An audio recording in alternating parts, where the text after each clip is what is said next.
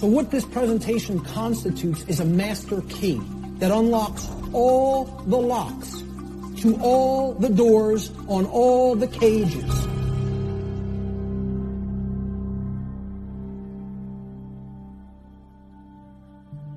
This presentation is called Natural Law, the Real Law of Attraction, and how to apply it in your life.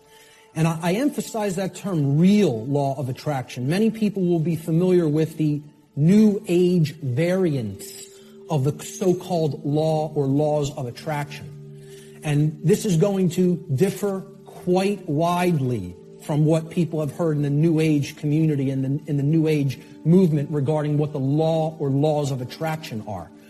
These are the real laws of attraction you're going to be hearing today and hopefully understanding today. Human beings should consider with great care where their information comes from, the source for the information. And this is because by refusing to present certain information and by influencing people to dismiss, to dissuade them from looking into certain information because they're telling you that it's unimportant or unnecessary to consider, many modern institutions like media, like so-called education institutions, are seeking to actually control human perceptions, or let's call it outright what it really is, to control the mind, okay?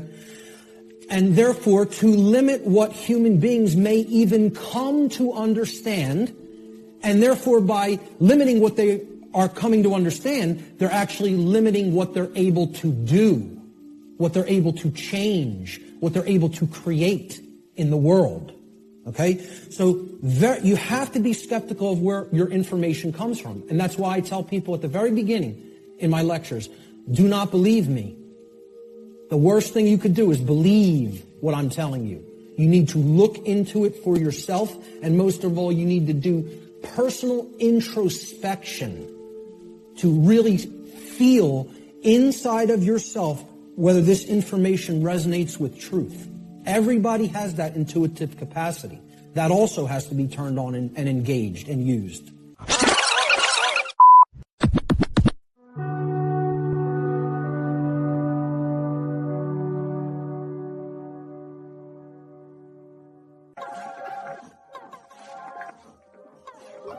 To be honest, it's really all about that. That's what it's all about. The hokey pokey, you know. The hokey pokey, you know. And turning yourself around. You get yourself together. You do the hokey pokey.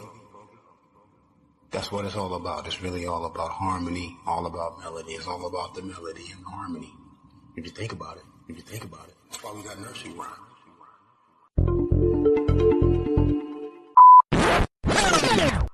You know what I mean? It's the thing about the symmetry. You dig what I'm saying? In the tones. As I was mentioned, a fourth hand. And another joint that I hadn't revisited just yet. Because, you know, once you come back to something, you want to bring whatever else other than it back with whatever else it is that you're going to connect to it. You dig what I mean? And that's kind of like the whole idea also of what we call syzygy, syncopation, what was it again? It was called pattern, right?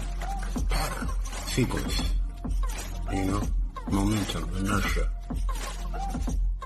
You know what I mean? It's the thing about the symmetry.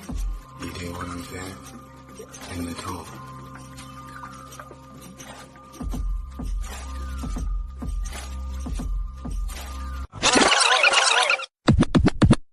Imagine if you lived in a country that spoke a language and you did not speak the language of that country. You would be pretty useless because you wouldn't be able to communicate with others. We live in nature and there's a divine pen that keeps writing and drawing all those shapes in nature. It's a message, a subtle energy message, subtle energy information being constantly drawn in front of us, and unfortunately, nobody reads.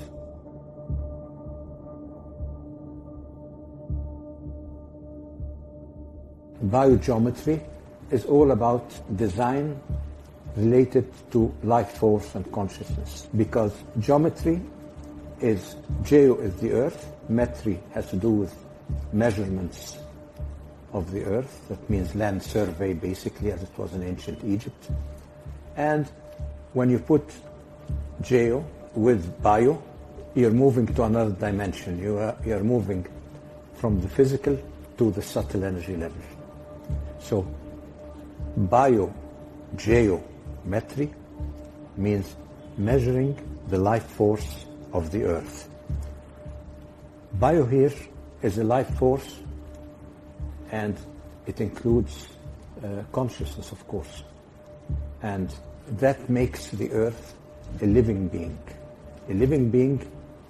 and in which we are part. We do not live on the earth, we live in the earth, because we live inside the atmosphere of the earth, which is part of the earth itself. So we are part of this living being, just as our immune cells or blood cells are part of our being. So when we act, we have to act according to the general laws of the being in which we are part. So we will start from there, looking at the language of nature. Nature needs to be understood, and it is understood through the principles of its design language. So let us go further into the design language of nature and see what is different in this design language from other design languages that we use. We have to look at the design language of nature, try to understand it. In nature, we have to see how things grow, how life force interacts with natural shapes. The moment we mention life force as a major component in the development and growth of natural shapes, we enter into multidimensionality of nature's design language.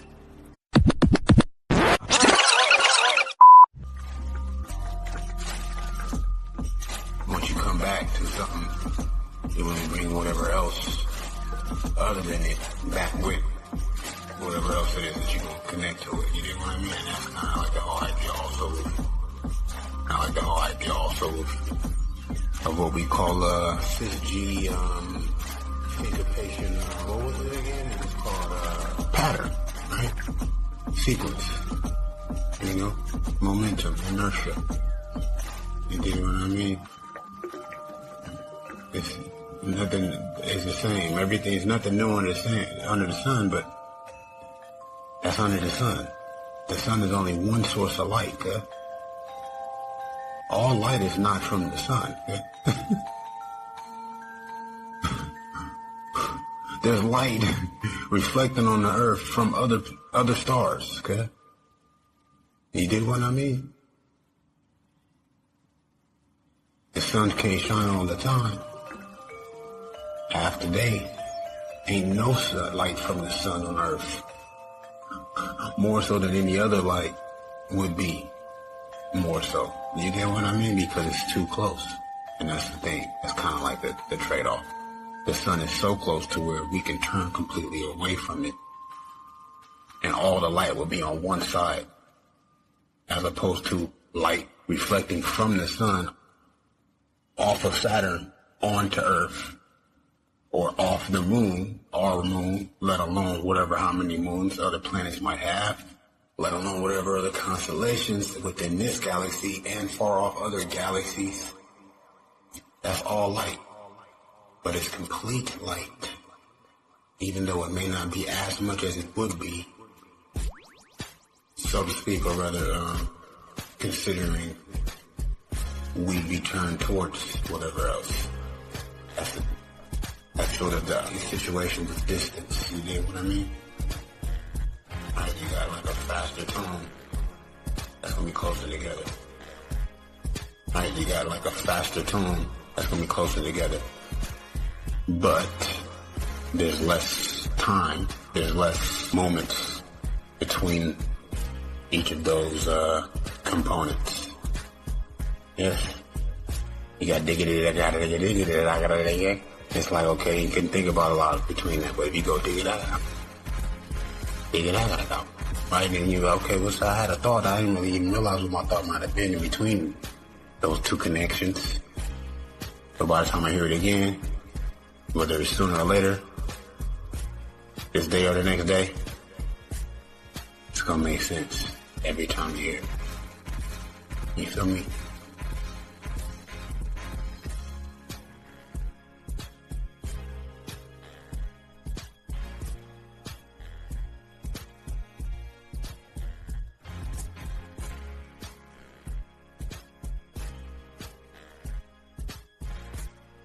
Because to be honest with you, right,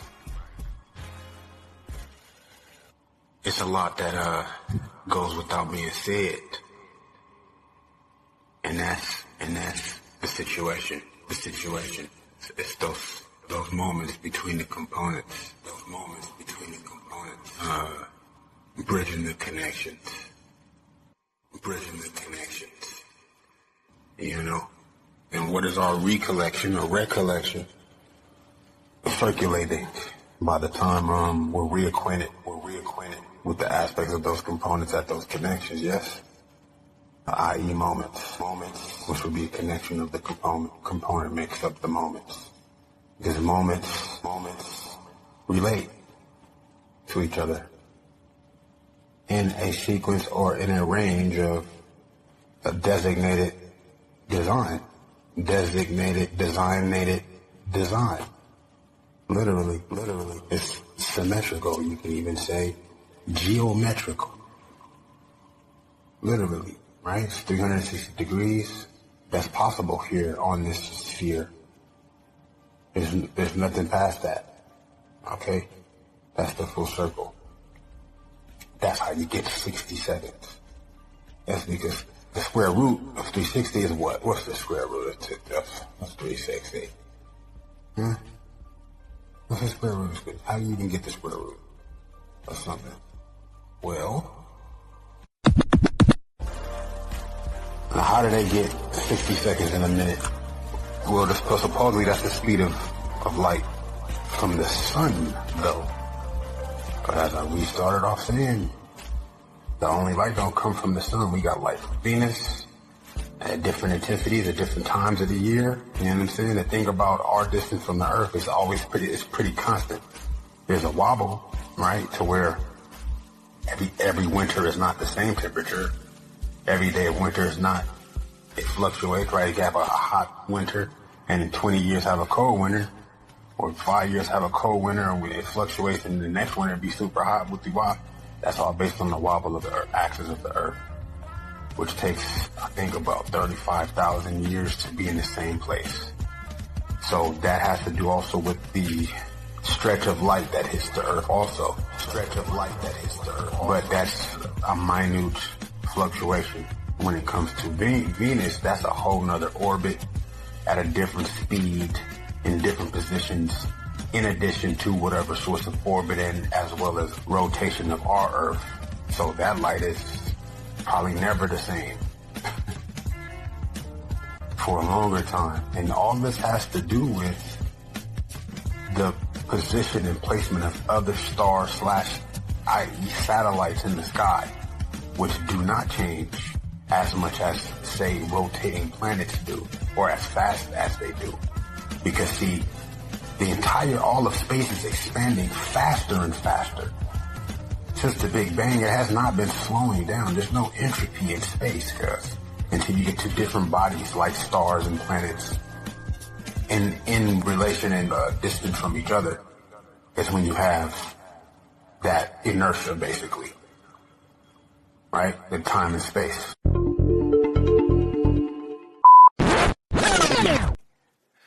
Your thoughts on autism and the spectrum, your thoughts on dyslexia, your thoughts on ADHD, your thoughts on medicating children if they don't fit within a certain box and behave in a certain way. Show me one psychologist, psychiatrist that has cured somebody, and I'll believe those words to be true. By cure, you mean there's something wrong with that person? Since they say it's something wrong, right? For the fact that you label a child autistic, you are saying there's something wrong with that child. Correct. Show me somebody who has healed it and then I'll believe that it's true. Do you think we're still suffering from the Industrial Revolution? My second wife, Umamthembu. Mawuthi first, second, you mean washada, what divorce, noma mhlambe Ka intombi ekhaya ilahla. sibonge. Umamthembu. Sorry, you've got two wives. Umntwana ababalwa kuzona inkomo. Please continue, sir. I will hold my tongue. She's a psychologist. Nabo bayazi ukuthi ababalwa, ukuthi abasiza inkomo noma bona bayabala. But hey, inkwasasa sibaningi manje. Ama insecurity wabo ke lawo ngeke ngwalaphe mina. Awukho umuntu insecurity. She's a psychologist. Yeah. Social worker, psychologist. Yeah. You're very big on the thinkers and the people that deal with human behavioral. I think it's energy. It's attraction. I am that I am, so I attract that which will reflect that I am. Okay. You know? Second wife is a psychologist, sorry. Yeah. And then Umakhatebe Ilobo Kulmanaege organized this meeting. Siyabonga, ma'am. Yeah. Now, in the psychological space, you will realize Uguti, they are still trying to break through. They're still trying to understand the human psyche. But what they don't understand is the very word psychology. So because they don't understand what psychology means, they approach it totally wrong. What is a psyche? What is the human psyche? Psyche comes from a Greek word meaning soul. So you're not dealing with the brain or the mind or how it operates. You are dealing with the soul. So what is the soul? The soul is an accumulation of past, present, and future memories. That's what your soul is. Every human soul, every human psyche is born at the moment of birth, and it can die while you are alive. Or it can wait for the death, and it either dies or ascends. So every decision is based on your soul experience. Now, soul experience spans over thousands of years. Unless you believe this is your first time in this world, then you'll believe that you have a short life to live, you only live once, die young, and have a beautiful corpse. You'll believe that. But if you believe that this is not my first time here, then your soul experience extends millennia.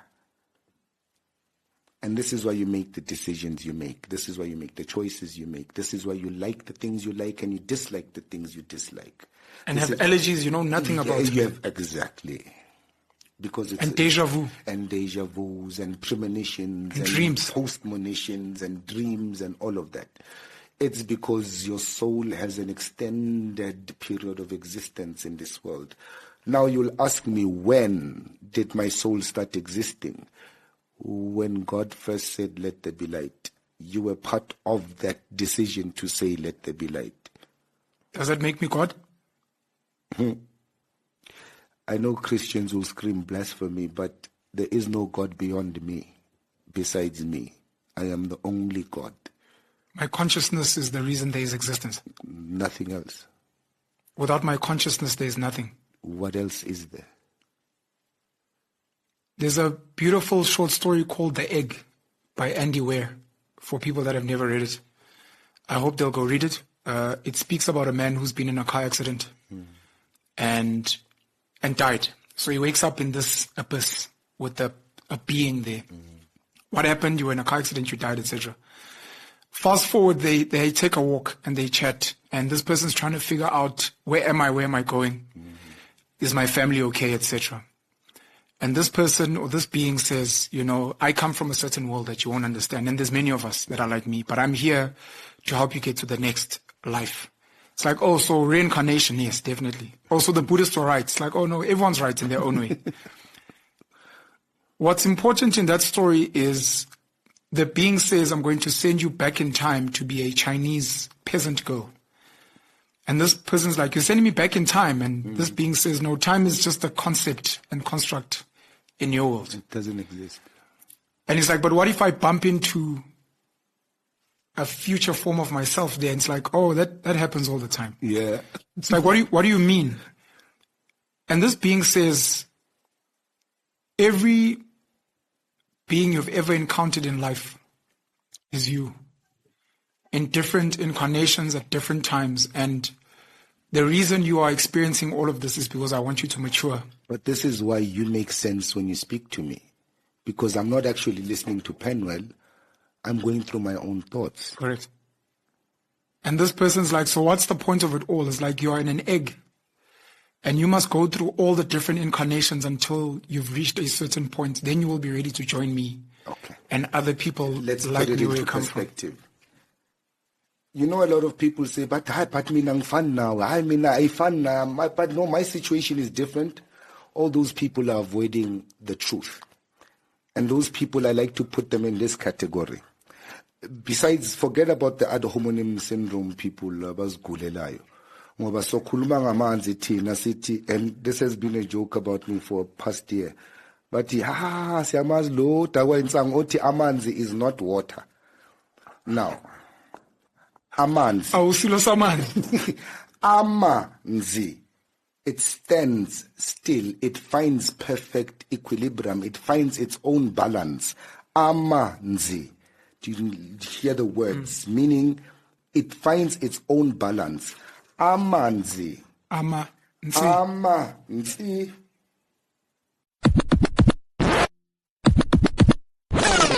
This is an initiation into really, really deep esoteric material that has been hidden from humanity for millennia. Why is this knowledge hidden away from people? To what ends? The knowledge of the occult is not commonly known. That's why it's not the exoteric. It's not given to the masses. It's the esoteric. It is reserved for the few. And there's a reason for that. It's been deliberately hidden away and kept from the general public in order to create and maintain a power differential. Because if someone else is an extreme level of knowledge, they know how something works. Like something as trivial as how human consciousness works, how human motivations work, how human perceptions work, how human beings can be manipulated. Somebody has deep knowledge of that information. And there's a whole bunch of people who have not one iota of how that works. What kind of a number do you think somebody can do on people like that? From my years of being inside occult traditions that are very, very dark, I'm telling you, this is what they don't want you to know. For a longer time. And all this has to do with the position and placement of other stars / i.e. satellites in the sky, which do not change as much as, say, rotating planets do, or as fast as they do. Because, see, all of space is expanding faster and faster. Since the Big Bang, it has not been slowing down. There's no entropy in space, guys, until you get to different bodies like stars and planets in relation and distance from each other. Is when you have that inertia, basically, right? The time and space. But space in itself makes time only in relation to the components within the space. Okay? With space is spreading farther away from each piece inside of space. Okay? Like wind, right? You feel me? Kind of like a wave or some shit, right? Like a ripple, basically. But it already had its own central source. All of the Big Bang / the space has its own central source. But each satellite being a star or a black hole or a planet, which are the general categories, right? Types of different things that will be in space, other than other types of space itself. You're going to have stars. You have star dust, which that's the same thing as a star. but it's not glowing just yet all the way. So it's more like a planet because it's not illuminated, because it hasn't concentrated and charged into itself based on mass magnetization. Because, see, that's the thing about mass, and that's another function that happens with space, being that it's moving and accelerating more so than at the first explosion of it. So it's a little different than matter. Because the fact about matter is it's also still energy, but it's centralized energy. It's already designated energy to where matter itself is decay, is death, basically. Okay? So that's why everything living only lives for so long. The only thing that is infinite is space. Okay? So everything even within space is also still space though, cuz. It's not a design language that acts in the physical world. No, it's a design language that is multidimensional. So for example, if I want to contain a liquid, I design my cup in a way that contains this liquid. If it's a flat surface, it won't contain it, so it has to be designed in a certain way to contain it. Okay, that's containing physical matter. Now, we want to contain the full life force. The full life force in nature has so many levels. It has vitality levels, it has emotional levels, it has mental levels, and all levels are different levels of consciousness at the same time, and there are all the laws of nature are working through all those levels. So here we are dealing with a physical shape that contains multidimensionality of subtle energy levels. That means the physical shape is only a very small part of the total living shape in nature. Now, how can a physical shape contain things that are elusive to it? The only way that it can do it is through resonance. And resonance, we should understand that with the musical instrument, string instrument, for example, if you hit one string, every 8th string or every string with double or half its length will resonate with it. So the law of resonance goes from 0 to infinity. The law of resonance, when things are in resonance, there is a sort of bidirectional information exchange. And this information is how this energy affects us, meaning that it's qualitative. So qualities, as we know, for example, musical notes are an effect on us. They are qualities. Sounds are qualities. And we know that they repeat themselves on the different octaves. So that means a quality actually exists in all levels of nature from 0 to infinity. Qualities are different than quantities. Quantitative aspects are limited to certain ranges, while qualitative aspects are universal. Any quality in the universe is multidimensional.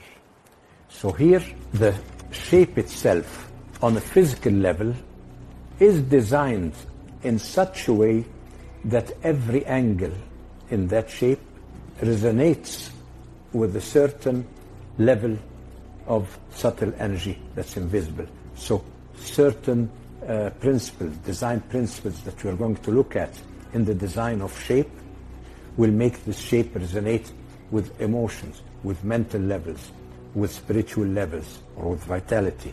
And we have those shapes, those geometrical shapes that resonate with all those levels. We can use them in biogeometry to access information on all those levels. The only thing that is infinite is space. So everything even within space is also still space though. Okay, now that's what it is that I'm even getting at. You know what I'm talking about as far as these square roots and ratios or whatever else not. Okay, getting at. That's what it is that I'm really getting at.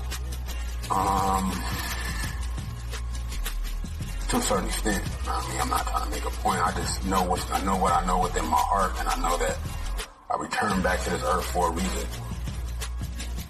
And that's because people got the wrong idea.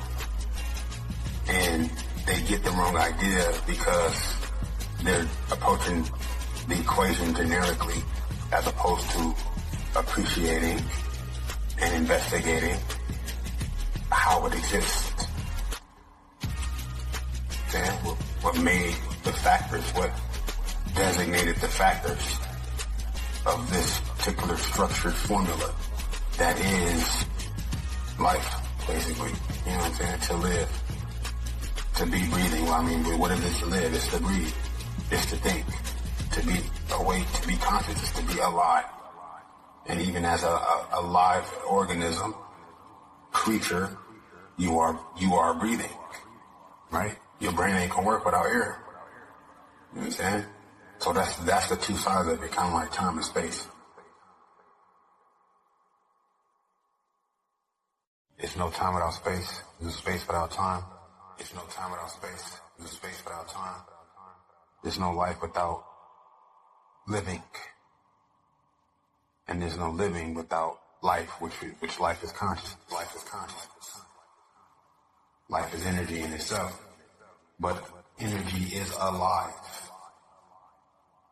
which constitutes it as life, because it's alive. You ain't got no life that's not alive, but you do though.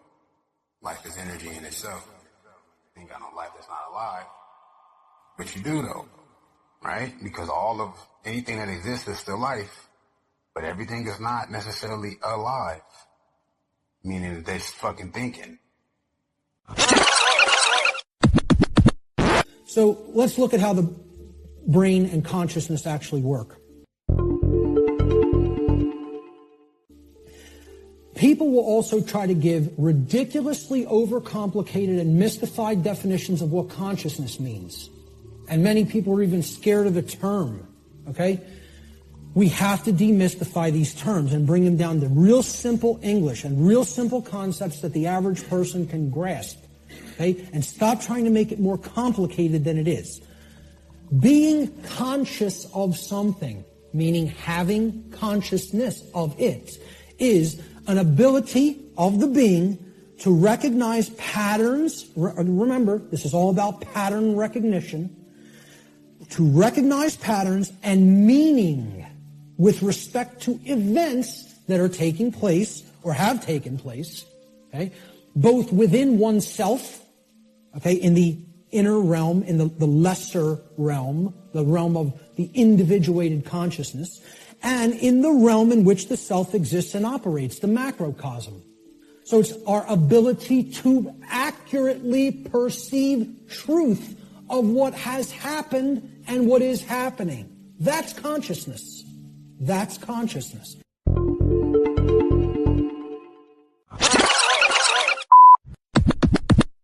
Amanti Kimme Emma Metsi Ematsi. It stands still. You can shake it, you can boil it, you can do whatever you want. Does the word water mean the same thing? Water describes this. What is water? No, it's H2O. What is amanzi? Amanzi. Shake it, it's going to stand still. Emati. Hayi udakwe insango. Yeah, it must be insango, of course. Ad homonym. Uthakaphasana nasesikoleni, of course. Uthakanayo ne-matric. Nazo. Ad homonym. Uhlule ukucabanga. Unedimoni lokucabanga. Liyavilapha. Metsi. Emitsi. Water, H2O. Asikhulumi ngento efanayo.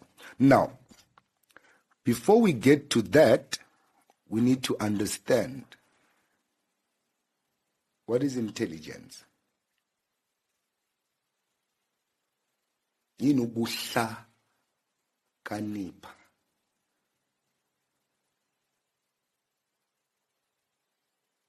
I don't know if these are rhetorical questions or if I must answer.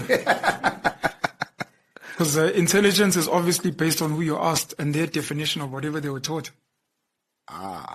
So by so saying, intelligence is regurgitation. That's the standard in the world we live in today. Yeah. Your ability to memorize or to You see download why I don't have a based on matric who, certificate. memorize and then regurgitate in a specific format that is pre-described. That's why I'm a matric. Because for me, intelligence akusukuphalaza. Angifuna ukuphalaza ikhona intolwane endumbeni ngimixe emanzini ngiyavuka ngiyakapa. I know that's not intelligence.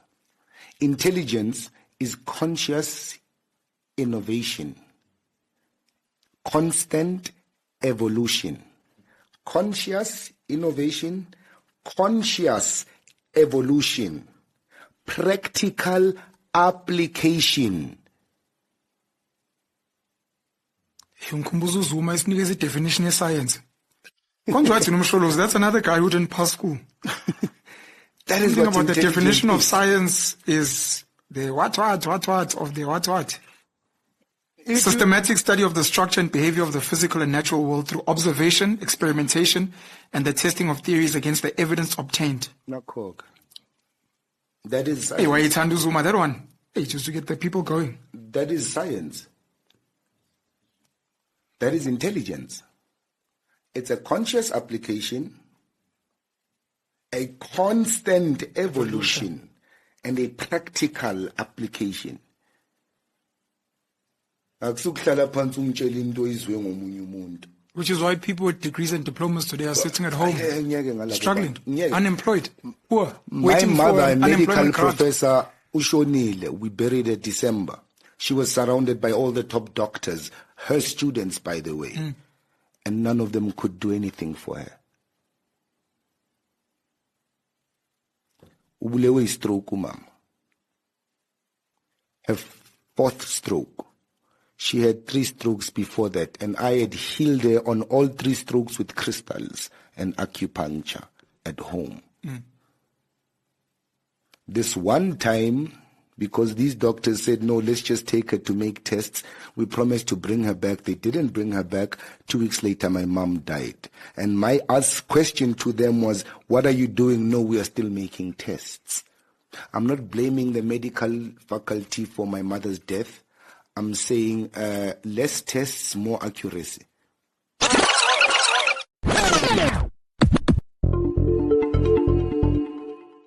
is consciousness. Life is energy in itself. But energy is alive, which constitutes it as life, because it's alive. You ain't got no life that's not alive, but you do though. Life is energy in itself. You ain't got no life that's not alive, but you do though, right? Because all of anything that exists is still life, but everything is not necessarily alive, meaning that they're just fucking thinking. You understand? And that's how it's so easy for you to get mixed up with these generic sort of standard connotations. No, you're not a person, cuz you are being, because you are still being and becoming. But if you don't, if your perception is not compartmentalized, then, you know what I'm saying, you're pretty much stamping yourself in place, basically, which nothing is stationary. Even all of space is accelerating faster and faster as it's expanding, cuz. But what's more stationary than space? Well, I mean, you know, what it is, you gotta understand it and kind of wrap your mind around the fact that even space ain't stationary, cuz. So how the fuck did that work? Well, that means that they say you can make a wormhole, bro. They make wormholes, right? They made a wormhole in space. So that means what, you at one position in space, and then you create this portal to a whole nother, you create this particular portal to a whole nother part of space. Right? This is possible to do. They say that there's many wormholes in the quantum function within ourselves. right? The cells that have the DNA in them. Any of our cells that have DNA in it, as we were saying, within a equilibrialized organism or body, is going to have this activation that happens, okay? When you're aligning your nerves and your fluids, alrighty? Is you got particular secretions from particular glands. Now, all the glands in your body are motorized and operated, you know what I'm talking about, and directed by one particular main superior master gland. You know what I'm talking about now. This particular gland has a lens on it, just like the two of our eyes, which is why it's called a third eye. It is in the center of your business vein. You understand? Okay? Now they say it's possible, nigga, that there can be light inside your head, as well as light inside your heart. All right? Now see, I told you last time I'm gonna show you a glowing ass fucking chest plate, nigga. I don't need drip, nigga. My ice is inside of my chest, nigga. Okay, it's glowing hotter. You know what I'm talking about? My ice glowing hotter, dig? Nah, I don't know if you overswigging me or not. You know what I'm saying? I'm gonna need you to sit slow. Listen, here's the situation when it comes to fluids and nerves in your body. What happens with the cells, what's supposed to be going on with your DNA before it's being now augmented, nigga, by wireless, radio, cellular control through nanomolecules that's been now induced into our body, introduced into our organisms now, cuz. Which is why it's important. Not to feel like it is you only this or that, you only that and this. Alright? Because that's what you call conscious energy, right? That's what you call psychic. A psychic interface. Okay? Now that apparently can be tapped into materially at this point. It always could.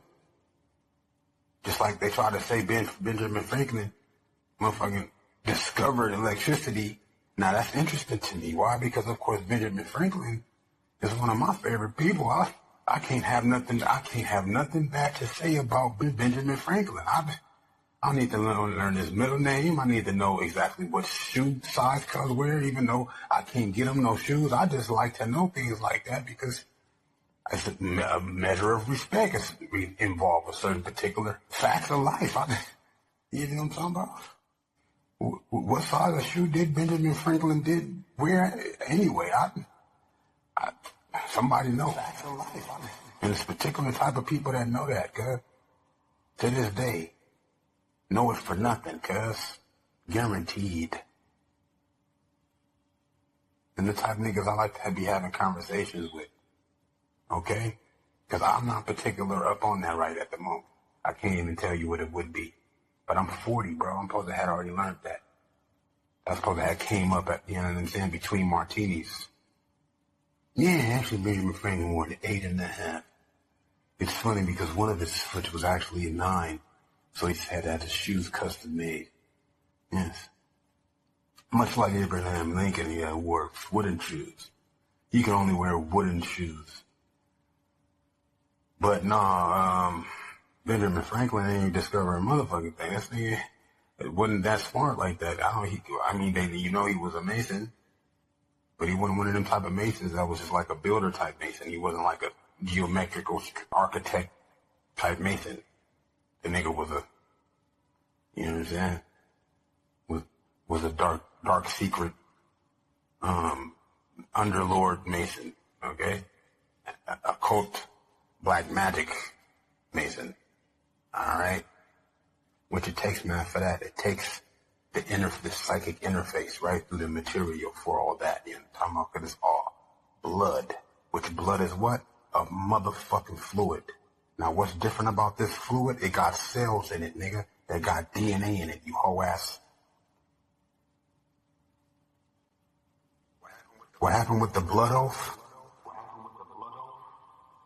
Oh, word. Them cells got this thing that you can activate called a quantum wormhole.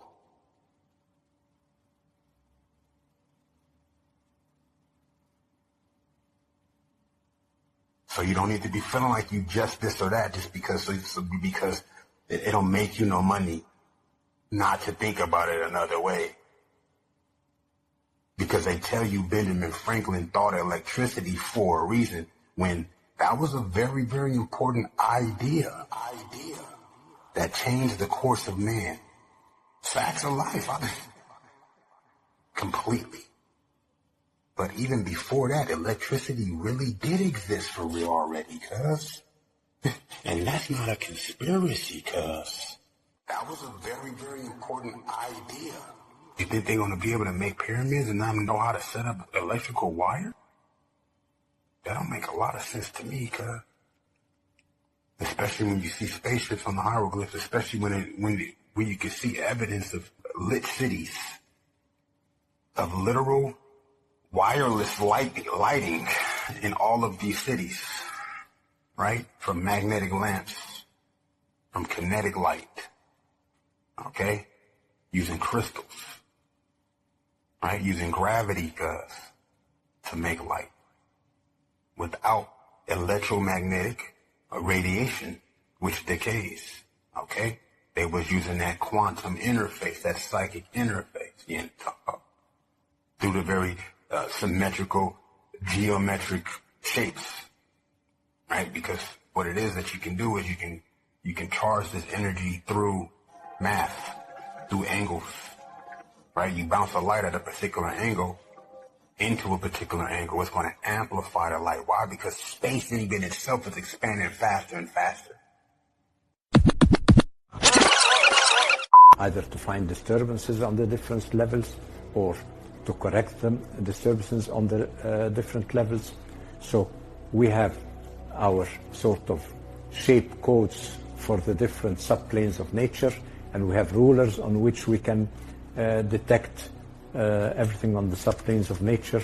That is why when we are studying the multidimensionality of nature's design language, we actually have the practical tools of doing the research. Now, how does something physical connect to the higher dimensions? Now, the resonance is achieved. The resonance with higher dimensions is achieved. The connection happens through vortices.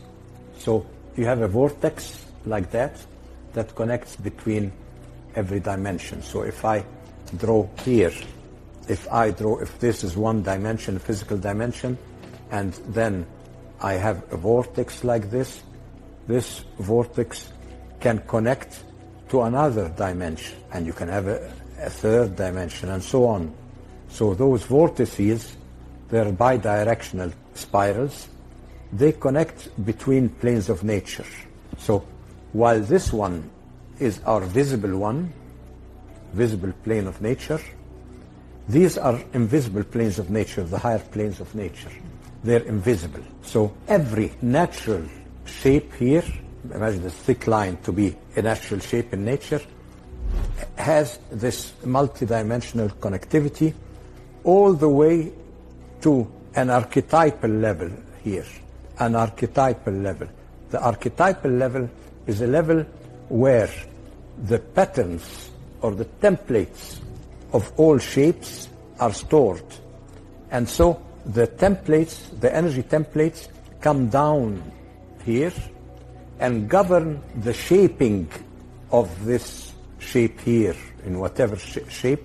It is governed by the shapes. We call that the archetypal dimension. You have the human template, you have the plant template, you have the tree templates, and all those are communicated down here.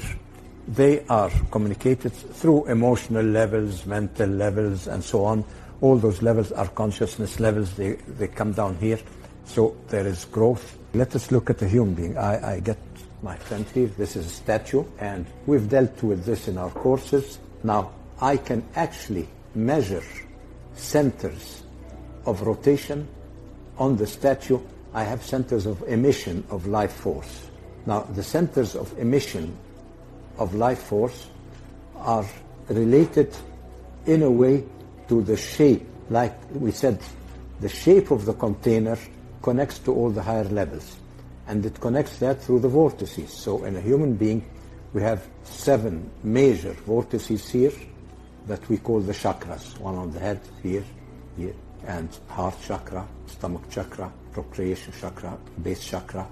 And then we have some other chakras above and some other chakras below. Now, if I can measure the chakras, those vortices, on a statue, it means that the shape creates the connective vortices to all the higher dimensions.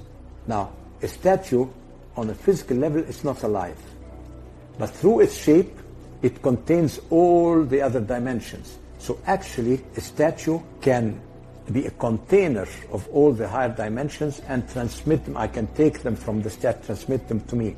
So I can actually interact with the chakras of the statues. This means that chakras are basically a result of a forming process. We have a law that says subtle energy, formed or shaped, produces function.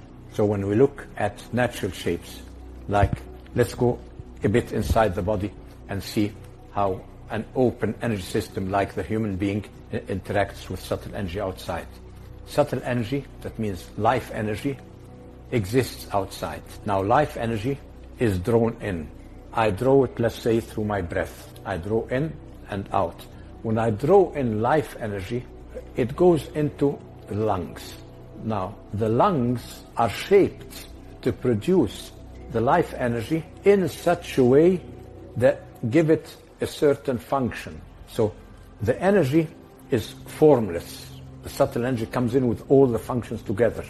Now, every time they have to be rearranged in such a way optimal for the function they produced. And that happens through the shaping of the body. How the lungs shape the subtle energy to produce the energy needed on that level. Let's say the stomach will do it in a different way. The energy coming into the heart will do it in a different way. So the shape of every organ will give subtle energy the functions that are needed to be produced on the physical level. And at the same time, those shapes create the vortices needed for the multidimensionality of interacting with energy. You breathe energy, your lungs, the shape of your lungs should actually be fine-tuned to all the levels of subtle energy. Otherwise, it will lack. It should be fine-tuned to vitality, to emotions, to mental, to spiritual. So the design of the shape of the lung will act with all those levels to produce the needed function. So in a statue here, I can actually, since there are functions related to the shape of the body, I can activate one or the other, make it stronger than the other. So let's say if I move the center of balance of the shape like that on the heart level, see, on the heart level like this, I will accentuate this chakra. On a stomach level, accentuate this chakra. On this level, accentuate this chakra. So here we understand that the chakras are shape related, form related. They are created on the physical level through the forming process on the physical level to connect, so that the forming process creates chakras, energy wheels, that produce multidimensional vortices that connect with the higher levels and bring down life energy into the shape.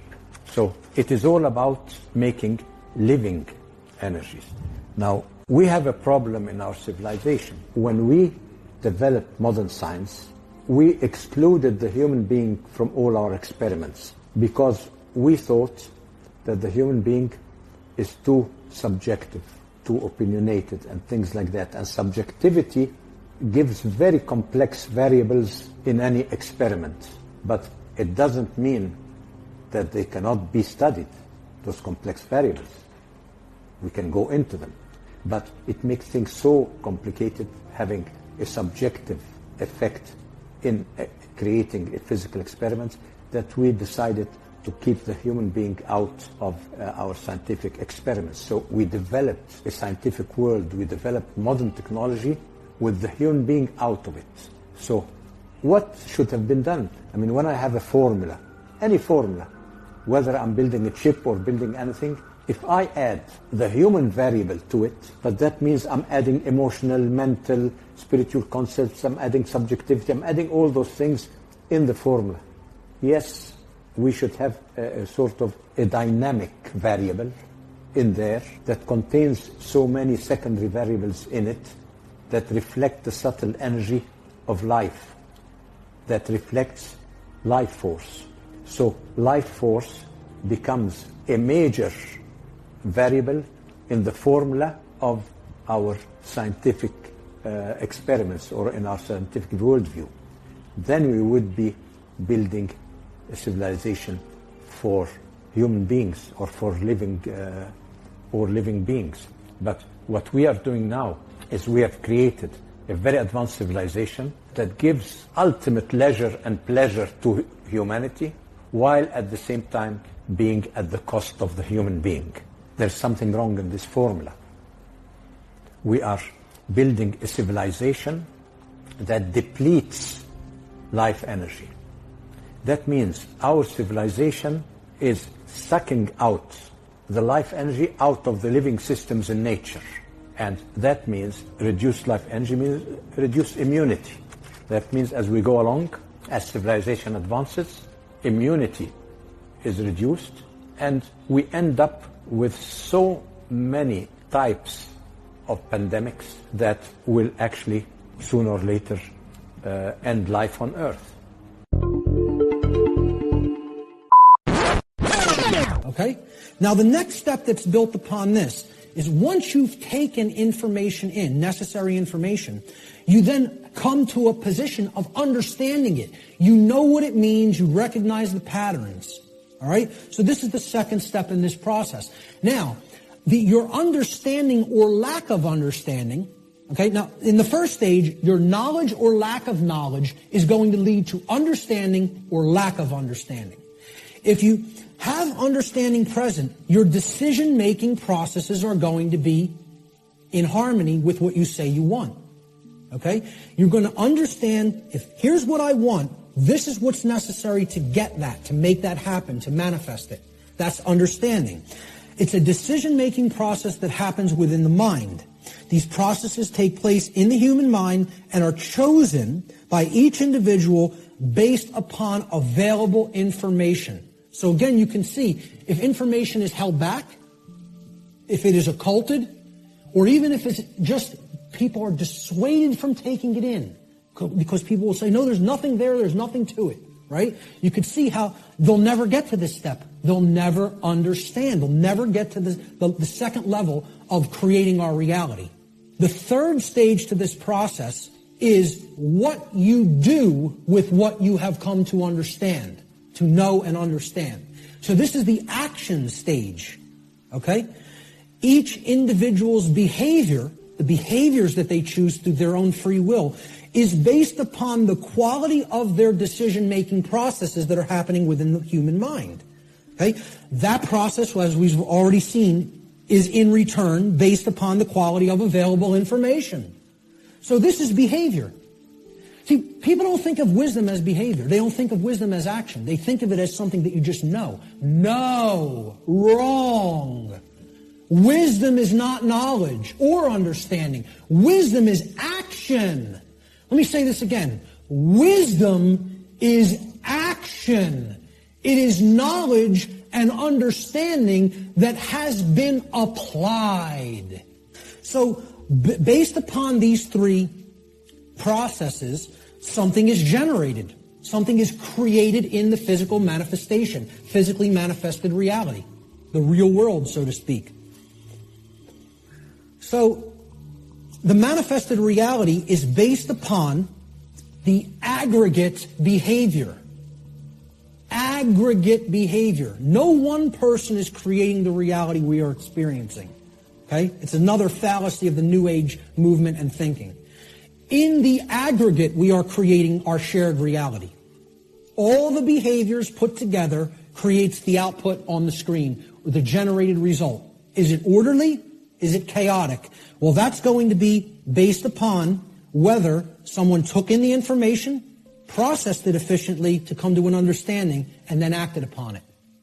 The manifested reality is the quality of the condition which manifests in any given society based upon the aggregate quality of human behavior within that society.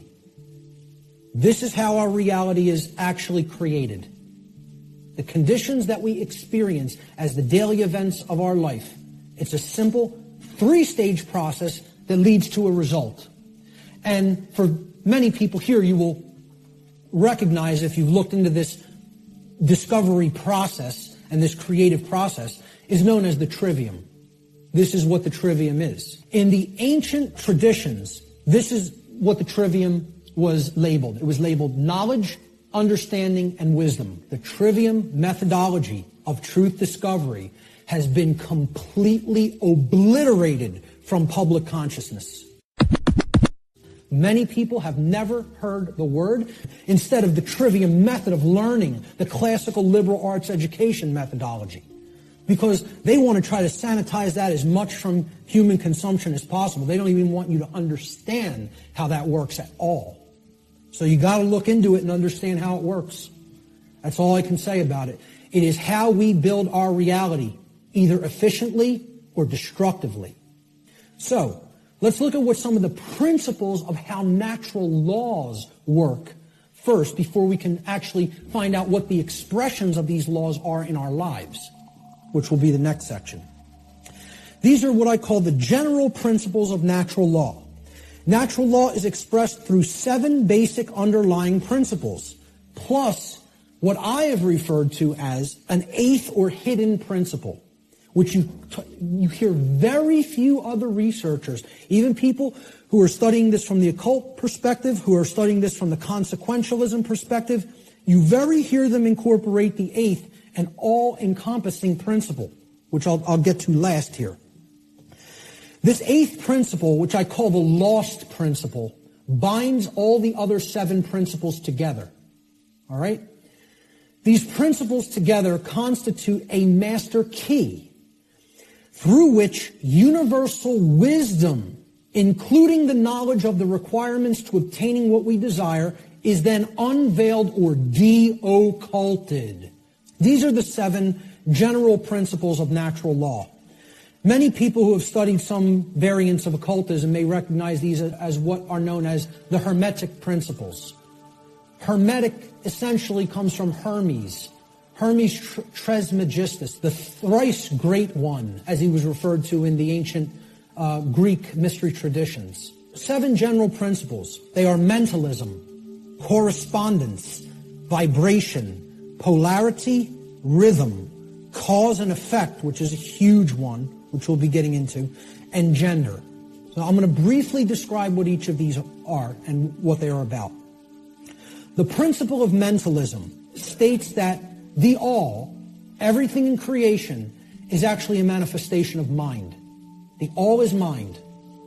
Okay, what this means is everything that happens has to be a result of a mental state which preceded it. Everything. For anything to exist, thoughts had to form first, and then they formed the physical reality after. The universe itself is a mental construct of the Creator. Thoughts lead to the manifestation of things and events. Thoughts create conditions. Thoughts create things and conditions.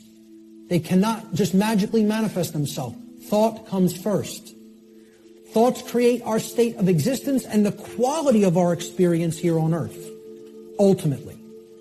Therefore, we should be responsible for everything that we create by being responsible for that which we think. Because the thought processes are what are driving the behaviors. People behave the way they do because they have certain belief systems embedded in the mind and running like a program. Their thoughts and their emotions are driving their actions. So the behavior is not magically suddenly going to just change. The thoughts and emotions have to change because they're the driving force behind the behavior. That's when reality will change. See, people don't want to hear that, once again. They don't want to hear, if you want to change reality, you, yourself, have to change the way you think. Because the way you think is not conducive to the requirements for getting what you say you want. they're doing the exact opposite of that in many cases. So that's the principle of mentalism. The principle of correspondence states that which is above is similar or like to that which is below. So what this means is that which is below, and that which is below is like to that which is above. It's a mirror, okay? The above is like the below is like the above, all right? The above, in this case, is the macrocosm, okay? The laws of the very large things, okay? The laws that govern the creation which we consider is seemingly outside of ourselves. We know at the deepest level that it's not, that we're one with it, but, we perceive this as out here, the laws that govern the large aspects of things. So the macrocosm, or the very large, the totality of everything, and the microcosm, which is the very small, or the individuated units that comprise the whole in their aggregate, okay? They are reflections of each other. They cannot be separated from each other. As one goes, the other goes. The universe is actually a holographic system. A hologram is an image, okay? You pass a laser through it and then projects a 3D image, okay? It's like a flat image and it projects a three-dimensional image. But the aspect, why they call it a holo, like holistic, hologram, holistic image, is if you break a hologram into multiple components by cutting it. So if I take a hologram and I cut it in 4 pieces, you don't have a quarter of the image on one part of the hologram and a quarter on the other and a quarter on the third and a quarter on the fourth. You have 4 whole images that only lose their resolution by a quarter. Okay? So everything is contained in all the smaller parts. Okay? That's like the reality that we're living in. Our universe is a holographic one. So the universe is inside the individual. And the entire universe is like an individual. They're reflections of each other. To know the workings of the individual will help lead us to an understanding of the macrocosmic laws. Similarly, to learn the macrocosmic laws will help us to learn the way that consciousness within the individual functions. These two things cannot be separated from each other. And once again, as I said near the beginning, that's what occulted knowledge is. The knowledge of the occult is how the microcosmic world works, which is the individuated consciousness, and how the macrocosmic world works, which is natural law. So the other part of the principle of correspondence is that our reality is also fractal in nature. Now, if you studied fractals, these are self-similar mathematical generated patterns. Okay? We see this through things like Fibonacci sequence in mathematics, and this is repeated endlessly throughout nature. Okay, so you look at the structure of the atom, and it's similar to the structure of the solar system, which is similar to the structure of the galaxy. They work the same way. They look the same. You pull back enough, you'll keep seeing the same pattern repeat. The principle of vibration simply states that there is no such thing as rest, as dead or non-motion. Okay? Death, in that sense, is an illusion, because true death would be the cessation of all motion and energy. There is no such thing. It doesn't exist. You cannot go anywhere in creation where something is at complete rest. Everything moves, everything vibrates, and at the most fundamental level, the universe and every single thing which comprises it is ultimately pure vibratory energy that is manifesting itself in different ways, different frequencies, different vibratory forms. The universe has no true solidity as such, as we imagine solidity at the macrocosmic level. Matter is merely energy in a state of vibration. And what this is, if we truly understand this, and many sciences are now finally really understanding this and trying to propagate this knowledge out into the public, we will come to the understanding that this is a spiritual construct for experience to be gained, to have an experience and learn and grow in consciousness. That's what the purpose of this whole thing is for. Nothing is truly solid. You know, it's again, like we say, we are spirit having a human experience. The whole universe is spiritual, having a experience in solidity. All right? That's how you have to look at the principle of vibration.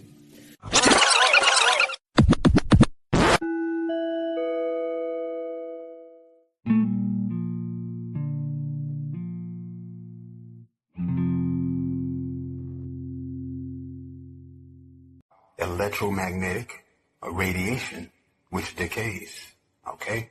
They was using that quantum interface, that psychic interface, through the very symmetrical, geometric shapes, right? Because what it is that you can do is you can charge this energy through math, through angles, right? You bounce a light at a particular angle into a particular angle. It's going to amplify the light. Why? Because space in even itself is expanding faster and faster, right? And what is a star? It's basically an opening in space, basically. All stars start with black holes, which is a wormhole in itself. But who's to say? Well, I'm saying it to you. Because Benjamin Franklin, for sure, ain't discovered no electricity. Nikola Tesla tell you that himself. Okay, so why would they say that he did, though?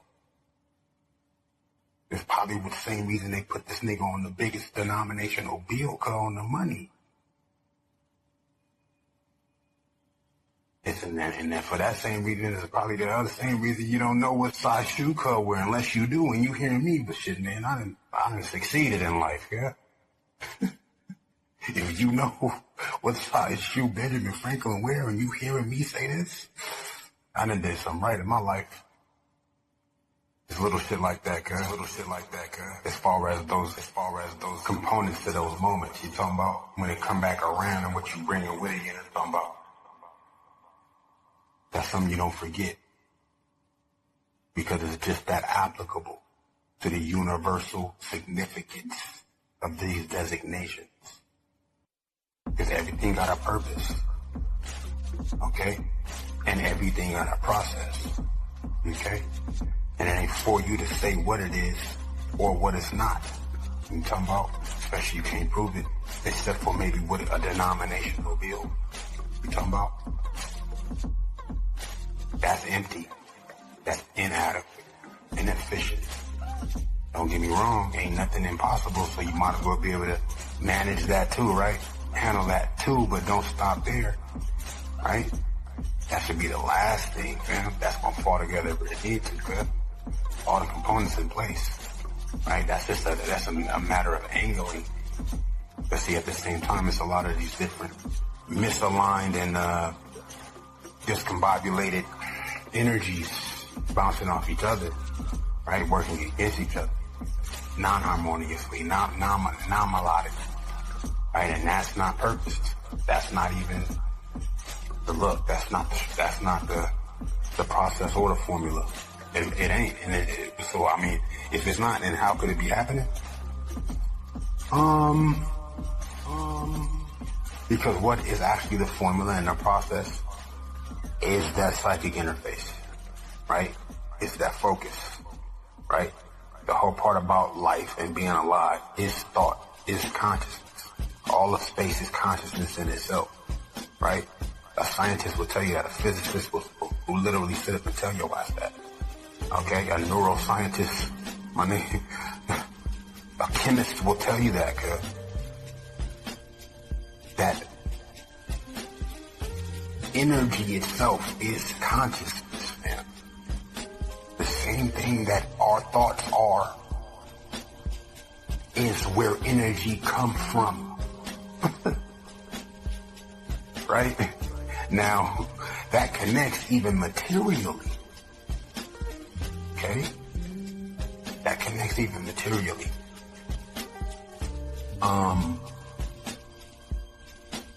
Through the same thing that energy also is and consciousness also is, which is a light. Okay? Because there's light in your body. Okay? The same gland that directs all of the rest of the functions that even create the fluids in your body has a lens on it. Okay? Now, what in the fuck is something inside of a head surrounded by? Ain't no light inside your head. Okay? Unless and unless there is light in your head at particular points. Well, probably when a person becomes illuminated or enlightened, no? I would imagine. Now, what does it take to you to become illuminated or enlightened? It takes harmonious, symmetrical structure. It takes harmonious, symmetrical structure of energy. Is what it takes. Those sequences, right? Catching those patterns in a momentous, you know what I mean? It's basically, it takes not deflecting the natural course of life, of natural process. The more you don't deflect it, it's going to work in its own favor as opposed to against itself, regardless of whoever else is involved. Now, it might become a little bit more, might be more pressure, it might become a little bit more complicated as far as how much you want to include, but whatever is involved is already involved regardless of what's included. And regardless of however else much somebody else is fighting against that or for it, the structures already exist. Okay, and anything that you're in line with is going to what is called neutralize whatever else. That's not.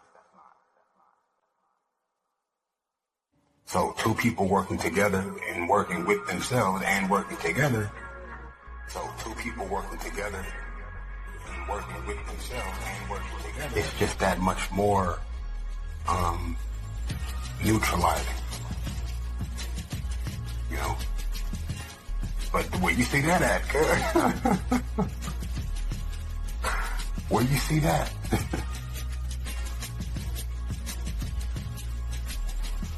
Where have you ever seen that? Even Adam and Eve couldn't do that. Because it was one snake when it's supposed to be two snakes, right? Feeding at the top and growing wings. The plume the dragon, right? Of the Aztecs, yes? That's what that represents, is that synergy. Okay? Now, where you ever seen that at, though? But that's not stopping you as an individual singular to push it in the direction, or rather not push it, but at least guide the drift in a most universally accommodating sort of rhythm. Because you got the pattern and you got the rhythm, no? You got the pattern and you got the rhythm. And then you got the design. Right? So, I'm all over the place. I'm all over the place right now. What was I thinking about? What was I even telling you about? I started us off saying what exactly? How a lot goes unnoticed. It's something on my mind about this expanded space, though. Because it is really okay, even where we are right now on Earth, spinning around the sun, which the stars themselves are spinning around a center source in this galaxy, right? You got galaxies in space, but those are made up of everything that's the same thing that is in space, right? Planets, stars, and satellite/moons, whether it's a comet or a moon, or rather, the satellite/asteroids, a comet, you know what I'm saying? Whatever it is. It could be an asteroid belt. I mean, that's still a planet. Those are little baby planets, basically. A rock is the same thing as a planet, but see, what's cold about a planet, a planet's different than, say, a rock, or a moon, or a comet, or an asteroid. Why? Because, of course, those asteroids are not necessarily alive. At the core of every planet is the same, is very similar to a star. Has that psychic interface, that quantum wormhole at the center. Now, being that it's such a magnetizing and magnetic and magnificently intense source of power, it has gravity. Just like every one of them portals within each of these microscopic cells in your body that have DNA in it, and not every cell that has DNA in it actually is activated. You might fuck around and not even have none of the portals activated, even though it may be DNA, whatever, in whatever cells. Right? It's not only DNA in only blood cells, though. So which cells got the DNA in them?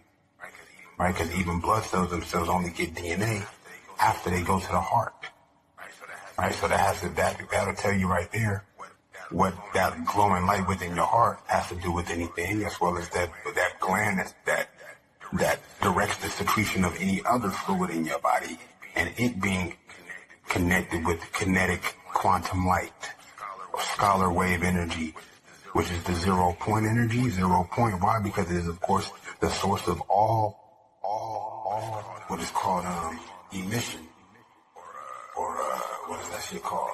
That's what they call it in the Jewish faith, or in Hebrew. It's called not an emission, the emanation. The emanation. Okay, now all of emanation come from a 0 point.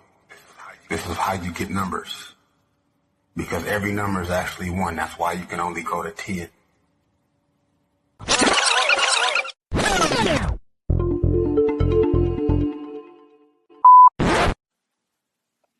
I did it 3 times with crystals and acupuncture. You failed to do it once with all your equipment. So the people with their diplomas and their PhDs, permanent head damage, ungangitsheli ngalabo bantu abafundile bafundisiwe akusiyifundiswa. Someone was giving me the difference between medical care and healthcare. Exactly. And the idea that doctors study medicine because more than anything they are pushers of medicine. Pushers of drugs. They are pharmaceutical slaves. Medical care is what you get when you go to a doctor clinic. Healthcare is what you do on your own. What you get at home. Taking care of yourself, what you eat, how you... and give it your love. Put your child on top of your heart and put your right hand on top of their head and make a magnetic circuit. Ayisenziwa leyo nto. Angithi sinamaneni. Abantwana bethu bakhuliswa amaneni. Of course. And ineni yenzani is doing a job. Yes. Okay. How important... I know I had a whole lot of other points to raise, but in the interest of streaming life consciousness, how important is a rebirth for every person? And does it require either being an initial reject, like yourself? I think you were kind of blessed that you were a reject from birth. Or does it require a disruption in this supposed journey and rat race we were meant to be on? So contrary to you, I did very well at school academically, sports, everything. I ticked the boxes, distinctions in matric, got to varsity, got my degree, went to go and work in corporate. And then at some points in corporate, I decided to go and start a business. And big parts of my consciousness were firstly tertiary, being exposed to books on history, spirituality, etc. And then later on failures, business, heartbreak, not having things my way in this sort of world, to a point where it felt like my mind was breaking and I had to rebuild it. And I think that's happened 3 times. To a point where I understand the journey of a mind that maybe someone else who's winning in life, a Barack Obama, maybe won't understand. So whether it's from initial, where you don't fit in the box, or later on where something you get divorced, someone you care about passes away. We see a lot of people say, whatever, and we'll discuss that later. But things are not going that way. How important is it for almost every human being to go through a journey of rebirth? And then after rebirth, how important is it to either be given or to select a new calling for yourself? What you're saying, your name. To say, no, at birth, because my parents were in whatever space. At some point in my life, I went through a journey, being in the streets, going on the mountain, meeting Amarasta. I believe I was reborn like a phoenix. And as I rise, I cannot be my old self. And I now need a new. How important are those 2 things? Okay. Let's look at nature. One single tree has how many names?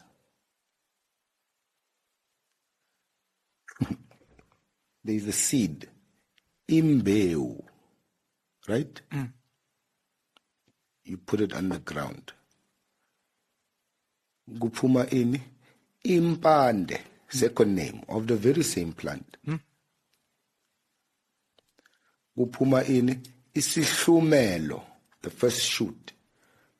Third name. So we're speaking seed, we're speaking root, we're speaking seedling or sprout. Third name for the very same plant. Shlahla. Because now it's starting to grow. Hlamvu. It's starting to leave. Amo. It's starting to flower. But it's the same plant. So every stage in life has a different name. You can't be the same person always. You can't. Here's the thing. If I say to you now, close your eyes and don't think about a banana, what's going to happen? I'm going to think about a banana. That's the first thing you're going to think about. Because I suggested it to your brain. Now, if I'm going to suggest to you under a ritual ceremony or under a life crisis, like you get into prison, uyaboshwa. Igama lakho uThabo, uyaboshwa. Ufike ejele bakubhayizisa amajita. Bakubhayizisa amajita ugcina manje ubona ukuthi okay, solution ukuthi uthi ngijoyine ngiphakamise nami ngibe insizwa. Awusase uThabo ke manje so uThibosi. Thibo Tash, Thibo wabantwana. You understand? Yeah. You walk differently. You think differently. You speak differently. So ashala mbomba manje. Awusakhulumi. So uyaringa. Awusathethi. So uyahwacula. Awusacabangi. So your whole character changes. Your whole personality changes. Your whole consciousness is directed to another direction. Here's the thing about consciousness. Energy flows where attention goes. So if I pay my attention to that, all my consciousness is going to try and make sense of that. And all my thought patterns are going to be based on that. This is where the importance of going through certain things and then leaving what you went through behind. Now, to answer the first question, does everything come from a traumatic experience or a painful thing? All pain comes from ignorance. All pain comes from ignorance. No matter what type of pain, heartbreak, whatever pain comes from ignorance. All pleasure comes from knowledge. Right? At some point in life, I was ignorant of many things that I know now. And that created the experience of pain. But because now I have the knowledge of the things I was ignorant of, now I have the pleasure. Was it the pain or was it the ignorance that created that experience? Because once there's knowledge, ignorance goes away. The pain goes away. Because now you have knowledge, you have an understanding of what's happening. So now, at some point I used to think my mother was unfair to me. She was too hard on me. Yeah, she wants me to do this and this.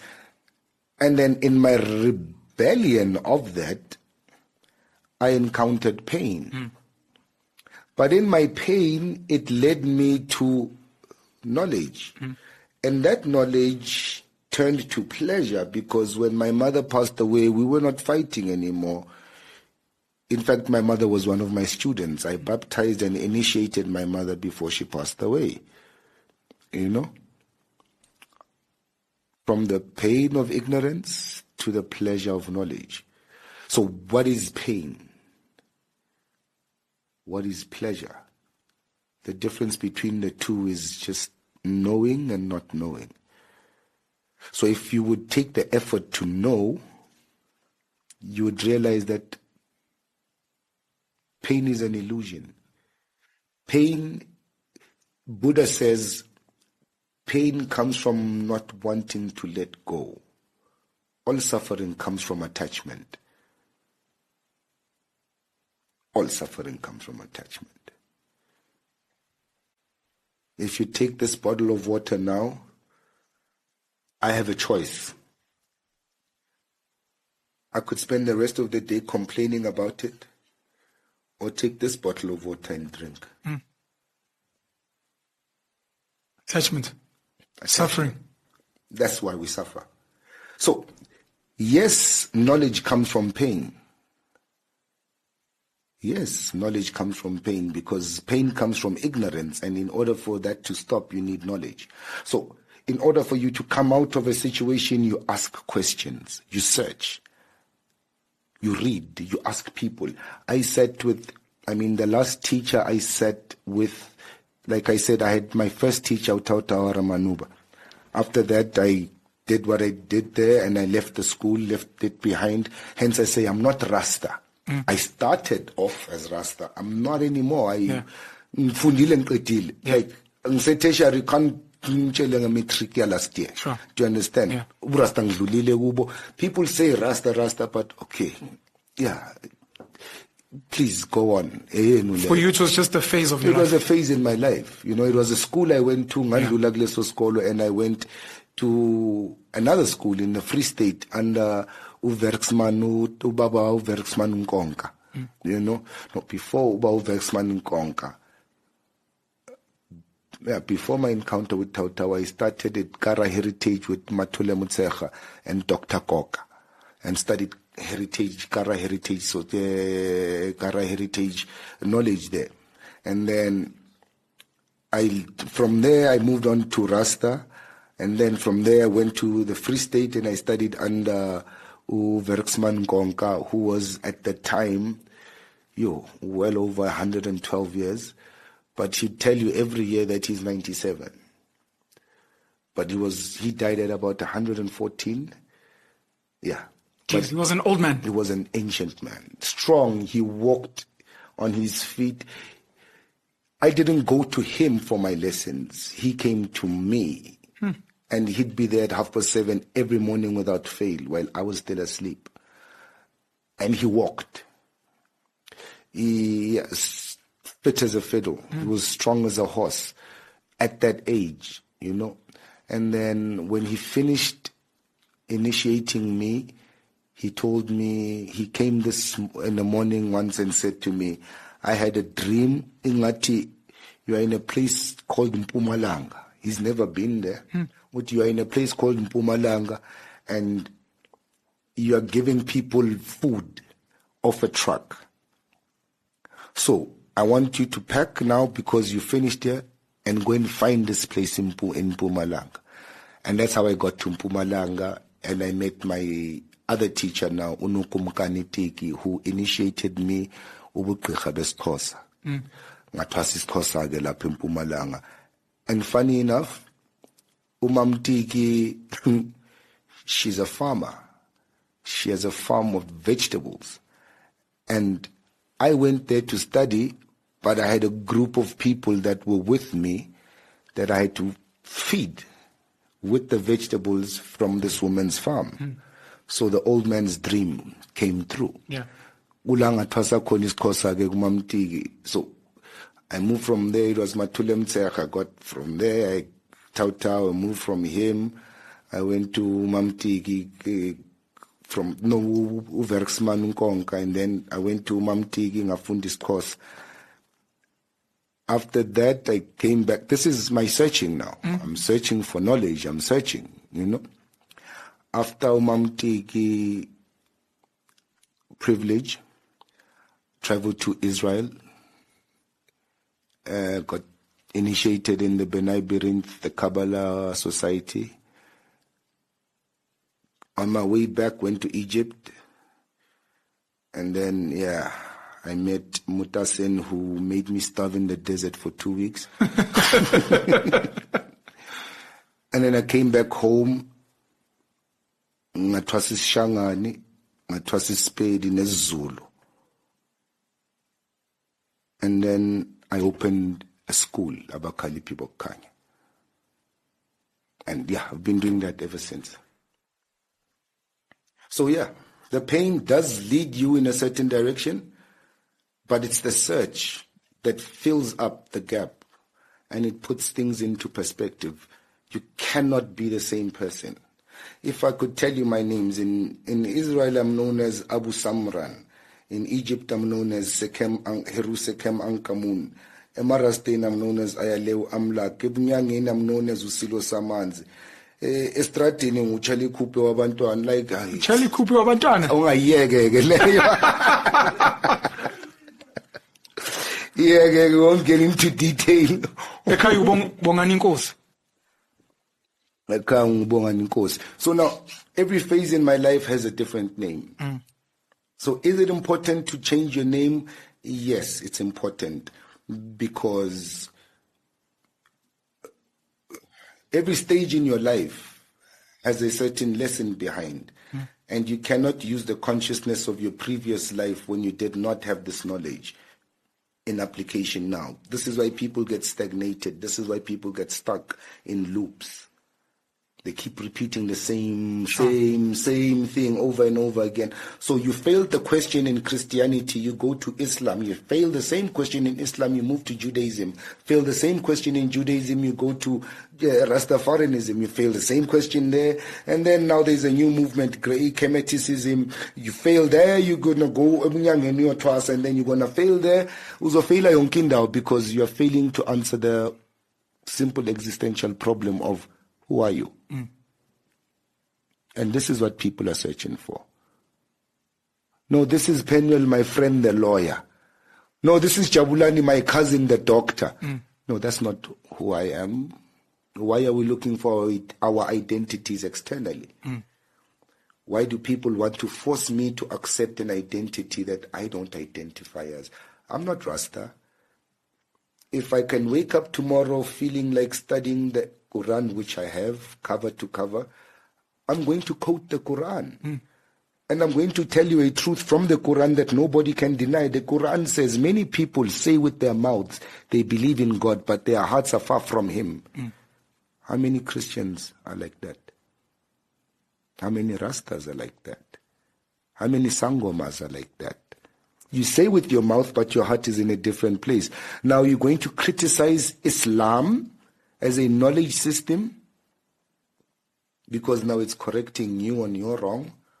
Do you know what I call that? D-E-E-D, did. Denial, evasion, biz. You deny it, you evade it, you dismiss it. D-E-D, did. So I'm going to tell you, Penuel, putting this bottle here is, I didn't put it, deny. But I'm teaching a lesson. This bottle is not supposed to sit here. Deny. Evade. Dismiss. How many conversations have you had with that trait, Nabantu? Almost most of them, because people hold on to the first branch of conditioning that they meet, and that becomes their whole life. Their whole life. The loop. Repeating the same thing. Emanation. Okay, now all of emanation come from a 0 point. This is how you get numbers. Because every number is actually 1. That's why you can only go to 10. Okay? Every number is actually only 1 because all is 1 and 1 is all. And all is emanating as an emanation. Emanating. All is emanating as an emanation. Why? Because it has to come from somewhere. Regardless of where it goes or is going, it still will return eventually back to where it came. Back to where it came. It still will return eventually back to where it came or where it came from. That's an emanation, emanating. And that's the same thing happening with these wormholes within your cells. Okay?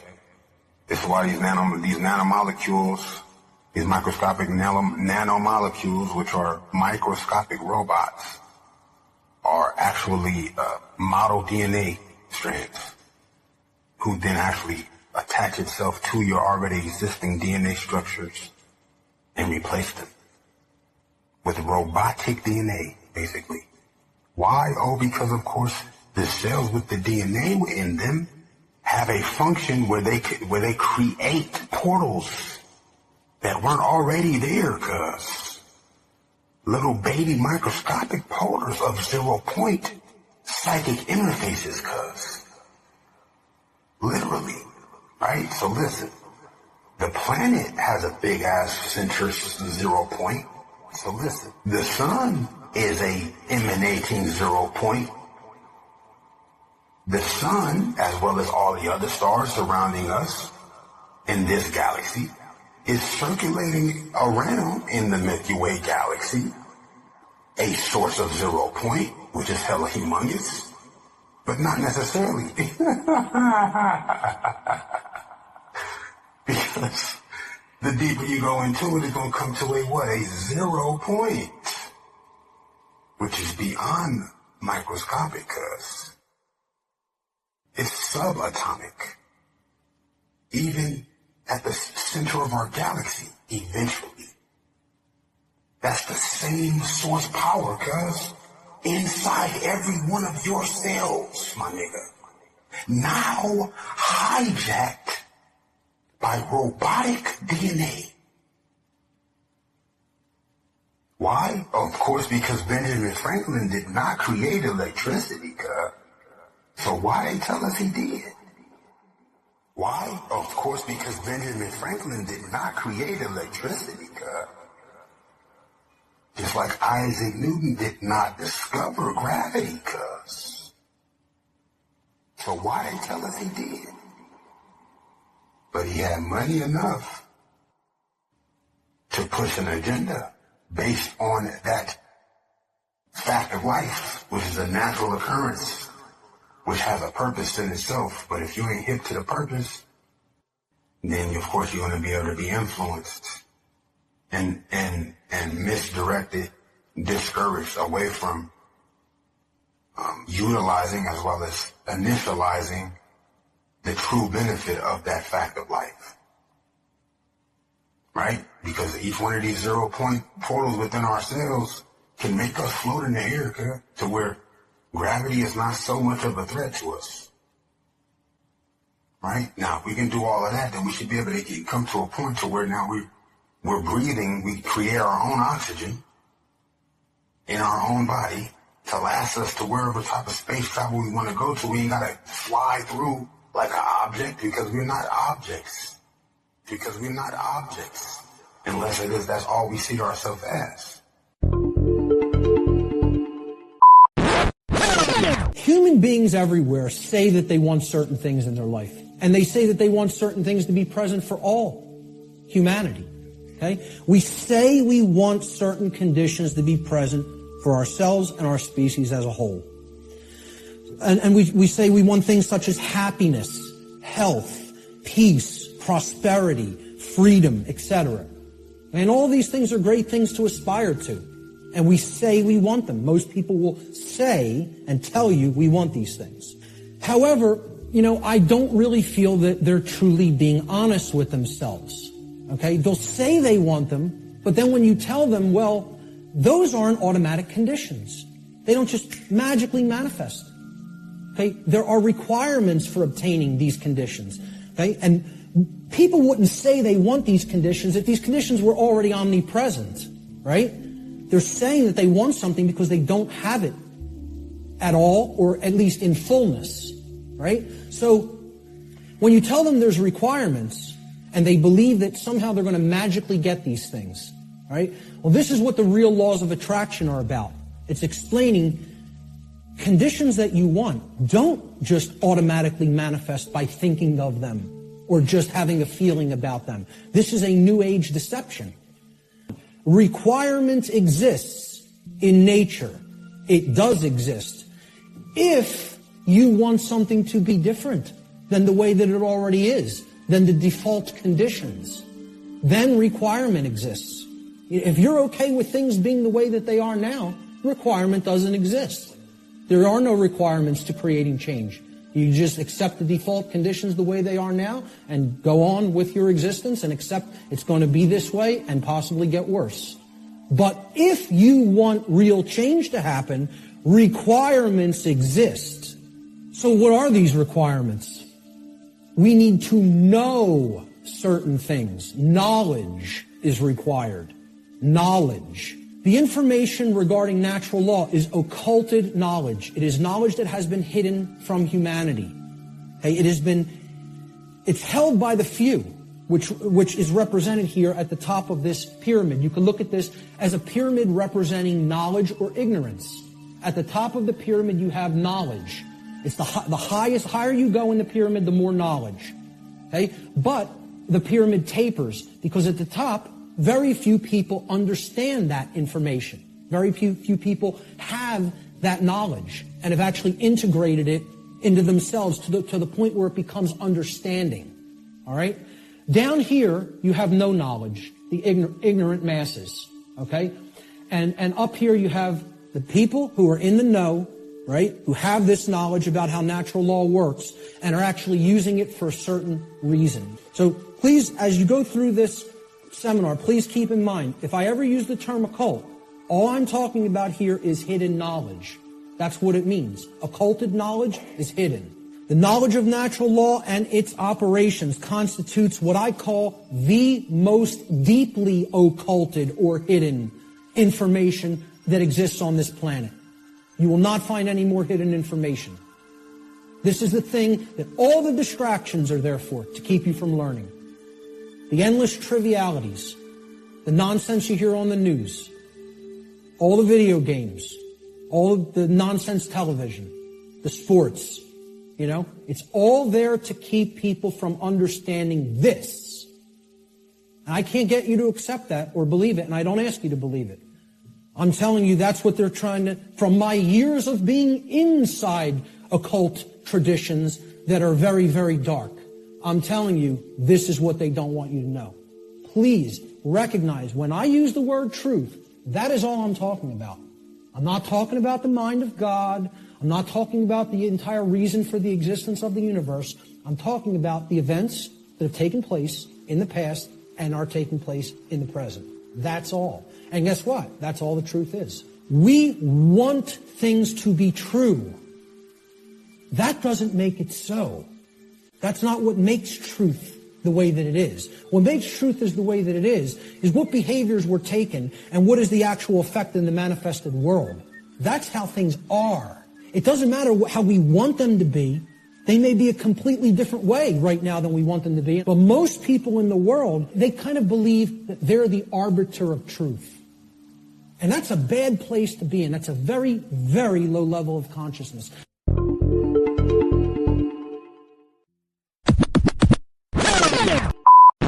Because we're not objects. Because we're not objects. Unless it is, that's all we see ourselves as. I'm just telling you, I ain't trying to act like, you know what I'm saying, you ain't got to go to school tomorrow, or you ain't got to, you feel me, pay your bills. I'm just saying, do that too, but don't stop there and be trying to act like you're cooler than niggas because you made it that far when that's really moving backwards than a motherfucker. Which is why they told you Benjamin Franklin made electricity. We couldn't make electricity, not necessarily made it. It was, he helped to fortify the importance of it. Nah, it's all a lie. A blatant, bold-faced lie in your face. This is why they put big-ass, blatant face on big face $1 bill. Alrighty? We should be able to make our own oxygen. Really, we ain't gotta leave this atmosphere to travel to anywhere we choose. We just gotta not be so distracted. Imagine all of us wasn't so distracted by trying to ignore each other, basically. You know what I'm saying? Get close enough to a nigga to hurt them enough for them to forgive you and shit, so that you can prove your importance to shit like, when like prove your importance to who? Even to yourself. Shit, you can be wrong. That's why you gotta use other people so as to, you know what I'm saying? Better, you feel me? Convince whoever else as well as yourself. When, if it take all that, what's the point? What is it you important to, niggas? Who made you, okay? What is it you important to is who made you. Ain't now when these niggas made you, okay? Fuck wrong with you? What is you important to, cuz? What is that you need acceptance from, approval from niggas, the person who made you, cuz? And I'm not talking about those people who made you, cuz. People who made the people who made the people who made the people who made the people who made the people who made you, cuz. And who made them? And why they couldn't get along?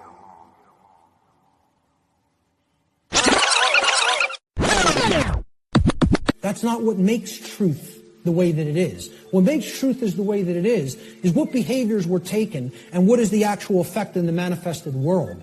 That's how things are. It doesn't matter how we want them to be. They may be a completely different way right now than we want them to be. But most people in the world, they kind of believe that they're the arbiter of truth. And that's a bad place to be in. That's a very, very low level of consciousness. To think that if I don't believe that it's this way, it's not this way. Many people are trapped in that state of mind. The laws of the universe don't care about you. Laws have been created in this realm that work flawlessly. 100% of the time, flawlessly. The creator of the universe set these laws into motion, put them into effect, and they bind you. You and I are bound by these laws, whether we like it or not, whether we accept it or not, whether we understand it or not. They're in effect, and you are already creating the reality that we are experiencing based upon interaction with these unseen laws. Already. You're already doing it. You can never not be doing it. That's an impossibility. Let's look at the dynamics between discovery and belief. The difference between discovery and belief. Because again, natural law is capable of being discovered, understood, and harmonized with. What this is saying, this exists, you're bound by it. The best you can do is to understand its operation like you would understand gravity, and therefore not just walk toward the edge of a 200-foot cliff that is bottomed by jagged rocks. If you're intelligent and you understand how the law of gravity works, you won't do that behavior. So natural law has nothing to do with religion. It's not a belief system. It's a science.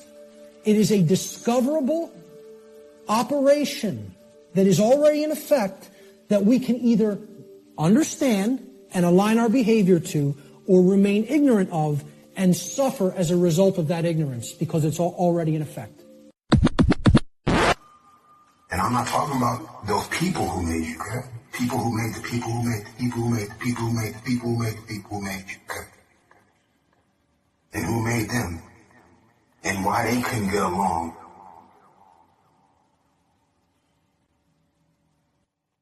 Okay? Because that's another blatant, bold-faced lie also. Okay? Now, if you take the moment and not be so distracted with trying to ignore people, then maybe you can think about that, okay? Now, eventually, being that the sun can't shine all the time, and it's going to be on the other side of the earth completely, the least amount of light from it on earth or in your mouth or in your face, while there's zillions of other sources of light that is actually hitting the earth at different degrees and angles, right? Now, you can literally angle yourself here on earth, angle the different orifices that the light will be coming through your pores, whoopty-wop, i.e. eyes, i.e. third eye, ears, whoopty-wop, whatever. There's only so many holes in your body. You never know. They say moon gaze. You can yoni bathe. You never heard about that? About the young priestesses going to the ocean shore, nigga, in the middle of the night and and whipping that yoni out and sucking up the lunar energy cut through the yoni, cause you never heard of that, cat? That's where it's at, man. You never heard of that, my nigga? You never heard of that, my nigga? There's young Casey's out there doing that right now, cut. Yeah, I know you're trying to understand about it. No. Oh. Look, man, make my martini a double, cut. Yeah, no, my nigga, like, I mean, I don't know. I ain't necessarily all the way up on that, but I mean, at the same time, it make more sense than most of the shit that's legal. You know what I'm saying? That's classified and certified curriculum. You know what I'm saying? In academia. You know what I'm saying? Starting with Isaac Newton, starting with evolution, starting with Einstein's theory of relativity. You know what I mean? Which is all theory. It's all theoretical. It's all hypothetical. But there's a way so as for you to activate your own connections is all I'm saying. Right? It's going to take you not being so distracted with ignoring people, for one. Literally. Right? Because like I said, half of the day, you're going to be able to be under some other light thinking. And that was the point I was getting at, basically. Whether you went next to some priestesses and they got that yoni out at the beach or not. I just had one of the, you know what I'm saying, interject that, because I ain't even feel me. I don't want you feeling like you want to be like some type of a natural person, like a nature lover or nothing.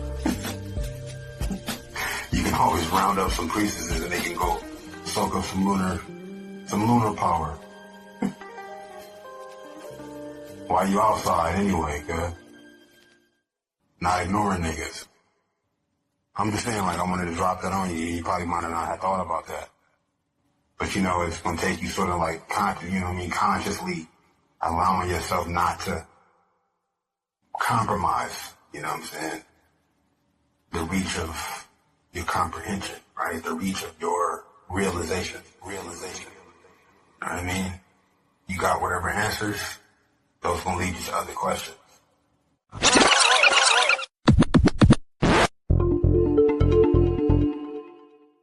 So natural law has nothing to do with religion. It's not a belief system. It's a science. It is a discoverable operation that is already in effect that we can either understand and align our behavior to or remain ignorant of and suffer as a result of that ignorance because it's already in effect and already has a binding effect upon you and your behaviors and everyone's. So when it comes to belief, and anybody that was trying to propagate a religion wouldn't put this slide up here. When it comes to natural law, it works just like gravity. So the clown that's going to jump over the cliff saying, I don't believe in gravity, what's going to happen? Down he goes. Because belief is irrelevant. Because natural law does not care about you. It does not care about you. It is in effect, no matter what you do, deal with it. So let's look at consciousness and the human brain. Okay? Because consciousness is an intangible force. Okay? It's something that exists, but you can't really see it. Many people even have a hard time explaining what it is. But there is physiological expressions for consciousness in the physical domain. And the brain is one of them.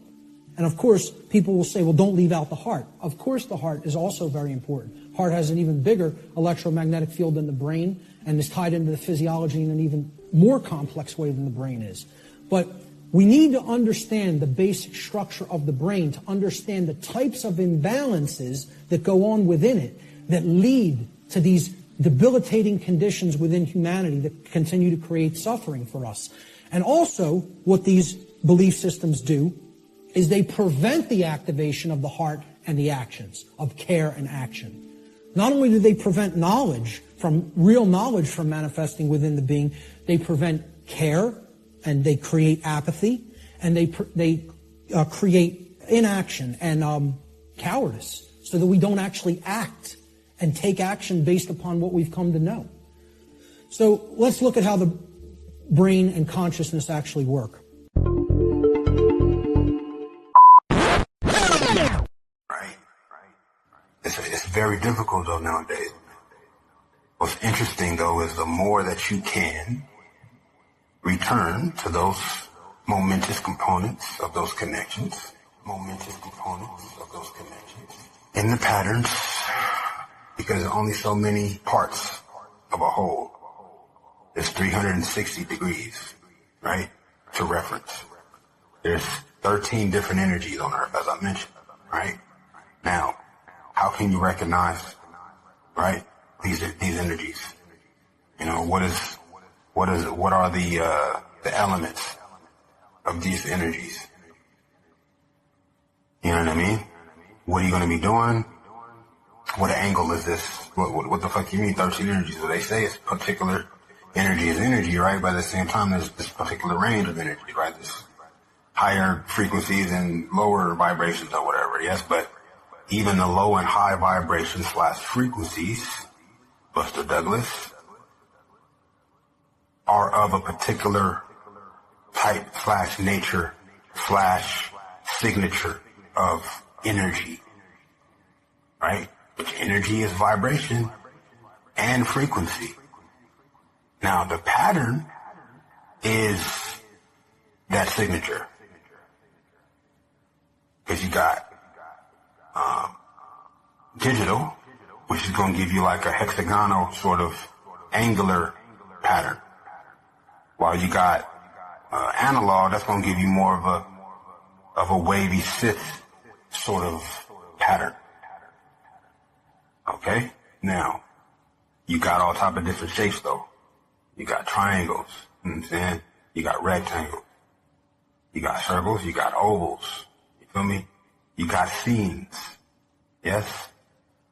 What else niggas got? Niggas got all these different platonic different solids, yes?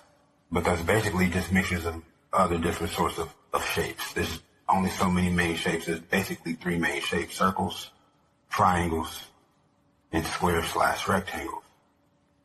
There's 3 sorts of shapes that you can get, other than a star, which is made up of different triangles, basically. Okay?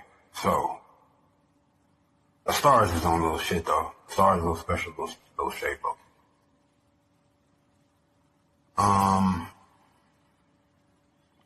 Point is what? Energy signatures. And, being able to connect those different patterns into the different sequences to where it's like, okay, like I said, the more you're at it, the more neutralizing, right? The more clarifying your journeying will be. The more clarifying your journeying will be. You may not be able to even remember what it is that you couldn't answer, right? Especially if you're not talking to people, especially you can't continue talking without them either forgiving you or not, and that meaning whatever the fuck it means to you just naturally, just, you know, can't help some shit sometimes. You know what I mean? We all got hearts.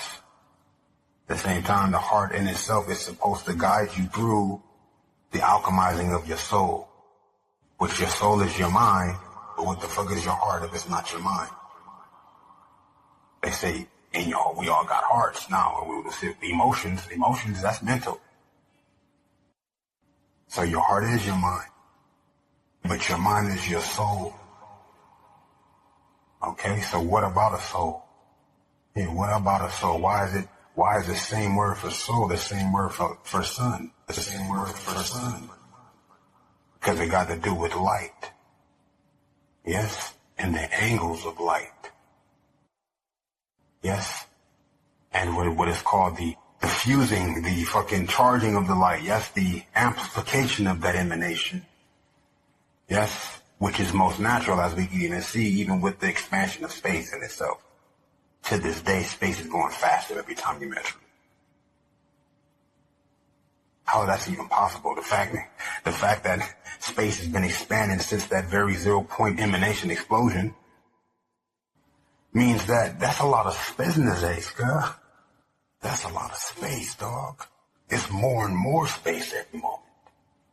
Not less. Like, right, you know what I'm saying? You got a regular sort of material sort of occurrence. That's always going to be limited, fam. It's going to have a radius. You know what I mean? Even you shoot a bullet, yeah, that shit go hella quick. But you shoot it in the air, it's going to eventually slow down. It's slowing down as fast, even as fast as it's going with that gunpowder, right? That wonderful technology, nigga. Right? That's some of the most advanced technology we got, even rockets, nigga. Up down to the science in itself, Rocket science is the most advanced mathematics you can get, my nigga. And even rockets themselves, from the moment, it's the very moment in itself is the fastest it is. The blast in itself is the very fastest it is, and it slows down since there. It's the opposite, my nigga, with what's natural, with the true power, was what the conversation was, family. Which is why they had to tell you Benjamin Franklin discovered electricity. Electricity is not an advancement, That's not an advancement. It's a means of controlling itself. Because as you already know, boxing yourself into this reversed method and formula. Boxing yourself into this reversed method and formula. It's not taking into account and considering the different energy signatures. It's not taking into account the alignment of whatever sorts of patterns and modalities. Right? Because, nigga, we create light within our body. So we don't need nothing else to create light, even outside of our bodies. Right? So that's the situation with focusing, right? Focusing and being able to return to those moments.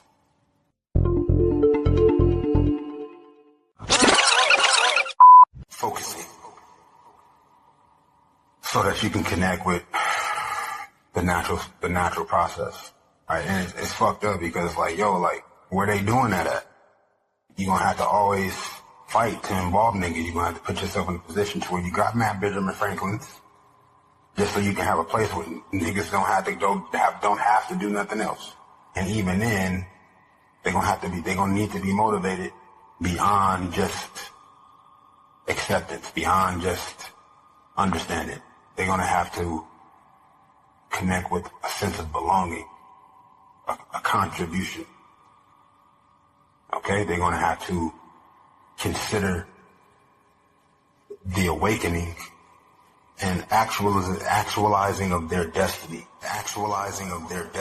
Okay, now that's so sorted at this point. It's so mixed up because as space is expanding, we've now been contracted into this timetable, this time phase, this actual time spell, basically, because no day is the same length, and there's not the same amount of days in every year. Another thing, that's what you call a generic standardization. Now, why would they do that? Oh, because it's more manageable. You know what I'm saying? I think it started off as innocent, to be honest. But the assumption or the acceptance of taking that route as however so innocent did not start off as an innocent implementation or, you know what I'm saying? It didn't start off as an innocent obstruction or whatever. You know what I mean? It started off as a reverse of life, basically, because life is consciousness, right? And consciousness in itself is light, but consciousness is not only light. So that's why niggas had got fucked up, because they didn't really think it all the way through. They looking at light as if, oh, whoop-de-wop, like, oh, okay, that's the end-all be-all when light comes from somewhere. Niggas was in the dark, I think. I mean, it's just the only thing that really makes sense at all.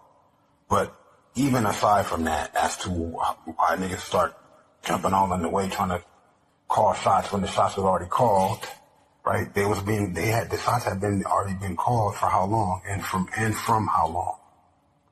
Even when they started to be called, how did that happen, right?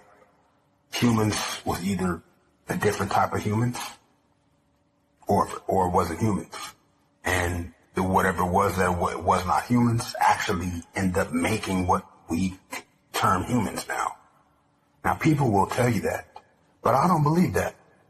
Because even if it was that, somebody would have had to make those motherfucking creatures. They didn't make themselves.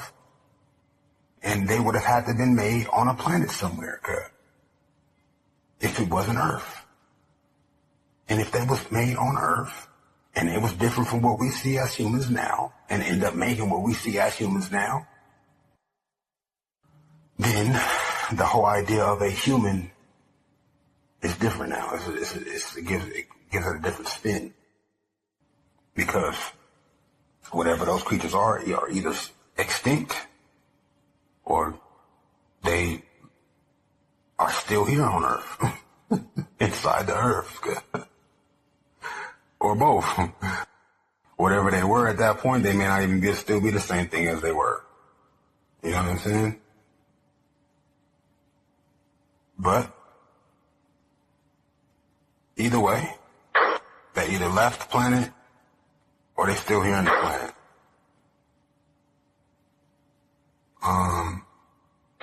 Yeah, they either left or they still here. So,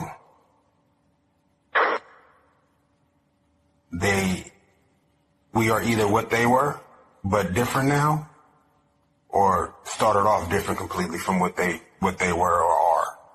Also, started off different completely. All right, so, what I believe is that we've been intermingling with whatever was the opposite of what made those fucking amazing structures be back then. You know what I'm saying? Because there's two type of people on Earth. You got white people, you got black people. You know what I'm saying? Now, black people here been here longer than white people, okay? That's the situation, no matter how you spin it, okay? Even if you go by evolution, which is why they try to hijack science as well as history, niggas, so that they can try to pinpoint shit and jump in the way of what already the shots that had already been called. But it wasn't written down. I mean, even if it was written down, they stole all their fucking writings and put them in the Vatican library, nigga. It's top secret. You can't even see it. So you can't even say what the situation is because whoever do know, they can't even tell nobody. It's a secret, nigga. It's top secret. Literally, bro. So that don't change the fact that there's black people and there's white people on this earth. Okay? At this point, ain't nobody pure-blooded, nothing. Not even the Africans. Alright? Because why? When you go back all the way up into Africa, you're going to find something very particular. And I'm going to tell you what that particular thing is right now. Alright? Just relax for a second. Relax. I'm going to need you to relax your mind for a minute. I'ma need you to relax your mind. Alright. Is you relaxed? Is your mind relaxed?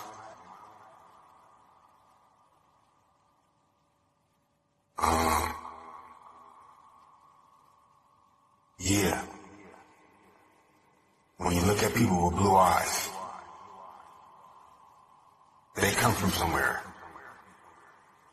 That's not original blue eyes. It's not. Okay, now this is the facts. This is the very fact that niggas overlook. And that's beautiful, but it's beautiful, bro. Do you know how beautiful that is, cuz? It's like saying, yeah, but what's real is real. And that's like a beautiful thing to be able to be like, okay, well, look, we can just follow the clues, follow the whole little breakdown, the avalanche, basically. Nigga, because that's what ended up happening. That's where you get that. Now, some of them blue-eyed people who was fucked up in their brain, was brought to Africa, to the center of Africa.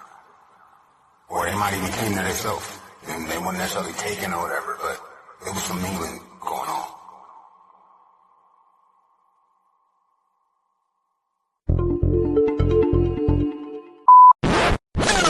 So was a family, was One a family. kingdom. Yeah, it's one family. UXhosa. Iline kaNkosi yamntu. Amachawe oJwaga up until uGagabe noGcaleka. Everyone else is not UMXhosa. But during the 100-year frontier wars and the wars after that, a lot of people came to find refuge kwaXhosa. That's why you have Amamfengu who came to Ukumfenguza to ask for food. You have Ababhaca emakibo beza kwaXhosa. You have Abesutu kwaXhosa. You have Amazulu, Amandebele kwaXhosa. You have many nations within the Xhosa conglomerate, but uXhosa is one. So you have uXhosa. You have Umpondo noMpondo Mise who are twins, who are related to Unonzaba Nomqwati, right? So amaXesibe lawo. So you have Xhosa, Mampondo Mise, amaXesibe, amaQwati. All of those people are Xhosa. You have amaGunukhwebe who are not Xhosa. You have Amalao who are not Xhosa. You have Abesutu who are not Xhosa. You have Amabhaca and Amamfengu who are also not Xhosa. Do you understand? This is not because of colonizers deciding to group us into. Now, because there are certain nations in KZN that today are having these conversations of wanting to be moved away from Zulu. That is colonial effect. Before that, kwaXhosa, Abatembu had their own space. So Abatembu would carry on with Abatembu traditions. Abesutu would live in Abesutu. You understand? This is how Oyinza used to do it. If you came and helped us, we give you a piece of land. Hence, kunesibongo kwaXhosa kuthiwa ngumhlatyana osikhomo. They were given a piece of land. Umhlatyana. You understand? So it was negotiations, but we don't tell you how to live. We don't dictate to you. Sure. But now government and colonialism came, but okay, and then uthola manje nabetswana sebathi hayi lerona simaXhosa. Sure. Awukwazi nokusikhuluma isiXhosa moswena. Northern Cape. Yeah. Abatawung baTswana. Uzwa baTswana Northern Cape bakhuluma isiXhosa bakhuluma isiTswana. That's correct. NamaXhosa le bakhuluma isiXhosa bakhuluma isiTswana. Correct. So uyabona ukuthi even north of the Eastern Cape going into Lesotho. Amatatiela abeSuthu abakhuluma isiXhosa nabeXhosa abakhuluma isiSuthu. So colonialism isenzile kanje, but if you can trace your father, that's who you are. That's who you are. If you trace your mother, you're going to end up with her father, and then another male line starts. Do you have any idea if Soshanguve was also not segregated per se, but there were various groups? It was a project. There are people that don't know. If you can please break down where the term Soshanguve comes from. Sutu shangane vendanguni. So sutu shangane nguni venda. Soshanguve. All this melting pot of groups. It was an experiment. All locations are an experiment. So a location, you find a mikukwin at the outskirts. You find your 2 rooms, your 3 rooms, and then your 4 rooms, government, and then your bond rooms, and then your rich black people with your double stories, right? And then we spread according to demarcations. La kugcwele ama-taxi khona amaZulu, la kugcwele ama-shop khona amapedi nabesitswana, la kugcwele khona ama-fresh produce, amamango nama-avocado, amashangani namavenda, abo-doctor nama-lawyer amaXhosa angithole. In every society you'll find that, and it was designed. That's why growing up, but ushangane is the name of a great king. So Shangane. You understand? He's the name of a great king. But now most of these women do you get it? I had other points to raise, and we'll raise them when we sit again, because I think we have to sit again, and I can only believe that in the comments there's going to be a lot of things that people want to know, people want to ask. I want to reference some of the work you've done on unpopular opinion. Thank you so much for that work.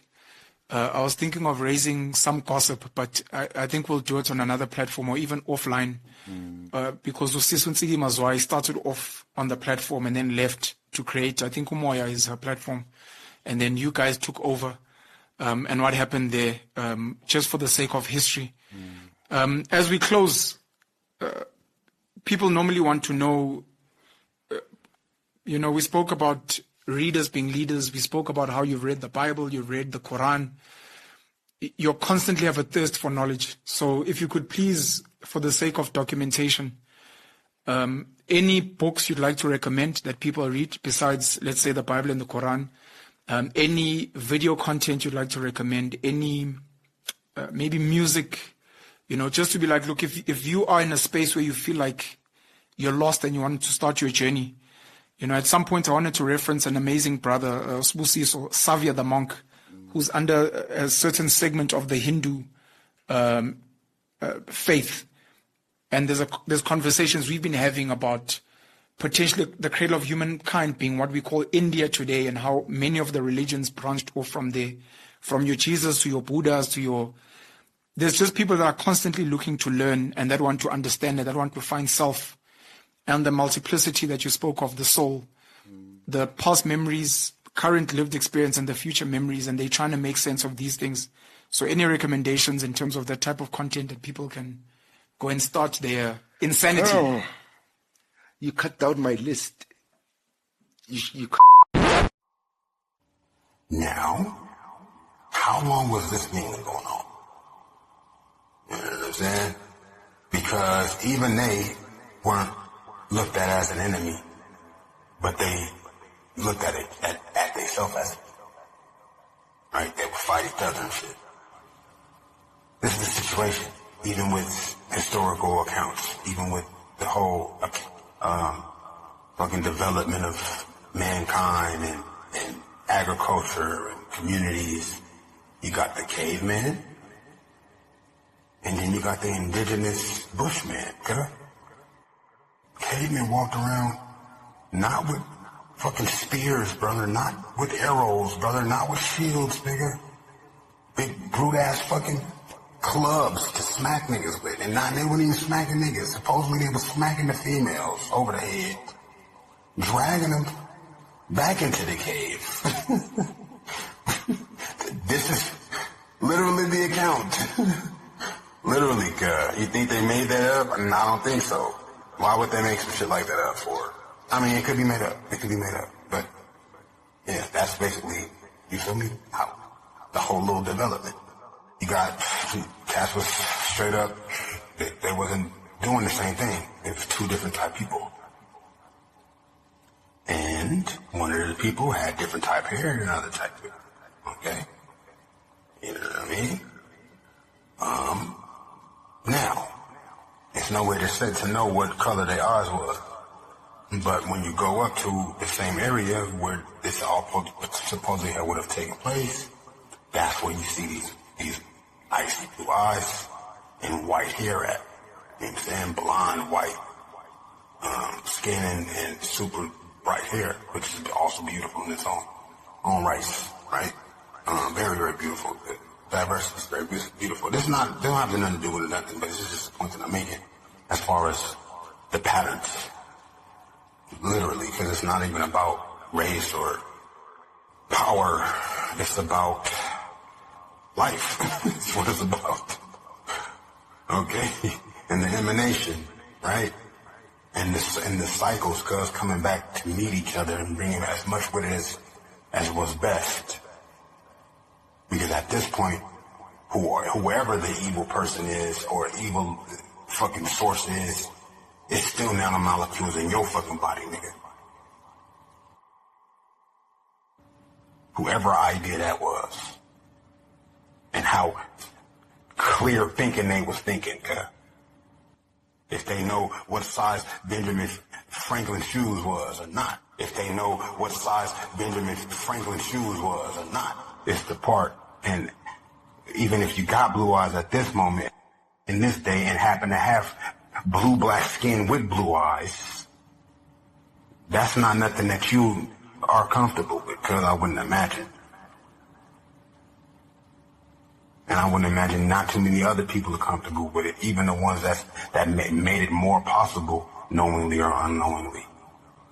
There's a particular somebody that's comfortable with it, though. But even them being comfortable with it is based on them being so distracted with ignoring people also. Because we're all only human, but even our only humanness comes from something more. And that's the point I'm getting to. It comes from something more.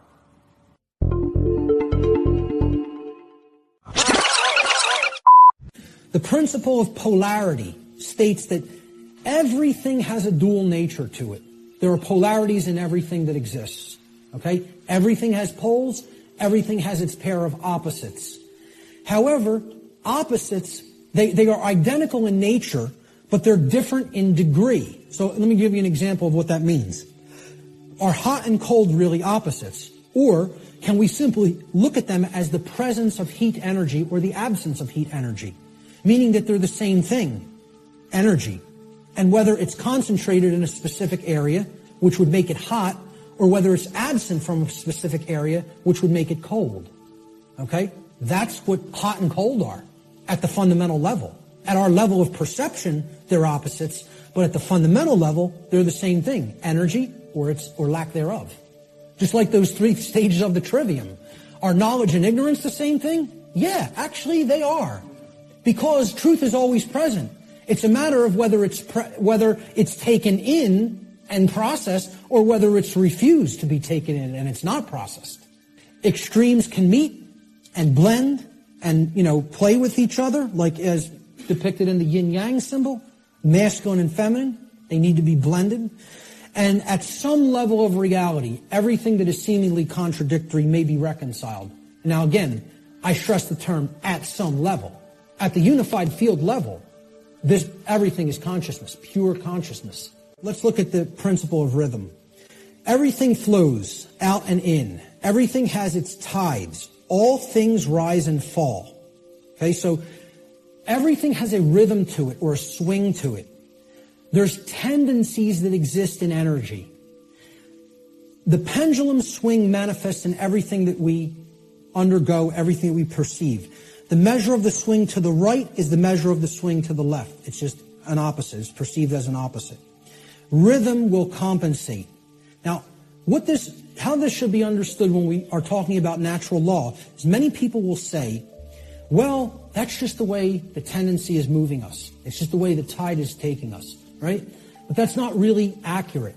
Okay? We can't look at these things as that the rhythms are set in stone and it has to be this way now, right? One of the things that a lot of the Hermetic tradition taught regarding these laws, these principles, were they can be overcome by higher levels of consciousness. Okay? This one was one of them. Rhythm is a principle that is a tendency for something to swing a certain way. Let's liken it to genetics.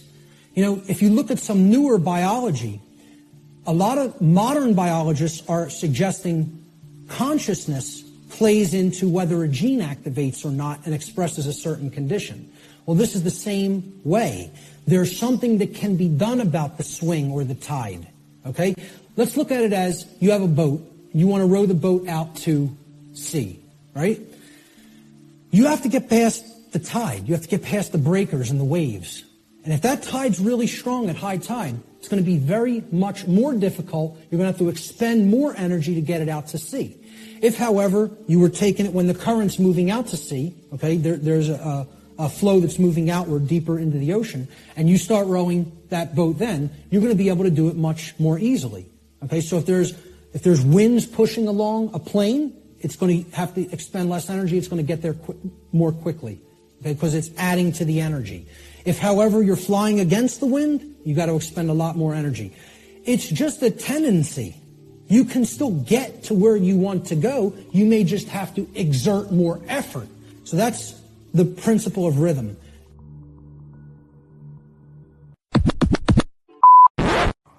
There's a particular somebody that's comfortable with it, though. But even them being comfortable with it is based on them being so distracted with ignoring people also.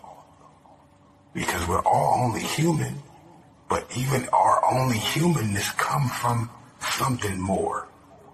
And that's the point I'm getting to. It comes from something more. Which is why we have these different instructions left down to us as to how not to get caught up in focusing too much on what is not natural or not purposed. You know what I mean? What's purposed is not only that one star, but the fact that it is what? Light. That it is a star. You know what I mean? What's purposed is not only that one star, but the fact that it is what? Light. That it is a star. That it is a star.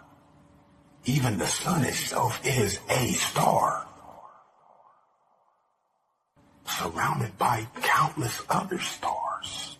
So whatever importance this light, this source of power is acclaimed to possess or represent, is only part of the picture as to would be why and how it is that as these space technicians, yes, here on Earth, that put the nanomolecules in your body. But it's not for life, girl. It's for the reversal of life. Which is where we had the whole conflict to begin with. Not appreciating the light, not seeing the light for its particular fuller function as well as purpose. Which is what?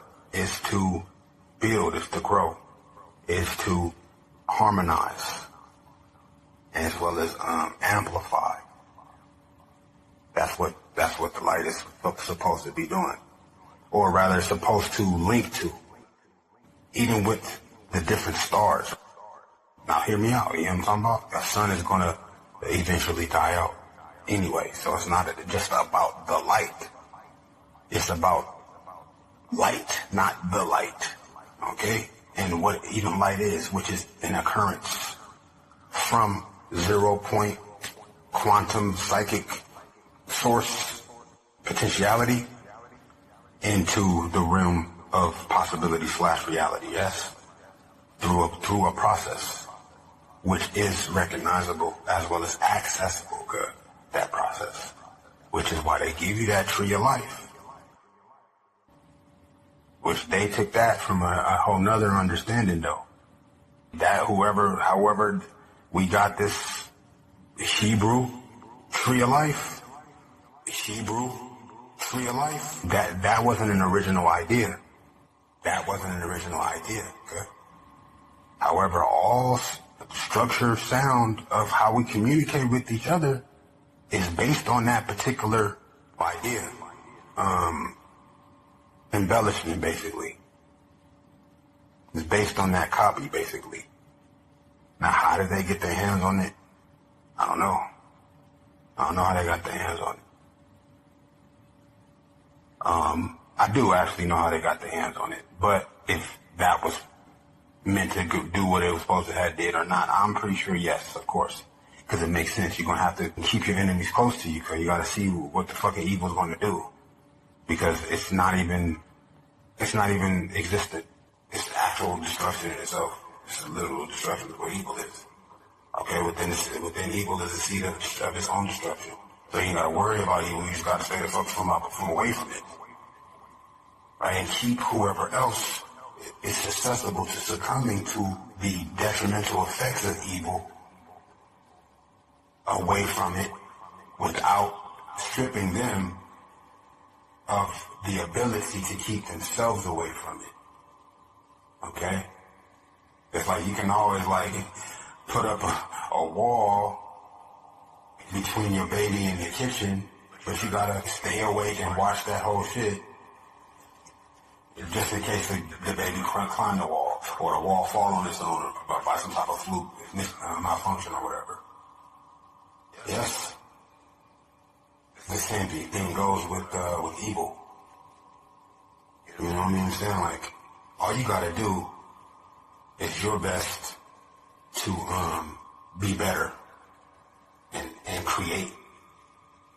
Right? As long as you create, you always will be straight. And that's the whole situation, even with these molecules. They have to create that. Right? Even in destroying, you gotta create tools of destruction, which of course eventually will destroy themselves. But the element of your whole motivation is what's going to determine the reach and the range of even the material expressions of good and evil. Right? And we got life in between all of that. You know what I'm saying? And that's why Inyan means to bring good to the earth and not let no good be lost. You know what I'm saying?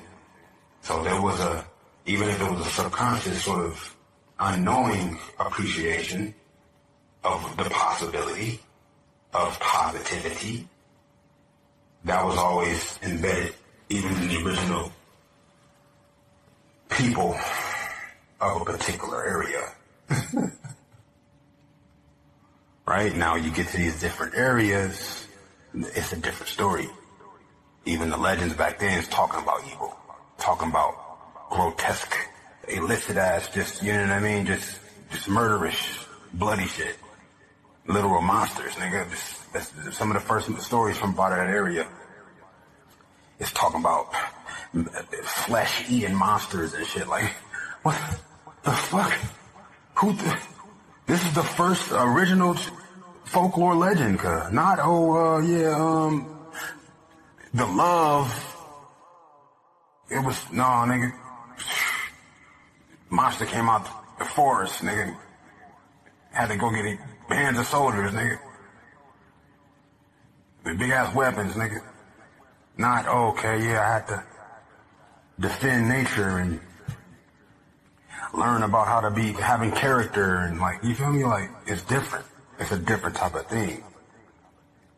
It's the same message though, basically. It's still the same message. It's just one is a little bit more rugged, a little bit more vile than the other, but probably purposely. That's just hella just rancid. I fuss with the demonic shit. You know what I'm saying? Demonic in itself is not necessarily only just negative though. Demonic in itself is just like completely just extreme and intense. Like, you know, purposely extra and shit, like, you know what I mean? Like the fullest extent, just for no reason. You know what I mean? Just all type of crazy shit, man. Like, you know what I mean? Eating niggas. Like, when you eat a nigga, like, that's cause niggas had to eat. There wasn't no vegetation. Wasn't no light in that bitch. So they lost their whole, like, you know what I mean? The relationship with light together, all together. And it's evident. It's evident. It's like, I don't want to like push no theory, but it's like, it's evident because all of these different cultures from all around the world talk about that flood that happened. That flood came from that ice melting. Okay? Now, once the ice melted, we had these people that could finally just come out and breathe and shit. They were, you know what I mean? They was finally able to just get around. And they got around, whoop, and wasn't nobody tripping for the most part, but what they was able to collect on their own, they didn't see eye to eye, right? They didn't see blue eye to blue eye all the time, or some shit. I don't really know. But what I do know is that blue eyes come from a particular place, and there's only one type of person that got them. And no, you're not going to be born nowhere else. That came from that lack of light. Those blue eyes did. That's facts. Now, if you don't know this, then you probably don't know what size shoe Benjamin Franklin wear.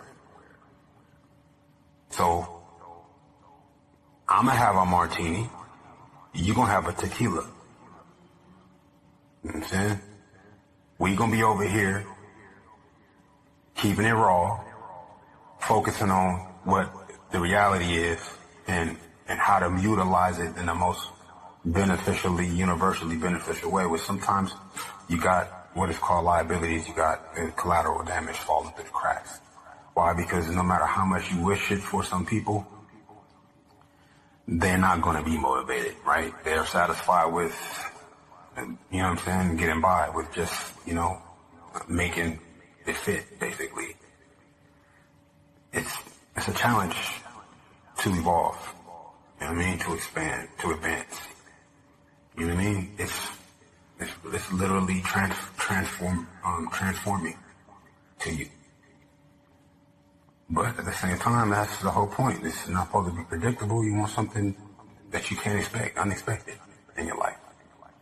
When you walk around talking about what works, what the fuck you mean what works? It sounds like you expect some shit to me. I am a master of the unexpected, cuz.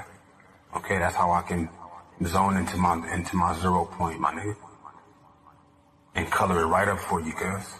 And serve you a nice, bountifully flavorful plate full of 0 point, nigga, nuances, nigga. So with the very sound of my voice, nigga, will click into some shit that you didn't even realize was dormant in your own DNA, nigga. You might even find some of the nanomolecules that didn't replace your DNA. Not even just the sound of my voice, but what is it I did say and how it is that it made you have to think about what it is that you was ignoring.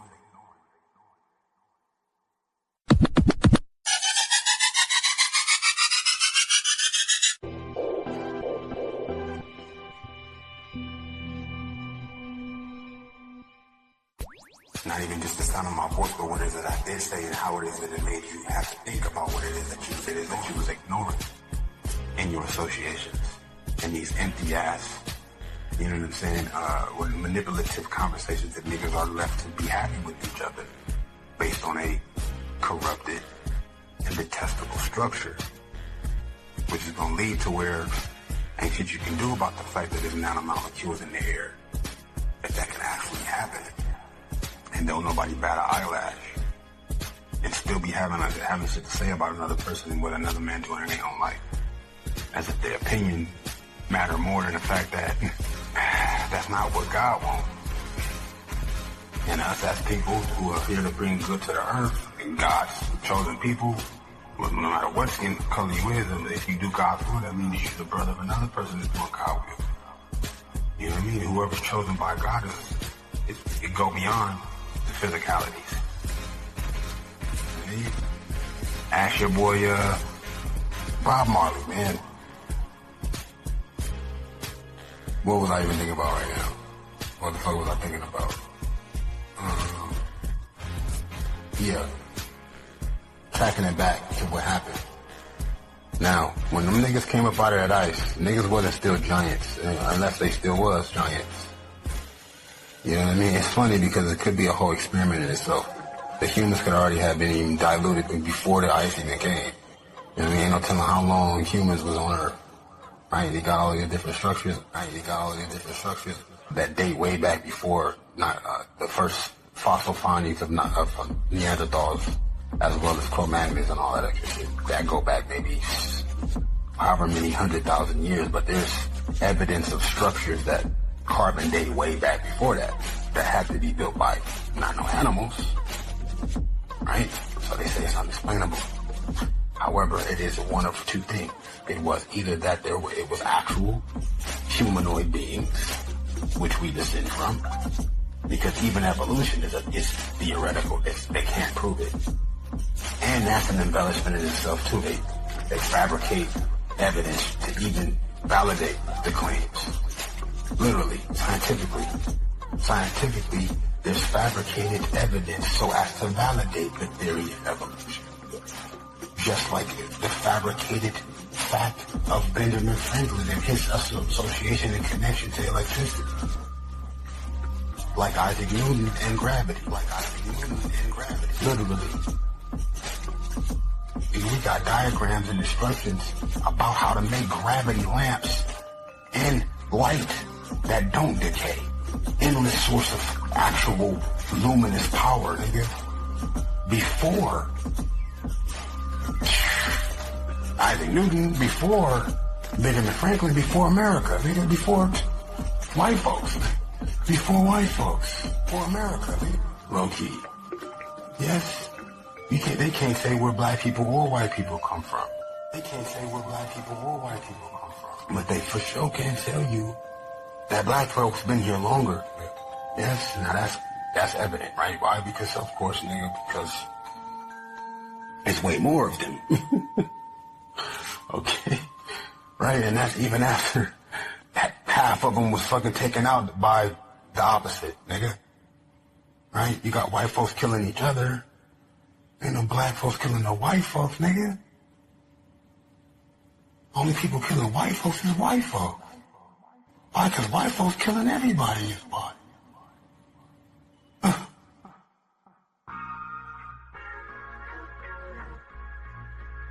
So I could see if that wasn't the case and it was the same white folks that put nanomolecules in my daughter's fucking DNA, yeah? Nanomolecules in my daughter's fucking DNA. My daughter's fucking DNA, yeah?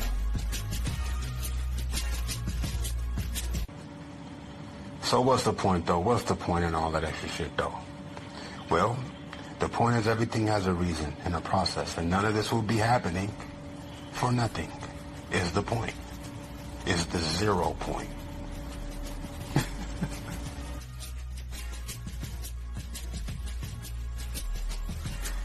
Literally, because me, when I started thinking about this shit, that's when I left this fucking planet. I told you I came back already, nigga, because niggas got the wrong idea. I said that earlier. I know I was speaking for like an hour and a half, but I had said that. I forgot I said that, but I didn't remember it. Why? Because I don't say shit for nothing is why.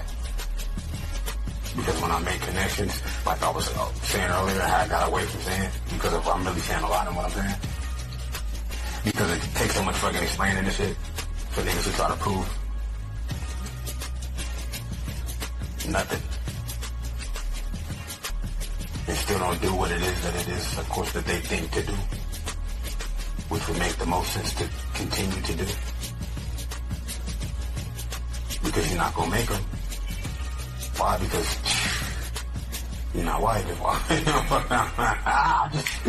I'm fucking with you, man. I mean, even one person, even a white person, gotta sign up for all that. Gotta be a part of the whole little system, and that's just not fly as it was. It was just not as live as it had the potential to be. It is actually. It is, but it's not only that, you know. And what's natural actually got a nice little flavorful function, man. If we don't fuck around and be trying to play the race card. Because we don't know shit. We don't even know the whole situation. I know what I was about to say. It happened for a reason. But before I even go into the whole reason, because I'm gonna break it down for you.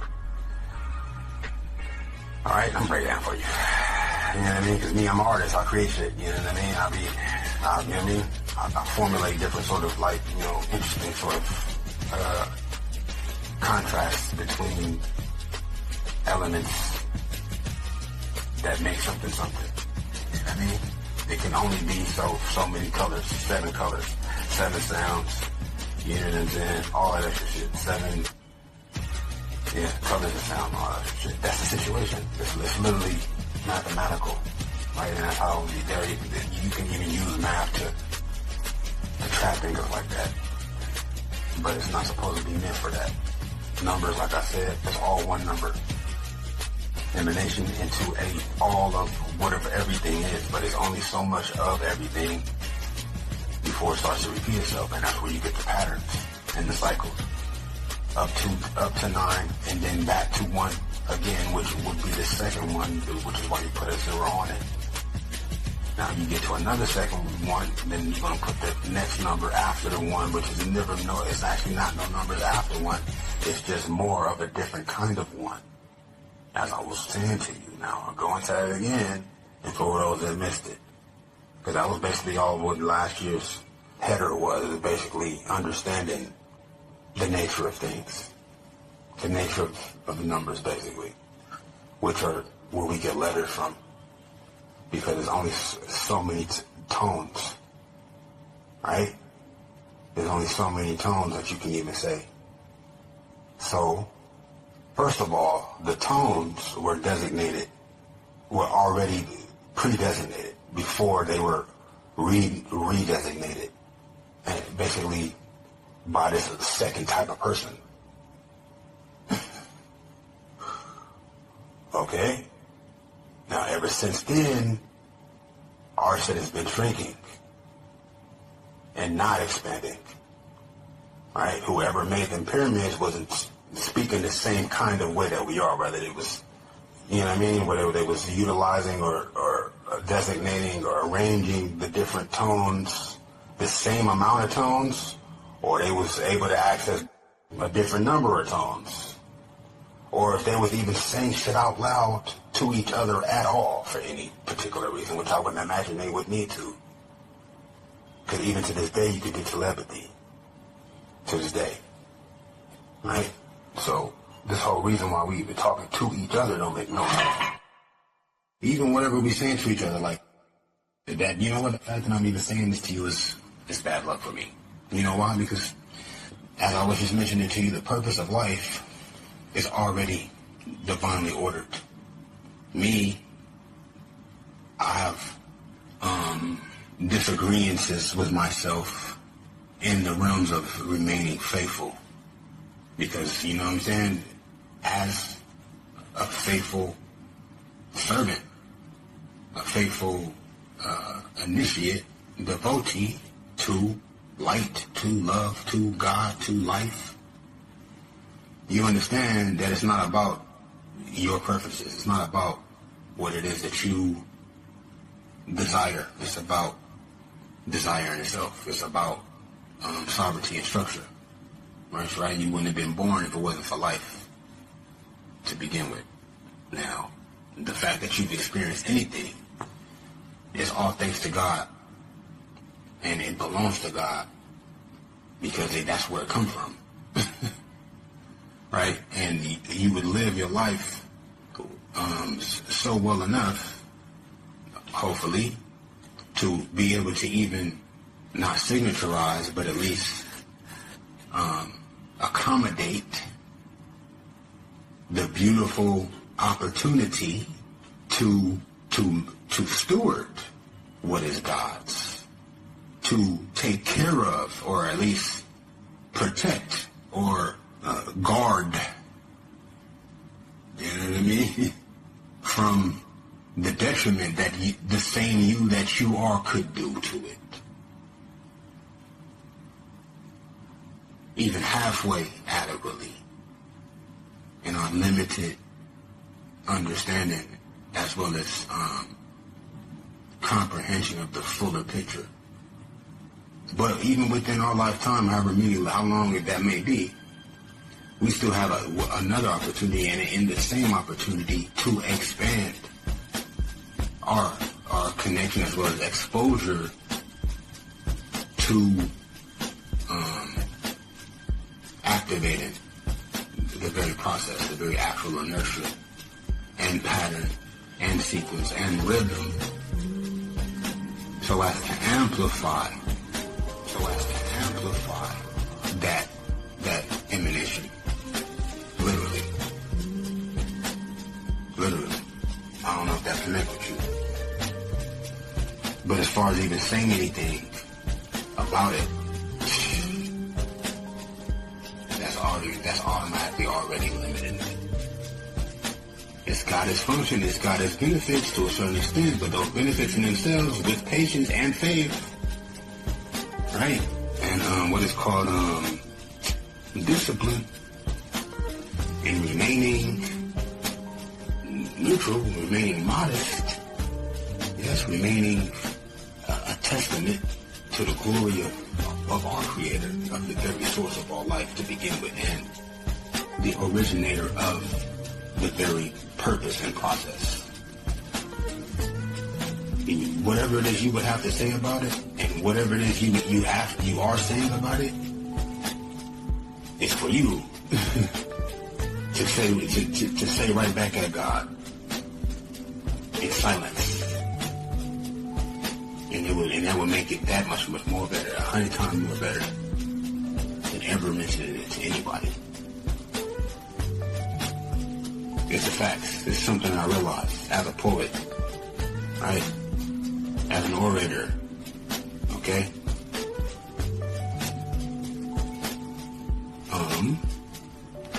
But I'm also a villain. A vanquisher, nigga. A straight rapscallion, miscreant, nigga.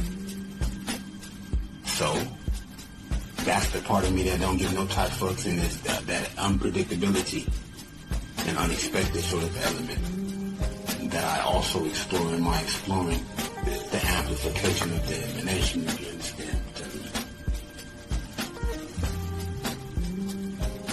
But you can't be feeling like, oh, whoopty-wop, like you got some shit figured out or you know better than somebody else. Ain't no such thing as knowing better than another nigga. That's why they tell you to know yourself. Right? So whatever it is you're going to share, understand, like I said, that's an oath you take it. It's got its own pattern already involved with even just the very sound of it. Down to the selection of tones involved with what makes it possible to be comprehended.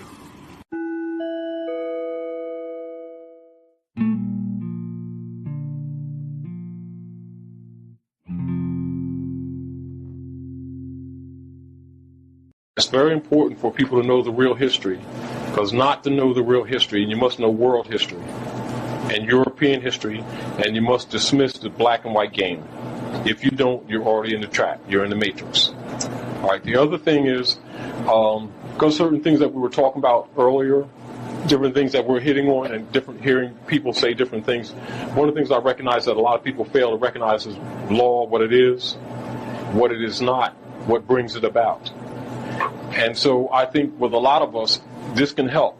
And I'm going to go to this point first, then we're going to open up the questions so that we can deal with the matters that are important or that's before us. Now, pardon me, all civilization operates on contract. There's no such thing as civilization operating without contract. Contract is an agreement, a treaty, constitution, verbal, oral, however. They're covenants. They're all forms of contract. One of the things that I see that's a weakness with us is because of the usurpation of the United States Republic, which the Moors helped set up. People unconsciously keep equating the U.S. democracy and the United States Republic, which is the first weakness. Now, I'll make it very, very, very, very, very, very clear. The U.S. democracy has no law. The United States Republic of Morocco has the Constitution. They cut Morocco off. That is what the slavery really is. Do you understand? People's concept of what the slavery is in the Western Hemisphere is totally wrong. So before you can really understand how to deal with the law, you must understand what the secret societies did. You have to have, put it this way, if you don't have any knowledge as to what is the body of information or the foundation principle body of information that the secret societies across the world have, you can't understand how and why governments are run. Do you understand? It's not left to emotions. And we have a tendency when waking up to still mix emotions with realities. This is where we get caught in the matrix that everybody is talking about. And that vague area where foreign authorities are able to take jurisdiction in other areas where they have none. And then we get to the position of arguing what the law is and what the law is not. And so you come back to the foundation principles. And so if you don't understand the political evolution on how the Europeans established government here, then you can't understand law, nor can you understand your history, nor can you understand their history, nor can you understand how we interchange. It is because of the Inquisitionists and when they started the artificiality of race, that's part of the trap. If you get caught into that, you're caught in the trap. So the first one of the things that you have to do is to begin to dissolve in your mind the fictions and then begin to deal with the realities. The reality is that this is one broad and expanded human family that's broken down into broader families that are called nationalities. Once you took that game when the sociologists started creating the race game in order to start to divide the people so they could rob them, and you take that as an information base and you go from that on any point, whether you're dealing with law, governments, etc., you're already wrong. It is no different than if I say, well, let's give you a mathematical problem, and we're going to give you 3 columns of numbers, whether it's addition, subtraction, multiplication. We're not going to argue that. We'll give you 3 columns of numbers. Then I don't tell you that 1 column is written in invisible ink. Your outcome will never be right. You understand? Parabolically, you understand that.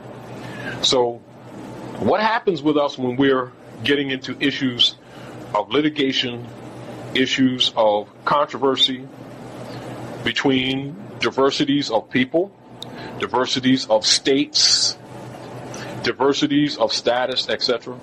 We have a tendency to go right in and to assume people who are assuming jurisdiction have a jurisdiction in the matter and or the person, and we give them jurisdiction. Then we start arguing issues of trying to get out of certain situations when they never had it in the first place that you give it to them. Do you understand? Meaning that for law to exist, if I make a claim on you or against you, if I make a claim on you or against you, what you should be arguing to me is not necessarily the substance of the matter. If I say to you, you know, we're really upset with you because you owe $5.50 and 2 bags of popcorn. I said, well, that's kind of high. And, you know, I don't feel as though that's fair. When what you should be arguing is not that. But number one, where did I derive my authority and enter it into the record? That's number one. Because before I can claim a right or an authority over you, the only way that your birthright can be given to me in any sovereign capacity, if you're in agreement with me through your parents or through some organized system government prior to me, that which I'm by bloodline obligated to and didn't dissolve, well, your birthright is your own. Do you understand? You're the law. Do you understand? Okay? So the next thing that needs to be understood is the 2 planes. All right? There's the plane of effects, and then there's the plane of causes.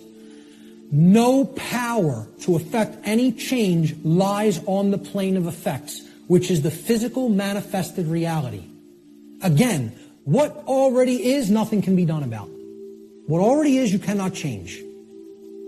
You cannot change the past.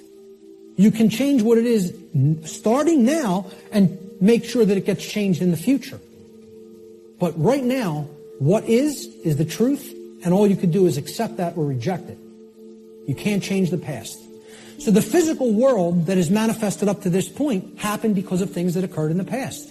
The causes happened in the past. Nothing you can do about that right now. No power to affect any change lies in the world of effects. Cannot be done. You are rearranging the deck chairs on the Titanic while it sinks.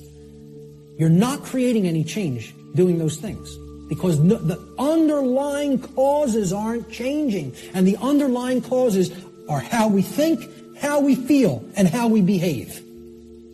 And no one wants to look at that. They want to think all those things can stay in place and I can magically get what I want. I want to keep my hand over the fire, but I don't want it to burn and blister. Well, enjoy. See, find out what you get when you do that. Because that's what we're doing when it comes to natural law. The final principle of the 7 principles of natural law, at least the formalized ones, are gender. Gender exists in everything. Everything has its masculine and its feminine components or principles. We've already seen that when it comes to the human brain, consciousness, worldview, etc. Gender manifests on all planes of existence. Spiritual, mental, physical, everything. Okay? Very simple concept. What I want to briefly talk about is mental gender. Mental gender is the state of coexistence between the masculine and feminine aspects of the mind. Our left brain hemisphere largely facilitates the masculine aspects of the mind, or the intellect, logic, analytical thought, linear thought processes, while the right brain hemisphere largely facilitates the feminine aspect, or intuition, meaning creativity, compassion, and holistic thought processes. This next section is what I call the lost principle. This is the 8th principle of natural law, which binds all of the other principles together.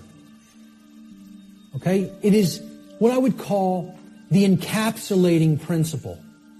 Okay? It's the container inside which all the other principles fit very nicely and neatly. However, it's lost. Here's the 8th circle, the seed of life. Now, what happens from a seed? It grows. It generates something. It creates something. A seed has an outer casing, an outer shell. Okay?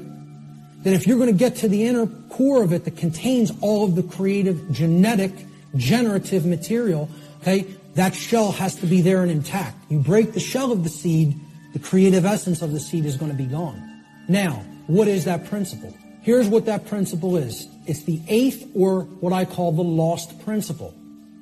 And it's the thing that has to be present in order for any change to manifest itself. And it is not what most people think of it as. Even when I tell you what this is, I guarantee you there will be an inaccurate connotative meaning for what people think this means. Okay? Here's what the 8th principle is. It is known as the generative principle, or the principle which governs creation, which actually is the causal factor that goes into effect and generates the result that we say that we want. But what's the real term for it? Care. This means, what are you giving attention and helping to grow? What are you focusing upon? Because what focus you're focusing upon, that's what's ultimately getting generated, getting created, and growing. And this doesn't mean be ignorant of what's going on in the world and don't look at anything that's negative because you're going to feed that and give power to it. That's not what it means. Okay? That means, you know what you're feeding? In that instance, if you want to do that, you're feeding ignorance. And that's what's going to grow. It's the exact opposite that the New Agers want you to believe that it is. By ignoring the negative, you are ensuring that more of it occurs. You are fueling it by ignorance, ensuring that it grows and takes over. Okay? What care has to be looked at here as is, this is what you're giving your energy to. This is what you're focused upon. This is what you actually care enough about to do, to spend your time on, to put your attention on, to manifest in the world. That's what I'm talking about as care. Here's how it actually operates. The lost principle is the dynamic of care. What we care about on a day-to-day basis acts as the driving force of our thoughts and actions. What did I say we need to develop? The heart, mind, guts. Right? Heart, mind, guts. In that order. Care comes first. You've got to care enough to know, to develop the knowledge. Okay? Then you got to act on it and put it into practice. Apply it. So that's the order. Heart, mind, guts. Care, knowledge, action. Those are the steps. Okay? And all three of those have to be in place. All three. That's what unity consciousness is. It's unifying thoughts, emotions, and actions. The three aspects of consciousness, such that there is no contradiction between them. What we think, how we feel, and how we act are one and the same. There's no contradiction. That's unity consciousness. Therefore, okay, since care is the driver of our thoughts. Whatever you're going to share, understand, like I said, that's an oath you take it. It's got its own pattern already involved with it, even just the very sound of it, down to the selection of tones involved with what makes it possible to be comprehended.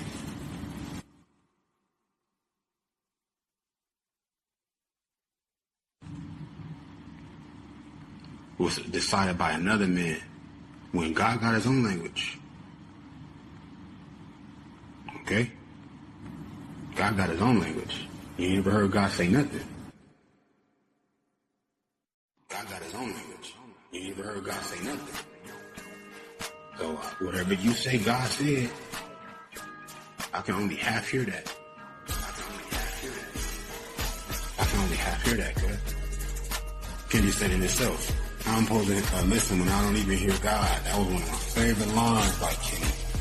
That's one of my, I was like, yeah, that though. It's like so subtle, like, you know what I mean? But it's like you still gotta go through the rest of the album. You know what I mean? I gotta go through, but the rest of the album is still just this, I guess you could say, interesting. And that's the whole part about hip-hop. It's half and half, you feel me? And that's the situation. We still going through this whole situation. And that's why it's two sides of the story already. Because we still gotta finish the rest of the other half of the story. You know what I mean? That's what this whole space exploration is even in.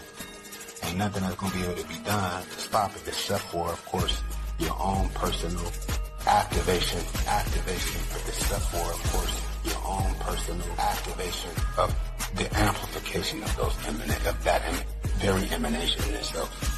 That means staying as thoroughly organic in your associations as well as your appreciations and involvements, right? Interactions, or I said interactions, but not just necessarily with other people, with nature itself, with time, with light, with sound, you know what I mean? And not for no reason outside of the beauty of it and the glory of life, the beauty of life and the glory. Not what you understand life to be, but all of what it can be that would be also delightful, also positive, literally. You know, and that take responsibility.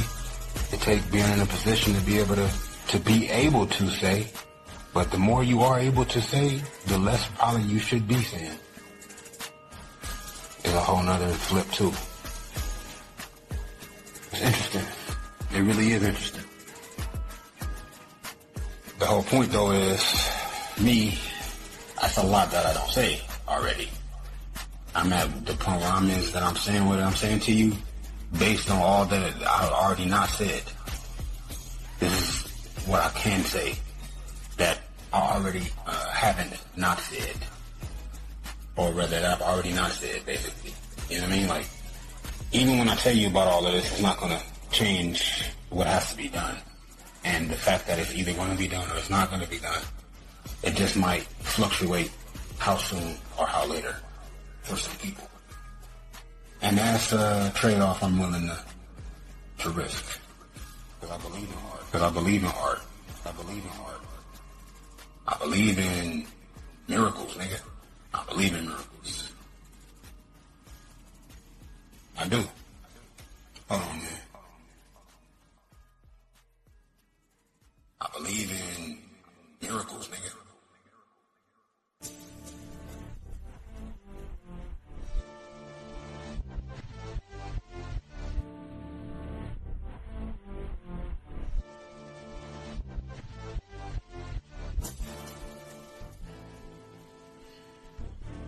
Either way it go. It's some real dark. There's some real dark. Some dark, shadowy shit involved. I mean, it's not like hella crazy yet. Because, see, what's interesting is like, it's either meant to be or it's not. But even if it's not meant to be, it's still part of the divine order and that is even possible. But see, at the same time, just because whatever is possible, don't mean that it's also whatever else is also possible. And that's the thing about even destiny and even divine order is, and also all-knowing. Like, you think about God and how God is all-knowing and knows what's going to happen before it happens, knows everything about what a person will choose. But that's because that awareness in itself is aware of all that is involved. Not even to say that you can't only do this because it's destined for you to do it, but being that it is an option, you're either going to do that or whatever else is an option. And And that's the situation that I'm thinking about, why I even mention what it is I'm mentioning, right? Because it's very interesting. What's one thing that's interesting to me, right? Walk with me through a few points very fast. One thing that's interesting is the fact that humans, as we know them today, as we know ourselves to be today, were created. However the fuck it was created, whether it was directly right up out of the ground by God himself or herself, or whatever God is, made another creature that made us, or made whatever, end up making creatures, whether it was another creature or whatever type of entity or existence, whether it was a planet or a fucking thought being or whatever it was that made what made us. If it wasn't God directly making us in his image to begin with, from the beginning, which is possible, which is also impossible, which it could be possible or could not be possible. The situation is whatever is possible, and even in it being possible, there's also whatever else possible that didn't happen or is still yet to have happened or is not yet all the way is or is not happening until it does or doesn't happen. For one, but that's not even the point. What's interesting to me is that it took us being made for any of this to be happening. Here on Earth, okay? Yes, which is amazing to me, yes, because it's many planets and ain't ours. It's many star systems, okay? Right? And consciousness, or rather energy, is consciousness in itself, and consciousness, of course, is thought. And our minds, our slash souls, slash hearts, is what directs the very existence, or rather energy that is energy, through the very things that we think, that we say that we do, and how we say it, and when and why. So what's interesting, one thing at one point, is that it's interesting to me, before I forget whatever else I was thinking about, which I don't think I will. This shit is real, like, they say that there's people in graves right now that died after vaccination, that have been vaccinated, that are emanating a particular frequency that nobody else that was not vaccinated, that died after being vaccinated, is emitting. And it's a radio type signal they can trace back to Microsoft, shit like. That's what they say. They already know that we can also see that there's coagulation, synthesizing of our artery linings, making it to where basically our very veins and arteries are becoming like conduits to, like, what do you call that shit, like Wi-Fi, what do you call that shit, ether line or whatever you call that shit, internet basically, fiber optic, to where it's like it's more conducive to move metallic elements. As I was mentioning about these nanomolecules, they're actually microscopic robots. And this is reality. Like, this is all in the food, all in the crops, through chemtrails that they spraying all over the world. That's how they get it. It gets everywhere. They put it in the ocean. So it's in everybody. Even without the COVID. But the thing about the COVID is, and I was seeing some shit that really blew my mind right now, about how in one syringe they're gonna have hundreds of billions of different nanomolecules, nanomolecules, which take the place of your DNA. That's really microscopic, brother. Hundreds of billions in one syringe. That's what they put in that vaccination, you know? It makes sense to me. I mean, everybody know COVID ain't real. Like, so what would be the whole point of this shit? Other than just basically to show you there's nothing you can do, even though there is something that you can do, but who all know that there's even anything that they can do, and it's going to do it so that they can go ahead and put whatever other type of fluid in them, eventually, even if it's not immediately, because they already got the angle. You know what I'm saying? They already got the advantage to where even if we begin to stand up, and not only just wake up, but speak up for our own human rights, to where we say, okay, we are our own sovereign nation in ourselves, and we will not allow you to put that in us manually, even though it's already in the air. It's everywhere. It's not as concentrated as those shots was. But it didn't matter. That was just for who took them. And with who did take them, that's going to be another part of some other shit. That's why they say there's people that is buried, that is emanating this particular type of radiation type shit. Right? This whole nother type of strong, because it's like all through that shit. It's interfacing with that actual function that happens with the quantum psychic portal wormhole that is created in every one of ourselves. Isn't it amazing how, like, what I'm saying to you, I'm probably not even tripping, because how eloquently articulated it is, I'm even explaining the fact that the basic shit I'm saying to you. Well, you know, I don't, like I said, I don't say shit for nothing for me. I know my I'm well acquainted with it, because when it comes to intuition, I mean, I have all the particulars ironed out in the mind, because of course, niggas are very frightened right now. Motherfuckers are frightened, but that's nothing. You never seen God work before? And that's what I'm saying is happening. This is God working. Now, it gets work, you know what I'm saying? You gotta bump it up. You gotta, you know what I mean? You gotta step your game up.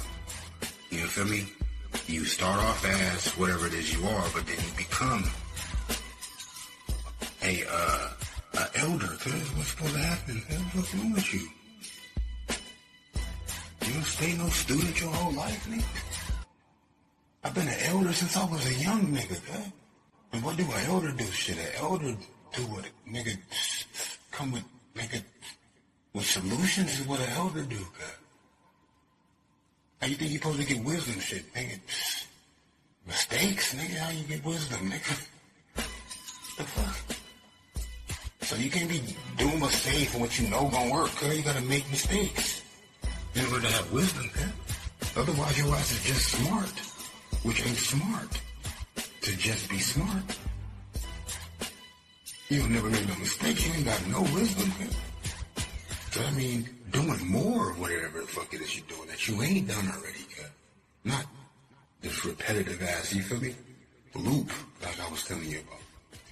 But what's interesting to me, beautiful. I had to start this now. It's amazing, dog. It's marvelous. Right? Even with CERN and Meta and all this extra shit, they still needed us to do it, cuz.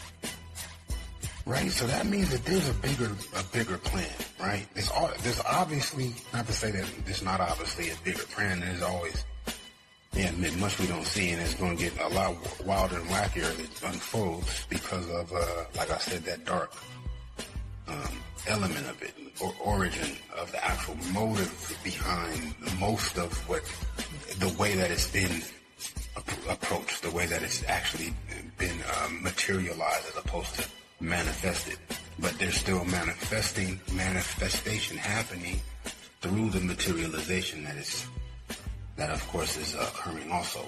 So that's nothing you can't get around. That's one of the things you can't get around. It's the fact that materialization is one thing and manifestation is another thing. The manifestation of something is now realized or expressed through materialization, as I was just explaining to you, right? Manifestation through cultivation into materialization. Now, that's happening universally, unconsciously, through everyone's life. And in, not necessarily so, but sometimes necessarily so, yes and no, in people's life, but always through people's lives, right? Due to their own influence or not, or according to their own influence or not, or both. But either way, some things are out of your hands. But not everything. And in fact, nothing actually is, except for what it is, of course, that you don't grab, that you don't, or that you drop, or that you let go of, or whatever the fuck, you know what I'm saying? That you ain't focused on, or that you forget about, or that you are confused about, or don't connect all the way, for whatever reason. Either you stop or you're stopped. And that's what this is. It's a barricade. It's an obstruction. It's an interference of what really is the situation for us to be doing. Because they had to go through us to begin with. Right? So that means what? That perhaps God don't even know what the fuck God doing. Right? And it's finding out through us. Through the materialization that is us, as the manifestation of what will be. You know what I'm saying? But whatever will be, it's possible for it to be many things, for one. So that's why it's important for me to say, you know what? I trust that it's going to be what it needs to be. But at the same time, whatever it need to be still gotta be through us either way. Whatever it need to be still gotta be through us either way. At least for now. Whatever end up happening with the generations to come, perhaps all these nanomolecules has something to do with that. As far as anything we would say about it even having any significance at any other time except for right now. Well, that's the whole point. Now always is significant to always. Has always been significant to always. Except for this other bridge where we was coming out of, where the average person, the average being realized that, whether it was subconscious or not.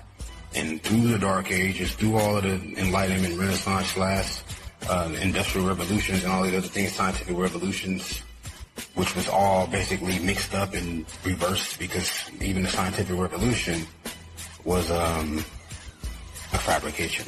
You know what I'm saying? Was an embellishment, was a fabrication. Was a misalignment of what was already known back in the day, when they first made geometry, when they first did with physics what they started now to study in order to label physics as. Okay? But now we're back to that fucking connection point now. We then came back to that component of that momentum now. But what are we bringing with it? Are we bringing with it the fact that God made us for a reason? Okay? Was that reason so as does he even know the reason? You know what I'm saying? And even if God knows, is it only one reason? Right? And is it only up to him? Well, if it was only up to him, then what the fuck he got us doing it for? You know what I'm saying? What do you need my daughter DNA for?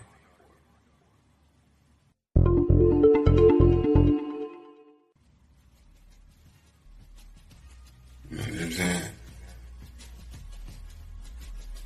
So, as far as that's concerned, it ain't only up to God.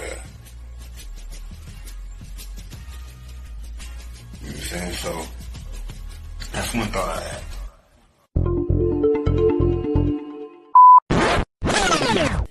So let's look at consciousness and the human brain, okay? Because consciousness is an intangible force, okay? It's something that exists, but you can't really see it. Many people even have a hard time explaining what it is. But there is physiological expressions for consciousness in the physical domain, and the brain is one of them. And of course, people will say, well, don't leave out the heart. Of course, the heart is also very important. Heart has an even bigger electromagnetic field than the brain and is tied into the physiology in an even more complex way than the brain is. But We need to understand the basic structure of the brain to understand the types of imbalances that go on within it that lead to these debilitating conditions within humanity that continue to create suffering for us. And also, what these belief systems do is they prevent the activation of the heart and the actions, of care and action. Not only do they prevent real knowledge from manifesting within the being, they prevent care, and they create apathy, and they create inaction and cowardice, so that we don't actually act and take action based upon what we've come to know. So let's look at how the brain and consciousness actually work. People will also try to give ridiculously overcomplicated and mystified definitions of what consciousness means. And many people are even scared of the term, okay? We have to demystify these terms and bring them down to real simple English and real simple concepts that the average person can grasp, okay? And stop trying to make it more complicated than it is. Being conscious of something, meaning having consciousness of it, is an ability of the being to recognize patterns. Remember, this is all about pattern recognition. To recognize patterns and meaning with respect to events that are taking place or have taken place, okay, both within oneself, okay, in the inner realm, in the lesser realm, the realm of the individuated consciousness, and in the realm in which the self exists and operates, the macrocosm. So it's our ability to accurately perceive truth of what has happened and what is happening. That's consciousness. That's consciousness. And it's made way overly complicated by people. It's mostly made overly complicated in the New Age movement, again. Now, how does consciousness express? There's a difference between what it is and how it expresses in our life. Consciousness expresses. I ask people, just tell me, what are the ways you could ever make yourself known to any other being? How can any other being come to know who you are in this incarnation, in this physical manifestation? How could they possibly come to know you? How could you manifest yourself or make yourself known to them? And there's only three ways: thoughts, emotions, and actions. Okay? And I would say speech falls into the line of the combination of thoughts and emotions. And speech is also a form of action. I'm using force to, make the air flow over my vocal cords to make sounds come out so that you can hear what the concepts I'm trying to express. So it is a form of action. And it derives from what we have thought up to this point and the emotions that we have, and we could express it through speech. So thought, emotion, and action. Thought you have to look at as the creative force that is the expression for consciousness within the individual. Okay? So it's a neutral force. You don't look at your thoughts as masculine or feminine, do you? But you do look at them as creative forces. In order for anything to manifest in the physical domain, it had to first exist as a thought.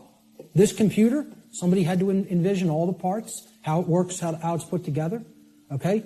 This camera equipment, the clothes you're wearing, the seats, everything that exists had to first exist in the realm of thought. Had to. By law. Then it comes into physical manifestation through action. Your emotions are a polarized component, you could look at it as. It is a feminine aspect of consciousness. Because other people don't feel your emotions. They could perceive or sense them. You're the one who's feeling the emotions in your physiology. It's an internal expression. You feel emotions inwardly, inside in the physiology. Hence, this is a feminine expression for consciousness. It is something that is not externalized and put out. It is something that is felt within. So the emotions in the mind-body-spirit connection are the spirit in which we do something. Okay, so that's the feminine force or the spirit.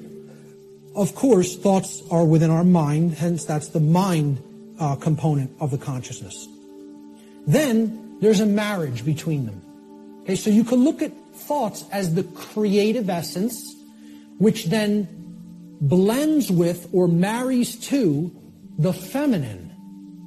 Now, see, we're getting into a notion that is taught in many different religious traditions. It's called the Trinity. And I challenge anybody, go and look in any of the trinities that exist, in any of the religions. You can go back to Babylon. You can go to the Indus Valley traditions. You can go to the Egyptian and Cometian traditions, the Christian traditions. Every single religious tradition that is taught of a Trinity, okay, it is always a Father Creator, a sacred feminine figure, okay, of some kind that the Father then impregnates or inseminates in some form. And then from that offspring is born a male child. Always. Okay? What we're talking about here is the Father being the mind, the creative essence. Then the Spirit or the emotions being the sacred feminine essence. Okay? Or the Holy Spirit, the emotions. And then the child, the male child, is behavior.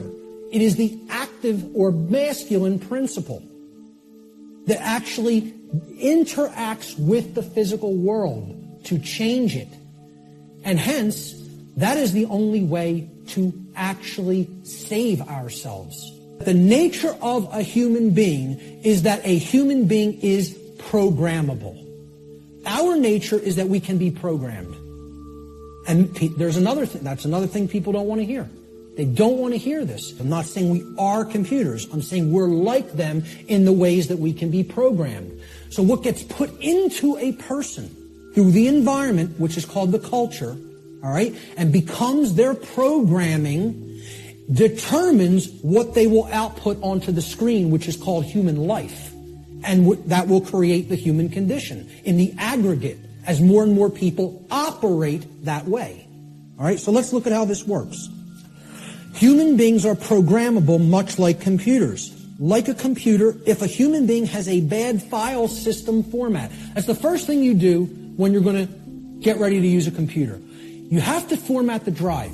A file system format is you got to format the hard drive so you can prepare it for a specific operating system, which is basically the task controllers. It's going to control what happens on the computer, how programs get launched, how memory is used, etc. in a nutshell. All right.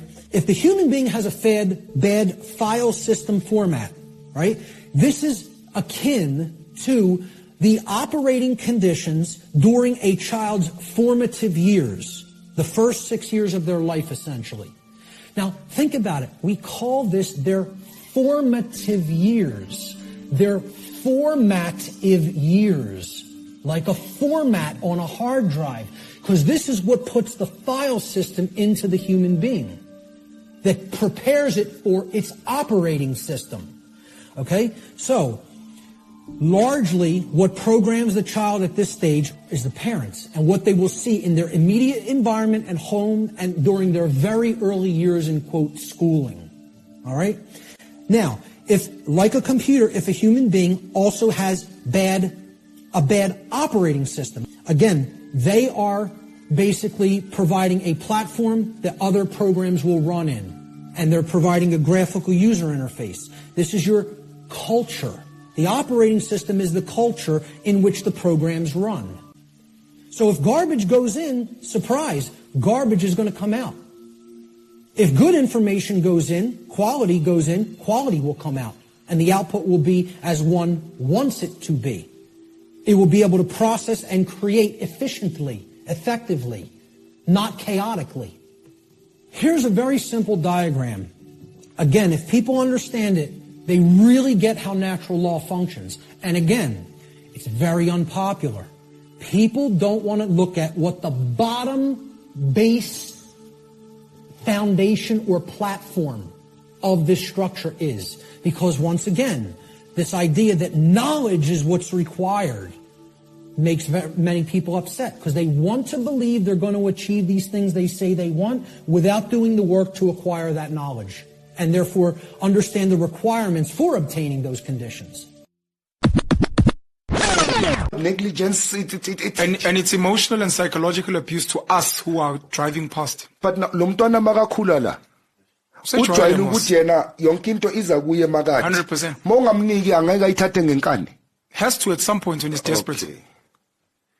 So, but you and I come from privilege, so we're not allowed to speak. No, we went to a multiracial school. That's the thing. Bazoti, he speaks like this because his mother was a professor. He doesn't understand. His father was this and that. No. I've actually taken the time to consciously live in the streets.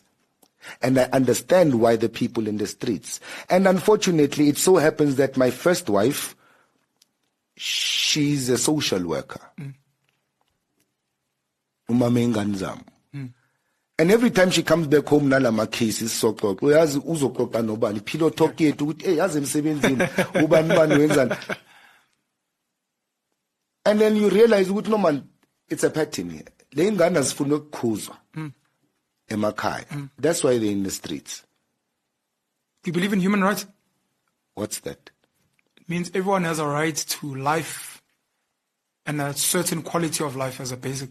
According to who? According to the people that make decisions at the highest levels in this world. Can I speak Arguably French? the UN and then come down. Can I speak French? I think this platform allows French and any other language you want. Fuck them.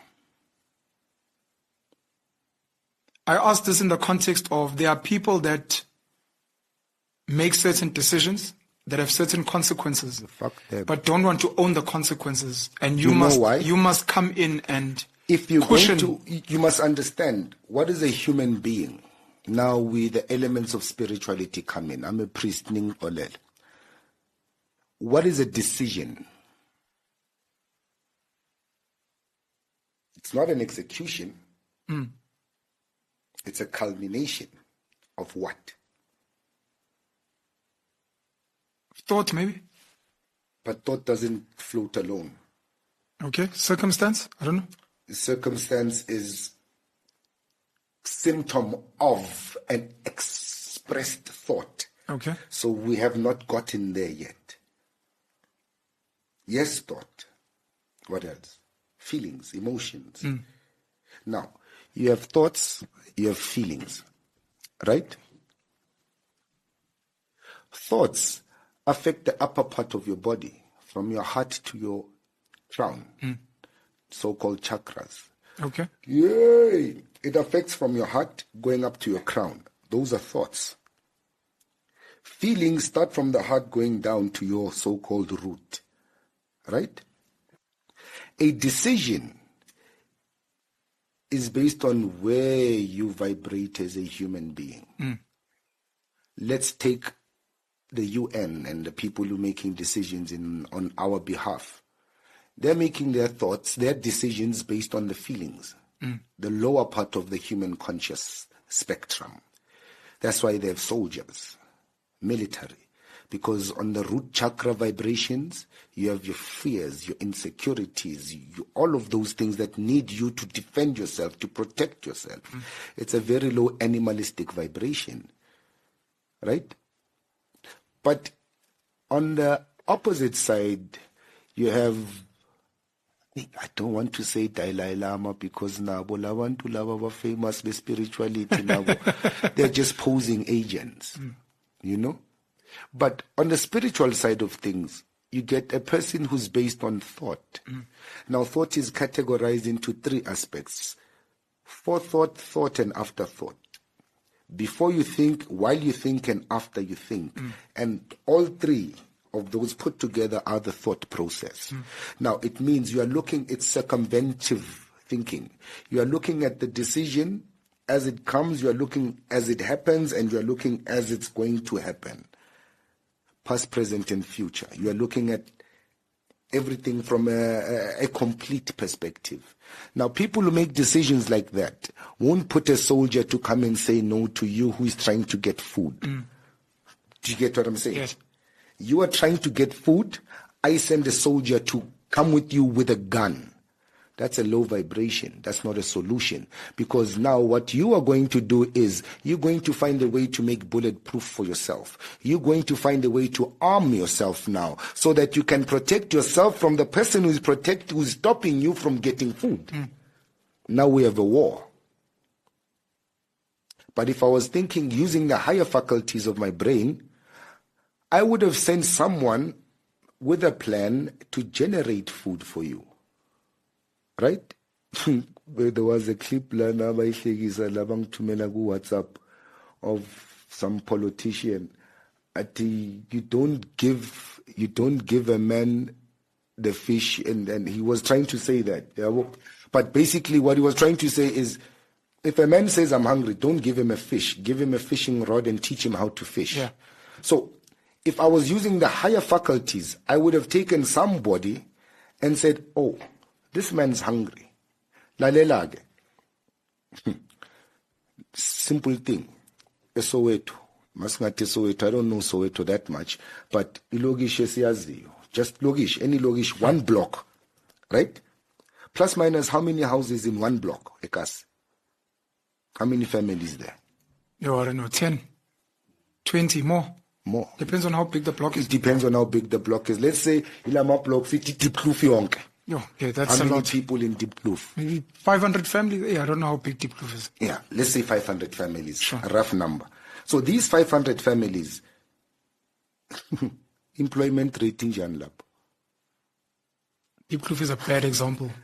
But any normal Kasi, there's high unemployment. High unemployment, yeah. Right. Now, the few who are employed, and high unemployment, but every household manages to get bread every day, right? That's correct. If these households would each come together and put together 100 rands, 200 rands, 500 rands, each house at Diepkloof into a collective account, right? After 2, 3 years, 5 years, how much is in that account for the people Basit Diepkloof? How many businesses can be opened for the people Basit Diepkloof? How much employment can be made? No, but we're waiting for the government. And the government is busy stealing billions of rands every day. So that's never going to happen. Do you understand? If we were using the higher faculties to think, we would be looking at that possibility like the Muslims are doing, like the Jews are doing, like the Rothschilds are doing. Generating funds for ourselves, loaning it to ourselves, interest-free, and paying it back to ourselves to expand ourselves. Sure. We can't do that because we are forced to think on a lower vibration. That's what decisions are. Are you dying or are you ascending? It's die, ascension, decision. Jeez.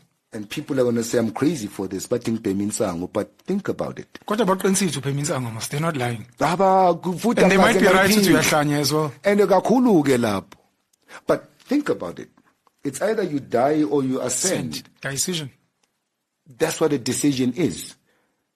And the world is in the state it is because of bad decisions. When you're so smart and you speak such good English. Because metric was not a priority to me. That's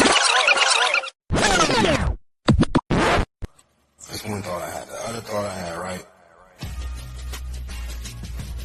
is because all of this shit is extremely interesting, right? You want to be livened up. You want to keep it ever active. You know what I'm saying? And unpredictable and surprising and exciting and invigorating. You know, so it's like, that's why it's going to get kind of drastic sometimes. That's what we see. So it's like, you ain't moving on it. You ain't talking about nothing. But we can go do the wildest thing that come to mind over here. Just to see what happens. You know? Because, you know what I mean? It don't matter to most people anyway. Outside of them complaining about not being able to control it, when they are able to control it, it's like we can put ourselves in control by applying ourselves in whatever type of structure that would be, you know what I mean, already effective. And not at least succumbing to complacency to where it was, you know, enough for them. But a lot of that has to do with morality. You know what I'm saying? A lot of that has to do with modesty. But not all of it, though. Some of it has to do with resentment. Some of it has to do with spite. Some of it has to do with jealousy. See? And you know what? They think they know, but we'll show them that they need us. And by the time they realize that, all that we could have done, it'll be too late for that. And they're going to regret it. Just like I regret feeling how I feel. You understand? The situation. Because I can't be you. Even though if I was you, I wouldn't be so sensitive. You feel me? Like, me, I only keep my eye on so much. You know? And me, I'd rather go farther together than faster by myself. But we don't have all that time all the time. And that's what the separation, the segregation creates. Is those missed components, you know what I mean, in the moments. You know what I mean? As I always say, and I always believe, God is all of us together on one accord. Or God is a man and a woman on one accord. That's how you get life. That's how you get life. See? So the other part that I thought to myself was about, you know, in the beginning. Right? They gave you an explanation as to what happened in the beginning, but that wasn't the beginning. That was, nigga, what they want to be able to say so that they can have something to say, basically. Which is noble in its own rights, but don't, you know what I mean? You gotta understand that it's all for entertainment purposes, basically. You know? And it takes that eldership and even get to that point to realize that. Not necessarily realize it, you can know that from the beginning, you get sense it, but it's still there. It's like math and electricity. It's like math and electricity. But until you create something else other than electricity, then you're going to have radiation. You're always going to be subjected to that limited experience and exposure. And it takes togetherness for that, for one. Or it takes extreme discipline and sacrifice as an individual. Sacrifice of just being able to just, you know, move through life at a natural rhythm. It takes you having to do more than what one is actually doing. It takes you thinking for other people. Because that's how we got to the point we at. We have fools thinking for other people. And when did that happen? When you got people thinking for other people. That's not natural. That's not natural. Even from the dawn of time, you have man and man. You have man and rulers. Now, when did this rulership begin? Where you got people thinking for other people, as opposed to thinking together as people. I don't know, but that was what was on my mind as part of the second point that I was thinking about. The point that I was thinking about basically was, you know, when it comes to humans or whatever, right? This could all just be, I really feel like it's really just like an experience. It's kind of fucked up to think about, like, damn, all I am is just a fucking prop and shit. Ain't shit I could do, but that's not even the fact. I never be feeling like that because I'm humble. I know that for me to be able to do anything is a blessing, cause like, what the fuck you mean? Like, you can't be feeling like that. That's the first thing, that's the first mistake you're making. And that's obviously how niggas feel. Like, oh shit, you, all we can do, what you mean all you can do? Cause you can do anything. You can literally do anything. And then something else after that, cuz. Do you know it's people alive today cuz. Paralyzed, nigga.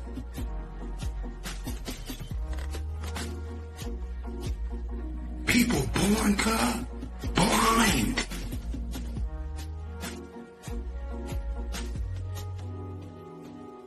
This kids on earth, nigga, ain't never wear a pair of shoes, cuz. All we can do. That's not all you can do, cuz. Otherwise, you wouldn't feel a way about all you can do. And a part of you know that, and they want to look at me like what I'm going to do about it. But shit, man, well, let me think about all I'm going to do about it. Because to do anything is everything. For one, cuz. So let me stall you out, cuz. And do more than I can do. Cuz I be doing a lot, nigga, not doing shit. But realizing, cuz, that's a blessing. Realizing in my heart and mind and soul and spirit, nigga, that's all that need to happen. And if it ain't, then I'm gonna do whatever I can in regards to whatever's missing and be grateful for that.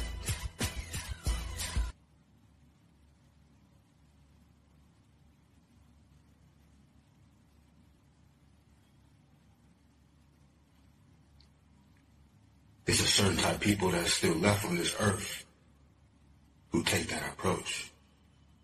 And I commend you and I salute you.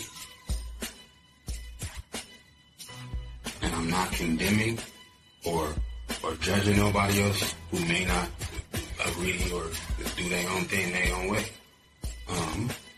What I am saying is however, whatever it is that's going on, it is not the beginning and it's not the end. Right? And that's another reason when people just say, whatever, just you do what you can do. All you can do is live your life. Okay, but that goes without saying. That's automatically an understood acceptance. And that's also part of the beauty of it to a certain extent. That actually is infinite as well as unlimited. Okay? Beyond whatever it is that you know about or going to be able to say right now. Okay? Because your life is not definite. Okay? To be born means that you die. But that's not all that it means, cuz. That's not all that it means. In fact, that's only one thing out of all the things that it means. And it's very hurtful, man, to me to have to, like, encounter that sort of atmosphere. You know what I'm saying?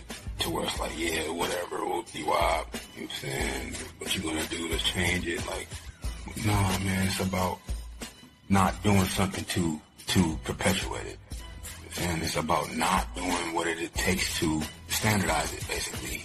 You know what I mean? To certify its protocol, basically. And so that's just what you gotta be careful with. You know what I mean? You gotta be thoughtful about.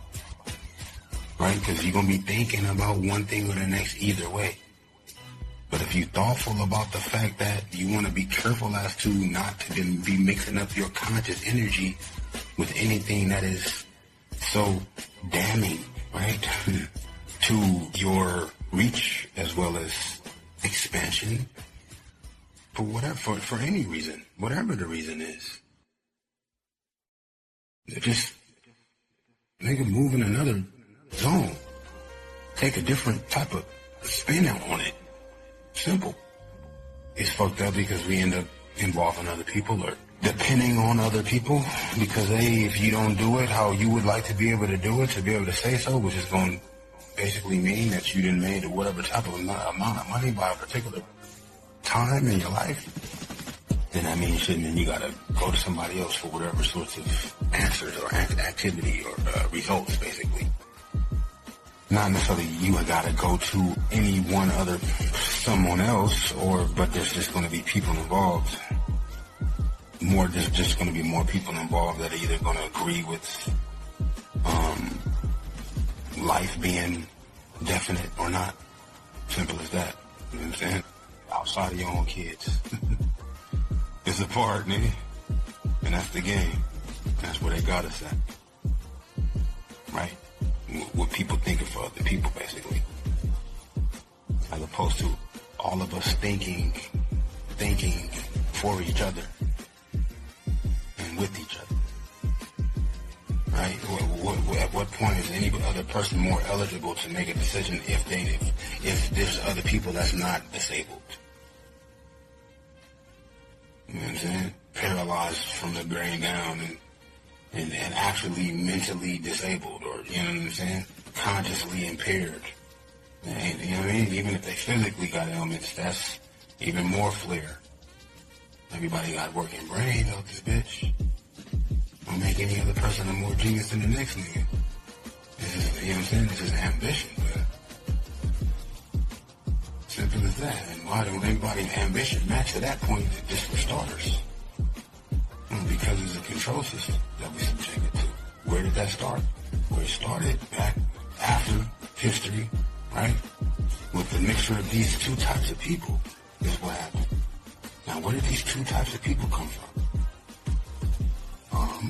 Different parts of the earth, right? They say life began in one place, right? And one other thing I thought of, remember, the north is actually the south. You look at Antarctica, that's actually the north.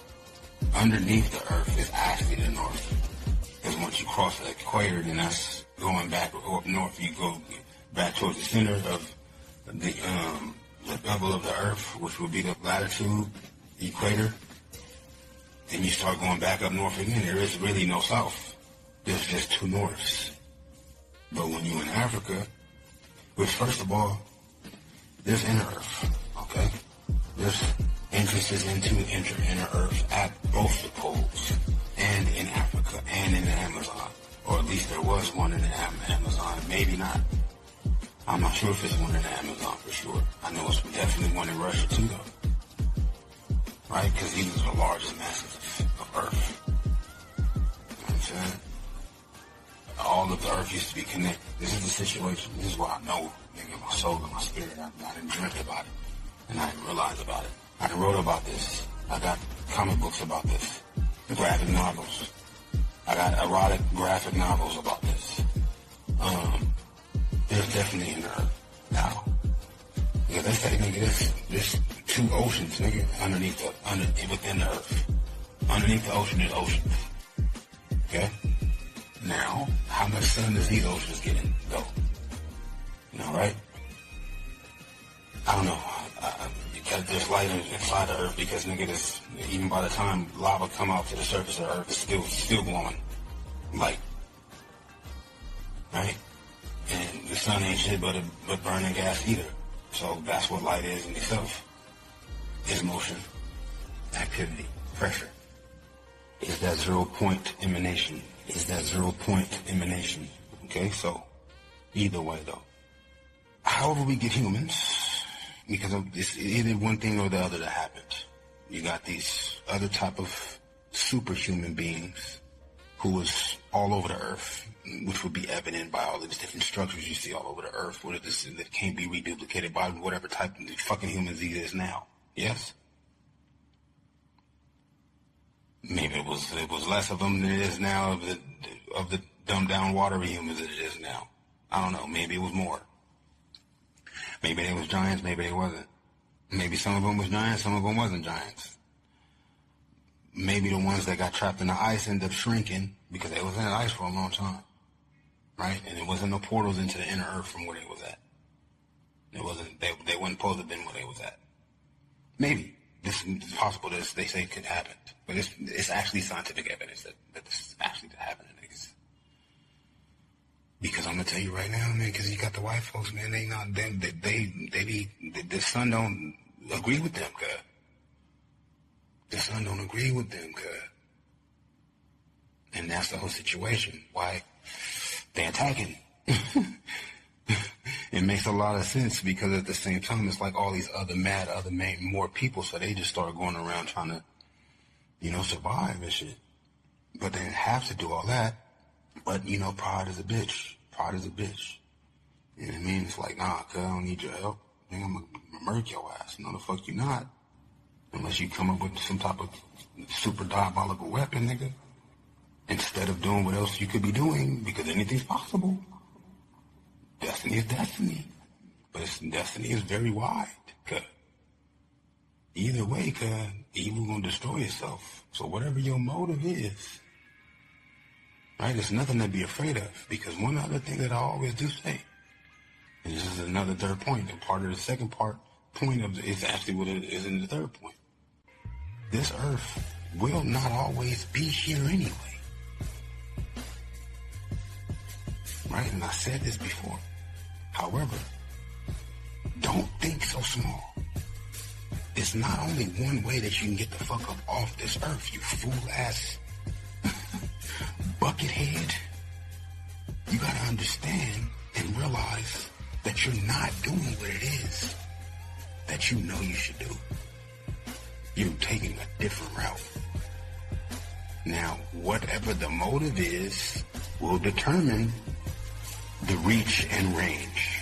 Now, whatever the motive is will determine the reach and range. It's all it is. Now, there's good meaning scientists. There's good meaning astrophysicists. They feel like we need alternatives. We got alternatives. You go sit your ass down, cut long enough, cause you're gonna be doing more good than you would ever expect. I'm telling you the truth. This is the situation. This is what all the yogis will tell you. This is what all the original fucking niggas will tell you. However, that's not so exciting. I'm not even front like it's not exciting. It's extremely exciting.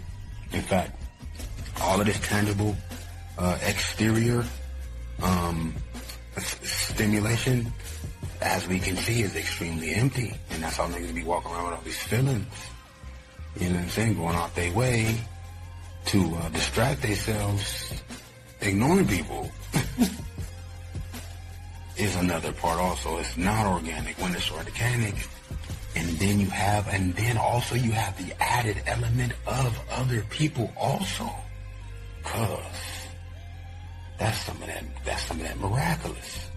And see, that's the situation. You can't get around other people. Yeah. Why would you make a device when there's already other components, i.e. organic people? Right?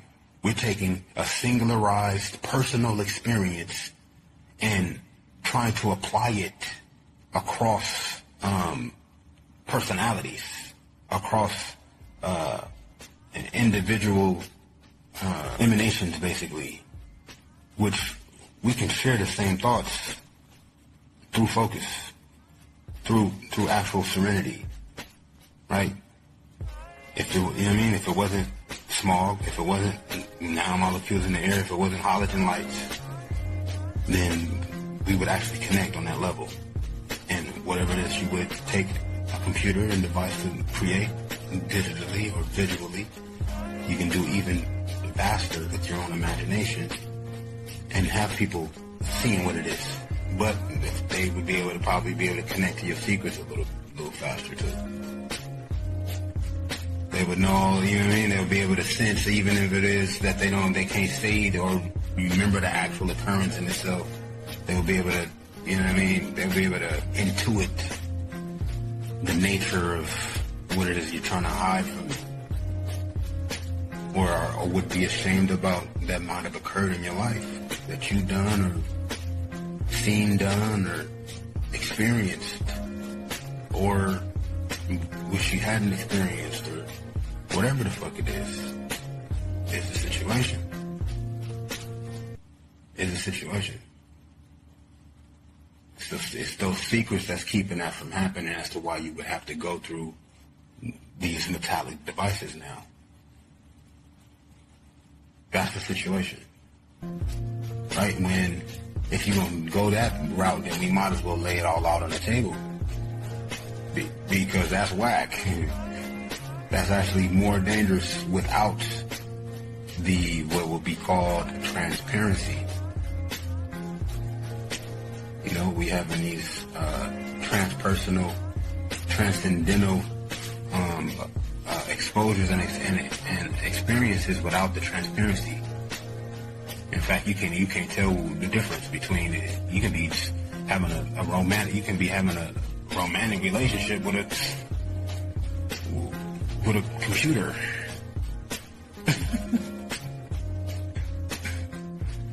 Which that's not the way it's supposed to go. You get a mind from a human, right? You don't get thoughts from what a human makes. You know what I'm saying? That's not the way to go with that. So, what does that have to do with anything?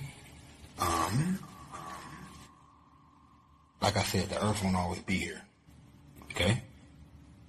So that's why there's like this sort of urgent sort of fright or whatever, sort of anxiety about what can be done about life, because we're not even supposed to be dying.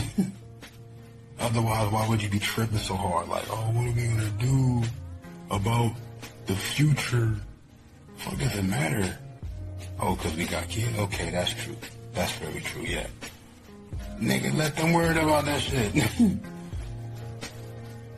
And that's what that's actually really going on. That's what you actually see it end up being at the end of the day. Low key. Because it's not all the way thought out truly, like, naturally. It's not always naturally thought out. And so it's always going to be shrinking, first of all. And it's not nothing you can do about that, except for, of course, what it is for you to do, which everybody knows that, but you still got the situation with these races, basically. You got the situation with these races, and that's unexplained so far. Because of secrets, for one, and because of fear as to what can be done with the power once niggas agree, more so. Because it's going to take us agreeing on one thing or the next. We either going to agree on this is the direction we're going to take, to synthesize that shit, and trust that it's going to work out how it needs to. We don't have no choice for it to work out except for how it needs to, because however it works out is going to be how it works out. And that's the way God made it. Whether you believe in God or not, shit, whatever it is that's going on, even if it wasn't nothing that made it, it's going to do what it's going to do, right?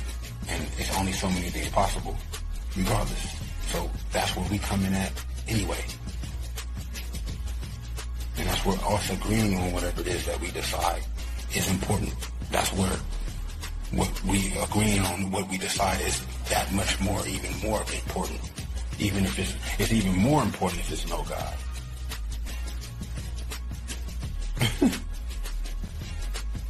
That we agree on what we decide, regardless. Because we gonna decide, you gonna decide, I'm gonna decide, but are we going to agree on what we all decide? Well, it may not matter, because at the end of the day, should you come starve us? You're gonna put the fucking molecules in our body anyway. Yeah, but us not agreeing has stronger implications, fam. Because there's never no reason not to agree. Except for the wrong reason.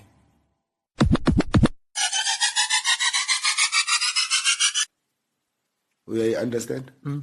Awuputi kanjani? No, umkhulu ozala leli khehle elizala thina had a brother who was umkhulu ozala ikhehle elizala nina. This is basically one family. And this is where surnames mess up. That's why I don't subscribe to surnames. Okay. But who am I? Ndingumbona umpandla uchayengwe utukude umandlana udlumvubu ukhipha utyeta uqeqe uwewe isinqwazi semfene ugasikekeke. That's who I am. That's my clan, my father's name. That's who I am. Ubongani is a title that they gave me. As you say, you would give thanks to the King, give thanks to the Lord for this gift. You must remember that our names are not only names, are prayers. Ngokwesintu, a lot of things, maybe we'll talk about it later on. But we've forgotten the meanings of igama, ibizo, libizo. What are you calling? Because it's obviously not Penwell that you are calling. It's not Ubongani Inkosi that you are calling. What is it that you are calling Monigu Muntu igama? Not who are you calling? What are you calling? It's not a who. What is the human definition of dimakatso?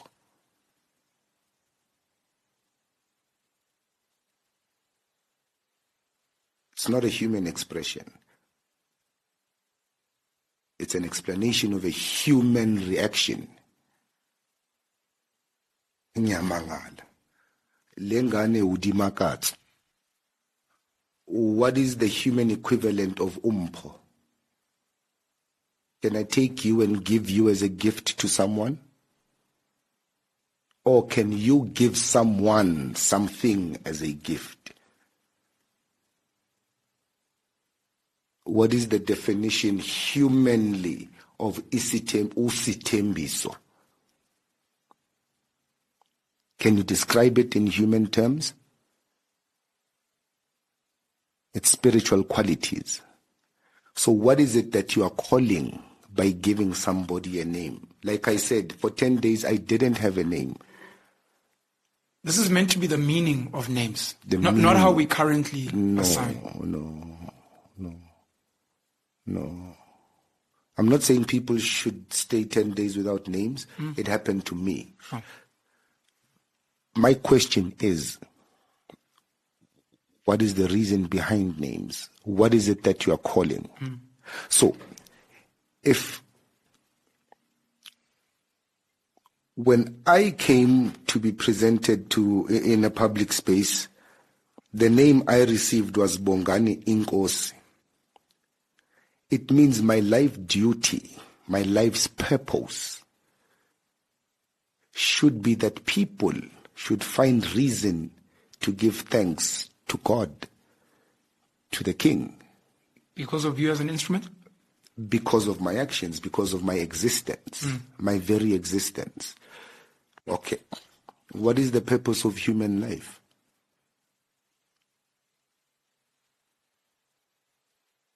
There's 5 questions. Who am I? Where do I come from? Why am I here? What am I here to do? And where I'm going after that. Everything in life is based on those 5 questions. Religions are based on those 5 questions. Traditions are based on those 5 questions. What we know as education is based on those 5 questions. Politics is based on those 5 questions. But we don't answer those 5 questions in any of these systems that I've counted. So, what is a name? Because your name has to be connected to these 5 questions. That's where your purpose in life comes from. That's where your duty comes from. Now, if you follow your name, a bad name is ominous, because everywhere you go, your name follows you.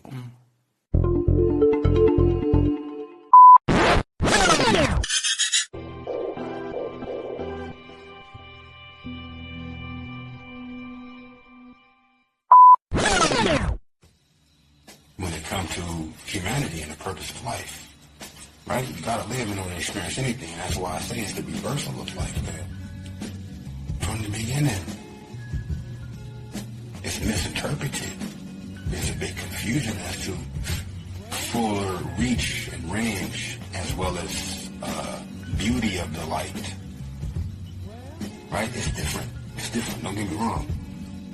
It's an ugliness is beauty in itself, right? But it's all about the focus. It's all about the focus. You know, the point where I was thinking is inner earth, right?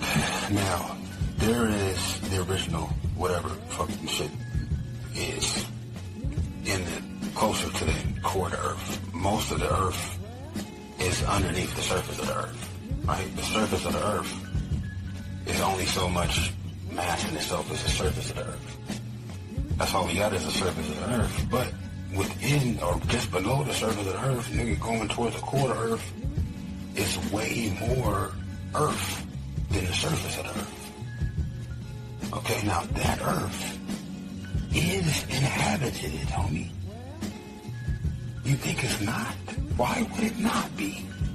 To just assume that it isn't is a lot to assume. Especially being that, okay, we are one type of species of person on this earth.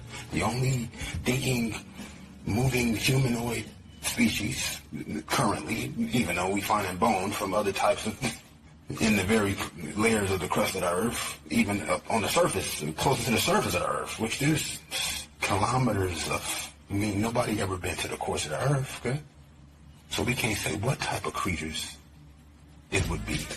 The type of creatures we find, and even in from recent sort of historical periods, are more animalistic than we are. Yes? So who's to say? The deeper you go, the more freakish it gets. Okay, now, whatever those, who's to say that, and not all of them was dumb, was using rock tools. Okay? So we don't know. We don't know. But we can say that it's got to be one thing or the next thing. And agree on that. And that will get us further than just leaving it as if it's insignificant. When we don't know where we're going and we don't know where we came from. Right? And so far it's been some sort of diabolical sort of, you know what I'm saying? What do you call it? Development so far. Yes? As far as like the grotesque sort of perversion of thought in itself. Yes? The consciousness has been molested, basically. Right? And that's not looking like it's gonna improve. Okay? So I can see if it wasn't based on some bitch-ass empty shit, that's actually sort of like unhealthy. It's actually a sickness. It's not connecting with the original sort of format for life. You get life from a process. We're getting further away from that process the more we're exploring these different alternatives is the situation. In fact, a lot of the even possibilities, a lot of the different alternative sort of factors come out of that disconnection. You dig what I'm saying? So that's just why I'm like, okay, yeah, it can go that way, especially if we don't take it another way. But either way, it's going to last only for so long. And then we're going to still be left with whatever else to do. So, me saying this out loud, ain't no telling. You feel me? Ain't nobody else said it just yet. You know, but thinking it is enough, right? To even begin to consider, you know what I'm saying, is very powerful. Rastafarianism seems to be the first rehab center for people that are searching for alternative meaning. Mm-hmm. What does Rasta mean to you?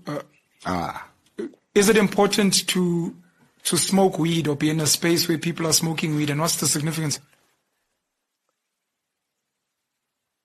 Shout out to Rasta, by the way. And many people don't know it as a Christian underpinning. Yeah.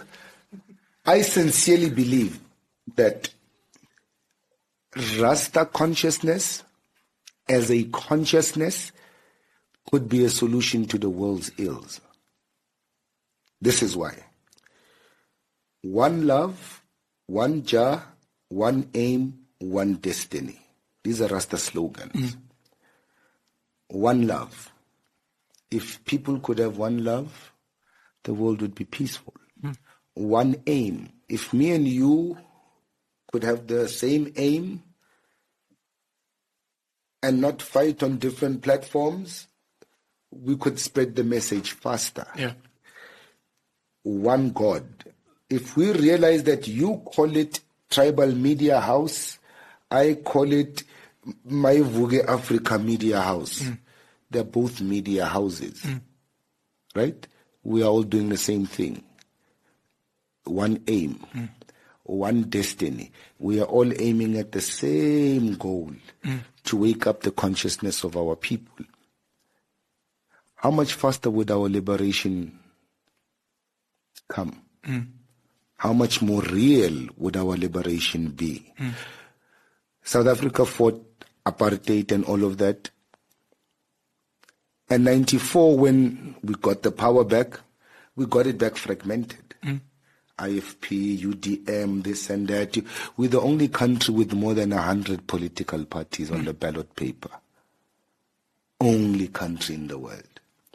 Yeah, you can say, yeah, but you have your people, your groups and groups in England, in New York, no. In Parliament, you only have 2 representatives. You have your House of Commons and your House of Lords. You have your Democrats, you have your Republicans. Every other sub-organization has to fall under these 2 umbrellas. In South Africa, sizovotela iDaga party,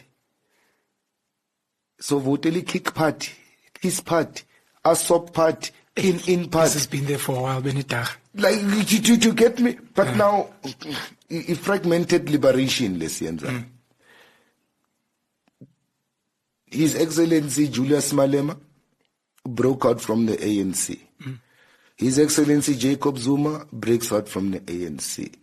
Cope broke out from the ANC. Now, ANC itself is fragmented within the ANC. I was laughing with Tabompegi trying to correct His Excellency Ubauzi's, trying to correct. Oguti, there's no such thing as Ramaphosa's ANC. The ANC is the ANC. And then his brother comes out and says, Zuma is the best political strategy. It's chaos. Yeah. How about we add a spiritual element to all of this? And when I say spiritual element to all of this, I'm not speaking African spirituality. I don't believe in African spirituality. I believe it's a concept that does not exist. It does not make sense. You cannot justify it. You cannot explain it. Because if you're going to explain African spirituality, then you're going to have to talk about European spirituality, Asian spirituality, American spirituality, Scandinavian spirituality, and kanti lento umoya. Is it not a universal common thing? What is spirit? Why must it be labeled with the flag of a country? Why must it be labeled with the color of people? You hear a lot, but yeah, there's a whole wave, a movement of the melanin woke people, the melanated consciousness and melanated. How many criminals are in prison who are black with melanin? Rapists, murderers? How many today? Yeah, in any given prison. Where did melanin help them? How many people buy a lawyer, manji, publicly on social media, buy a target with melanin? Yeah. How did melanin help their intelligence?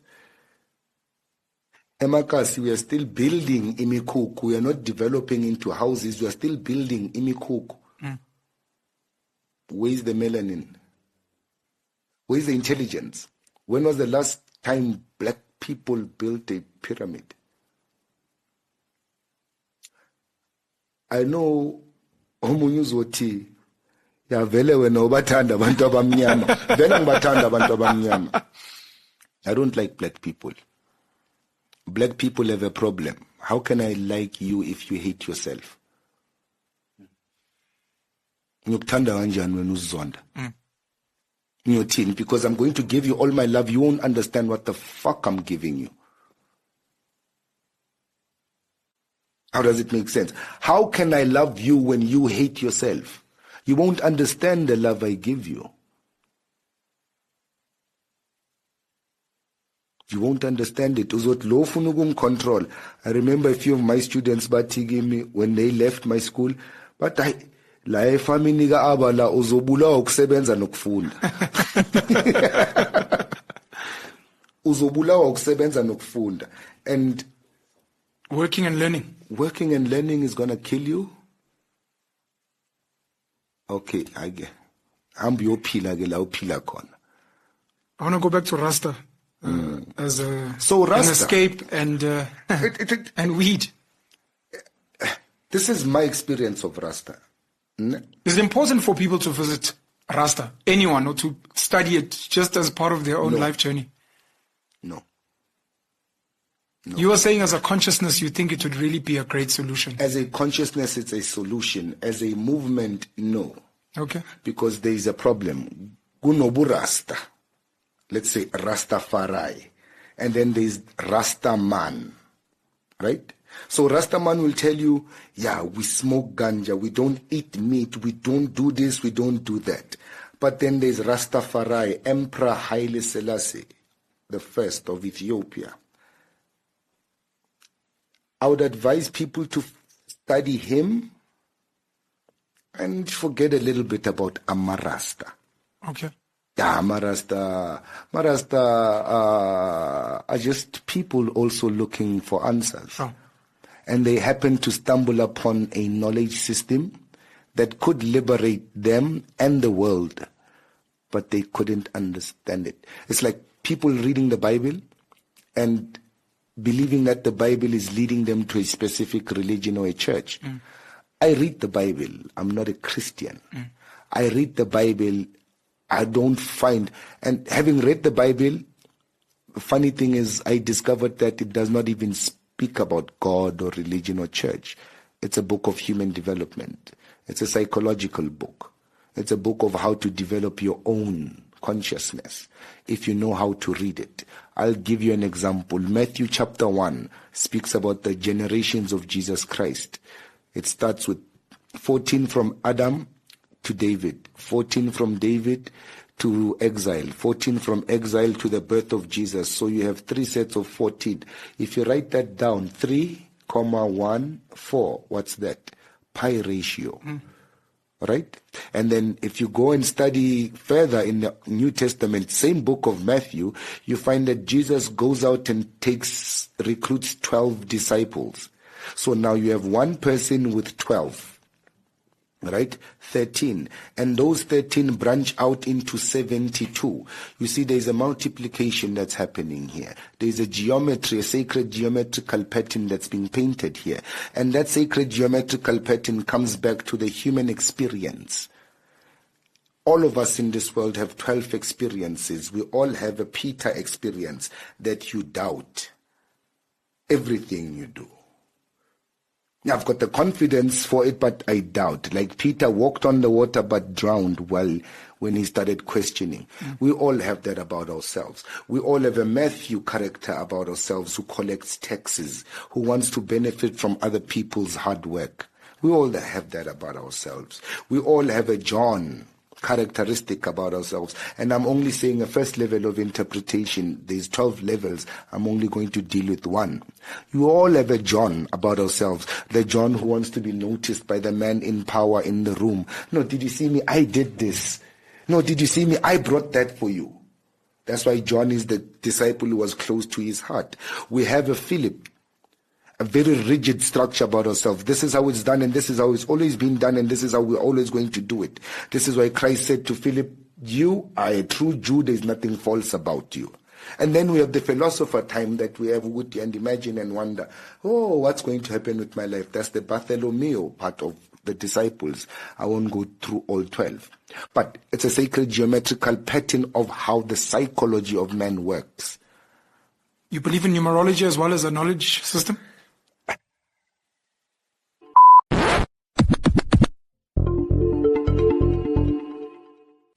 So, me saying this out loud, ain't no telling You feel me? Ain't nobody else said it just yet. You know, but thinking it is enough, right? To even begin to consider, you know what I'm saying, is very powerful. And even to think of it, but it's going to be even that much more important, fam, to be thinking and not talking. We have those representatives, cuz. We have those spokespersons, cuz. But we still need to be thinking and not speaking on what it is that we realize to be true, and building on it through the challenging attack that is even remembering to revisit it outside of turning up, outside of these alternative sort of inquisitiveness. You know what I mean? Just kind of like seeing what nothing even is. Right? By the time you get back, nigga, it's already next year. You know what I mean? We already missed our vaccination.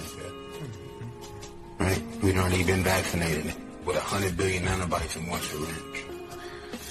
Right? Because, of course, we was just, you know, letting it should take its course because you don't want to overdo things or you don't want to ask too much out of life. Come on, man. We gotta be saying, be able to be not saying what it is that we are saying. Also, and that's hard because people like take shit so serious for one. People also always want to hold you against, like want to try to, you know what I'm saying, hold you up against what it is you say as if you can't change your mind and shit. Like, yo, man, I change my mind all the time. It's not like I'm trying to be right. It's just that, like, nigga, I realize things. I'm growing, you know what I mean? I'm changing every day. And we're supposed to be learning more, and that's the whole part. Like, the fears got us where we don't even branch off into different areas of our connections because that's going to reveal where it is that we're actually pretending, where we're actually, you know what I mean, supplementing and with these alternatives so as to distract ourselves from ignoring each other and shit. Literally, though.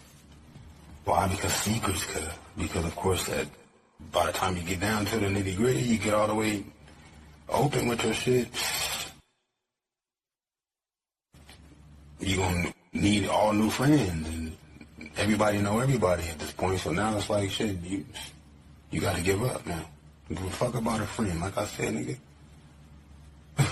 who it is that you're trying to impress? If it ain't who made you, then you tripping. If it ain't, you feel me? Who you get accepted from? Who you get approval from? If it ain't who made you, cause it ain't none of these niggas made you. So, yeah, so what? That you can't go nowhere and everybody be able to know who you is just because you exist and shit at this point. Even though you ain't met them and shit, like, that's what I don't give a fuck about none of that shit, cuz. You don't know me, cuz. Especially when right there next to me, cuz. Getting shot at, nigga. Shooting at niggas. You don't know me, nigga. You ain't never hit no licks, nigga. You feel me? If you ain't never, nigga, knock the nigga out, nigga. You don't know me, nigga. Okay? If you ain't never, nigga, made, nigga, flip, nigga, you don't know me, nigga. Fuck what you know about me. And you ain't gonna know me the more you faking, cuz, around me. If we can't be real with each other, then that's just the less we even know ourselves. It's the whole part. Which is why I'm not saying I don't want to get to know you, but I ain't trying to show you shit. Cause we all being shown. Okay? We all being shown. Unless you hiding, okay? I ain't hiding from nobody. I ain't hiding from nobody, okay? If we gotta walk around in dangerous shit, nigga, that just needs to change until we can get to a level to where we can begin to build back to where we are and digress from. That's the part. Right? And that go for all of our family and generations to come. So it's not really a lot of time to dance around it. You know what I'm saying? It's 100 billion in each syringe, nanomolecule. Already. Real talk. So that mean what? That mean, okay, well, what you think it is? What you heard about it? They say, what happened now? When did this happen? Well, shit, man, they say, who's supposed to have been seeing these extra oceans up under the ocean? What organization is that said that? How much validity is that to that? Was that on the news? Oh, no, I ain't got cable. Word? Okay, no, so I ain't even got the internet. I mean, I be having internet, but a lot of times I just be, you know what I mean? I be on Instagram a lot of times. I don't even be reading about a lot of shit because I don't be wanting to seem like I don't know about shit or whatever. Or that, you feel me? Like, you know what I'm saying? I'm not included or whatever. Because I need to know myself, and I can't know myself without actually being able to be real and shit. So it's like, I be having to dance this whole little thing between these lines. Because I need to stay real. Right? And if I'm real, then that means I'm going to have to be at opposition with niggas, and then, you know, and then that's going to become a problem that I'm going to have to handle. Or I'm going to have to fake about, and then that's a chance for me to be more real. So I gotta be real, so I don't have no problem with big ass titties, and, you know what I'm saying? And fellatio, I don't have no problem with that. I don't understand why anyone would ever have a problem with anyone that would have a problem with that, but I guess that's a conversation for another time, I suppose. I mean, I'm being real. I mean, I care about other things too. And that's real. But shit moving so fast, man. Everything is moving so fast. This universe is expanding. This universe is expanding. So, whatever humans is now is either a watered down version of what was already here on Earth. Which the Earth will not always be here and wasn't even always here. The Earth used to circulate Saturn. This very Earth was already created before the sun came into existence, or came close enough to the Earth in order to suck it up into its gravitational force. It's the facts. Now, was there life on Earth before, or while it was circulating Saturn? I think it was. I think it is. I think it was. But I don't know. I think it could be or could not be. Actually, I think it probably wasn't. But that's the fourth point. That's the fourth point. Because now what? Now let's check it out. Do you believe that the only life is here on Earth out of all of this fucking universe? Just because of water? I don't know. Maybe not the type of life that we know it to be. Maybe not conscious thinking, living creatures, which is a stretch to assume just because of water. But water is essential. Water is essential.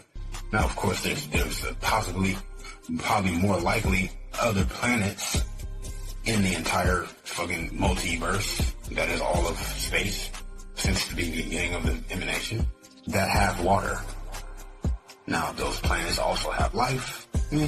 Why not? If they got water, that's life in itself. Now, another question is, did this planet have water on it when it was circulating Saturn? They say it didn't. Right? So that's another reason why I would have to accept that it's possible that there was no life here on this planet. But in order to accept that there's no life on this planet, just because there was no water on this planet that was circulating Saturn, would mean to say that there's no life without any water on whatever fuck planet it is, in whatever dimension, whatever space, part of the multiverse. Yes, which is a big assumption. Just because we don't know of any other life without the occurrence of water, doesn't mean that, nigga, just being that our eyes are formatted for water type based experiences, we would even see whatever type life visually. Right? Now, either way, shit, let's keep it basic. Without water, there's no life. Hey, I like that. It's narrowing it down for me. You never know. You pop out all type of doors and inside the earth and all type of shit crazy. Like wormholes and all type of crazy.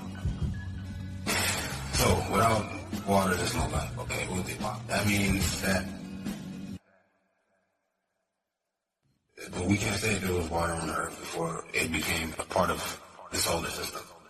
Because even Saturn might have been circulating the sun before the earth was even circulating the sun, while the earth was circulating Saturn. Which doesn't make so much sense because, of course, if the sun is there and it's close enough to Saturn, or strong enough for Saturn to be in its orbit, then why would not the earth be also in its orbit? Well, I mean, there's always explanations for its life. Water or not.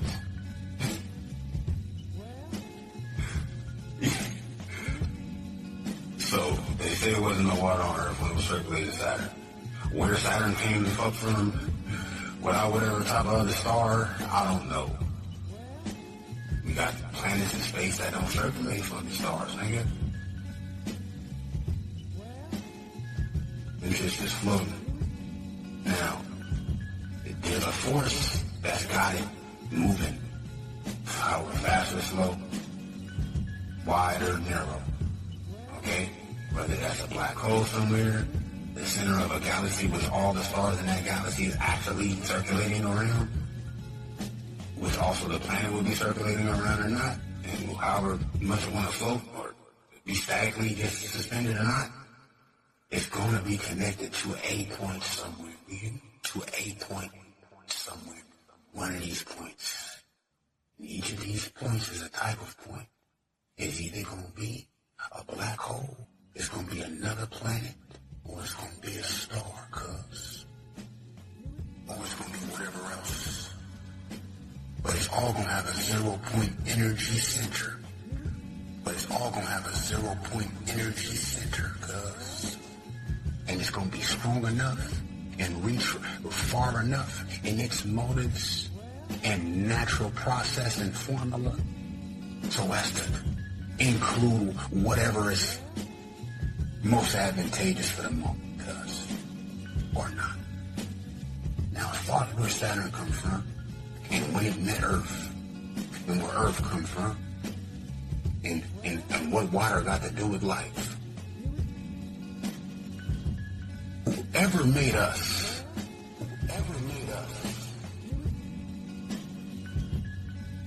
either made us directly, or made something else that made us, another creature that ended up becoming. Okay? Some of the indigenous ancestors say, and this is all analogy, it's talking about elements, the elements of heat and illumination. Okay? Okay? It says that those things make humans. Or those names, they have some names for these ideas.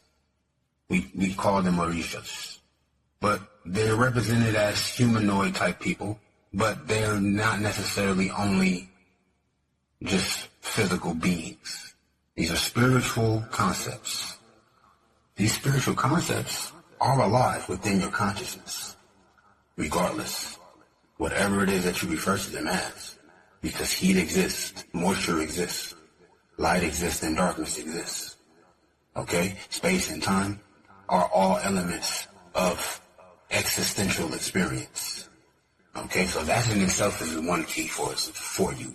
Not to waste time distracting yourself, ignoring niggas. Okay? Whatever you want to call it, be thinking about how they relate, and it will become apparent to you. It's inevitable. Take it from Ceremonious, the Lord, who said to myself, fuck all that, cuz. I'm ready for whatever it is, right now, if it's so possible for me being ready to even make a difference. And I woke up where did I go? Shit, man, I was on my way, bro. But I say to myself, the whole reason why I even started saying what I was saying is because I got these babies, cuz. I know in my heart that that's not even a factor, so I'm making an excuse. I'm being a bitch ass nigga right now, making an excuse. And I was by the beach, and I figured there might be some priestesses with they, you know, doing some yoni gazing, and it really was out there. I could actually, I had caught a whiff in the down draft, and I was like, oh snap, hold on. I don't know if they got, it's the same way, if they doing it the same way, wherever it's fuck I was supposed to have going. No, I'm fucking with you. I said also though, okay, word. Okay, shit, I didn't know that was gonna happen, so. Cool, no, I knew it was gonna happen, but I didn't know I knew. Okay, word, okay, I thought I was tripping. I know I ain't tripping anyhow. But, as far as the legend goes, I'm privy to accepting that we are uniquely crafted, even in the state that we are now. But I think the state that we are now might be like a derivative of our full potential, to be honest. Okay? Now, what happened when we started changing? Well, for one, calendars was created. Calendars were created a long time ago, for one. And blood, something was going on with blood also. But I'm gonna tell you the truth right now. Them Aztecs and shit, that was after that blue-eyed person came, right? Even the legend of the plumed feather, the plumed dragon, that's supposed to be the arrival of. They say that person that they depicted in a lot of those legends was a blonde person, low-key. You know what I'm saying? And now, see, I'm gonna let you know right now. A lot of this shit was made so that she can be able to say, okay, well, this is how it happened and when it happened and where. You know what I mean? Like, otherwise, it was like, you could tell by a lot that was created that they had it figured out already as to all of the possibilities. And that's really what beauty is the acceptance. Like, how do you have beauty without accepting what's beautiful or not? That's the whole point of beauty. That's why they say beauty is in the eye of the beholder. As in, whatever you see as beautiful is beautiful to you in its own way. That means that there's different types of beauty. But there cannot be any beauty until at least somebody deems it that. There's always beauty, but until you acknowledge the beauty, then there's no such thing as beauty, even though there are beautiful things. Okay, so that was what all of these legends are telling you. Is give me the story of, yeah, no, we are live here in this form, but at any given moment, we can, just like Ceremonious did that one night at the beach. I was staring up at a star without realizing it. But a part of me already knew. Right? And I was out, nigga, like they would tell you, yo, you can zoom to anywhere, okay? Especially if you already been there before. You know what I mean? If you already have been, like we take for instance, right? Like we came from the earth, literally, like bacteria formed into sort of whatever type of water creatures, whatever was the one of the water creatures caught up out of the joint, you know what I'm saying, up out of the ocean onto the land. They didn't even have to have no other person, you know what I'm saying? You got some frogs in this who impregnate themselves. Okay? That mitochondrial Eve's original woman, nigga, could have taken sperm out of her marrow just like she can to this day and impregnated herself. Okay? And end up having a son who became her husband. Or not. Or a daughter. And then the daughter did the same thing until a boy was made. Or could have had twins, and they end up fucking having, you feel me? And siblings end up having in the next generation. Came out of something, and it wasn't no man rib. It just wasn't, cuz. I'm sorry, it just wasn't. It was too, because enough niggas will tell you that that's what it was. But they're not, you know what I'm saying, to do further investigation as to why it matters so much and how beautiful that is. But want to argue it's, you know what I'm saying, it's authority or whatever. Nah, bro, I'm looking for the beauty in it. Show me how this made it possible in your life for you to do this and that, and how beautiful that is. Because whatever it is you showing me that it made it possible for it to be happening, it's losing exchange value. It's losing aesthetic, okay, allure to me, to be honest. They say TD Jakes, what now? Damn. That's scandalous. Brother, you all on TV. At some point, man, you say, you know, hey, man, I got enough money, man. You know, I actually do, you know, like that. Be laying on scrolling sacks, though. You know, back in behind closed doors. So let me turn down this next deal. It's only got to be all on TV.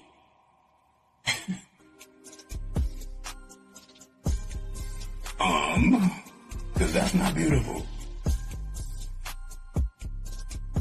You know what I'm saying? So, I mean, could have came from a rib. Could have. But, I mean, you know what I'm saying? I don't know. This is within my gut. It's not really adding up to me.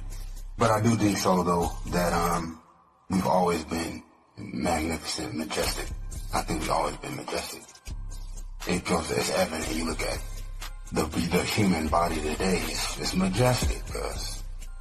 Right? That's not an alien. You feel me? You think of aliens, like you look at that movie Alien, and those are like monster type joints. Like, you know what I'm saying? They look like killers, like actual like exterminators and shit, like eliminators. That actual art direction is amazing though. If you look at it, it's actually like very erotic. It's like everything is sexually formed.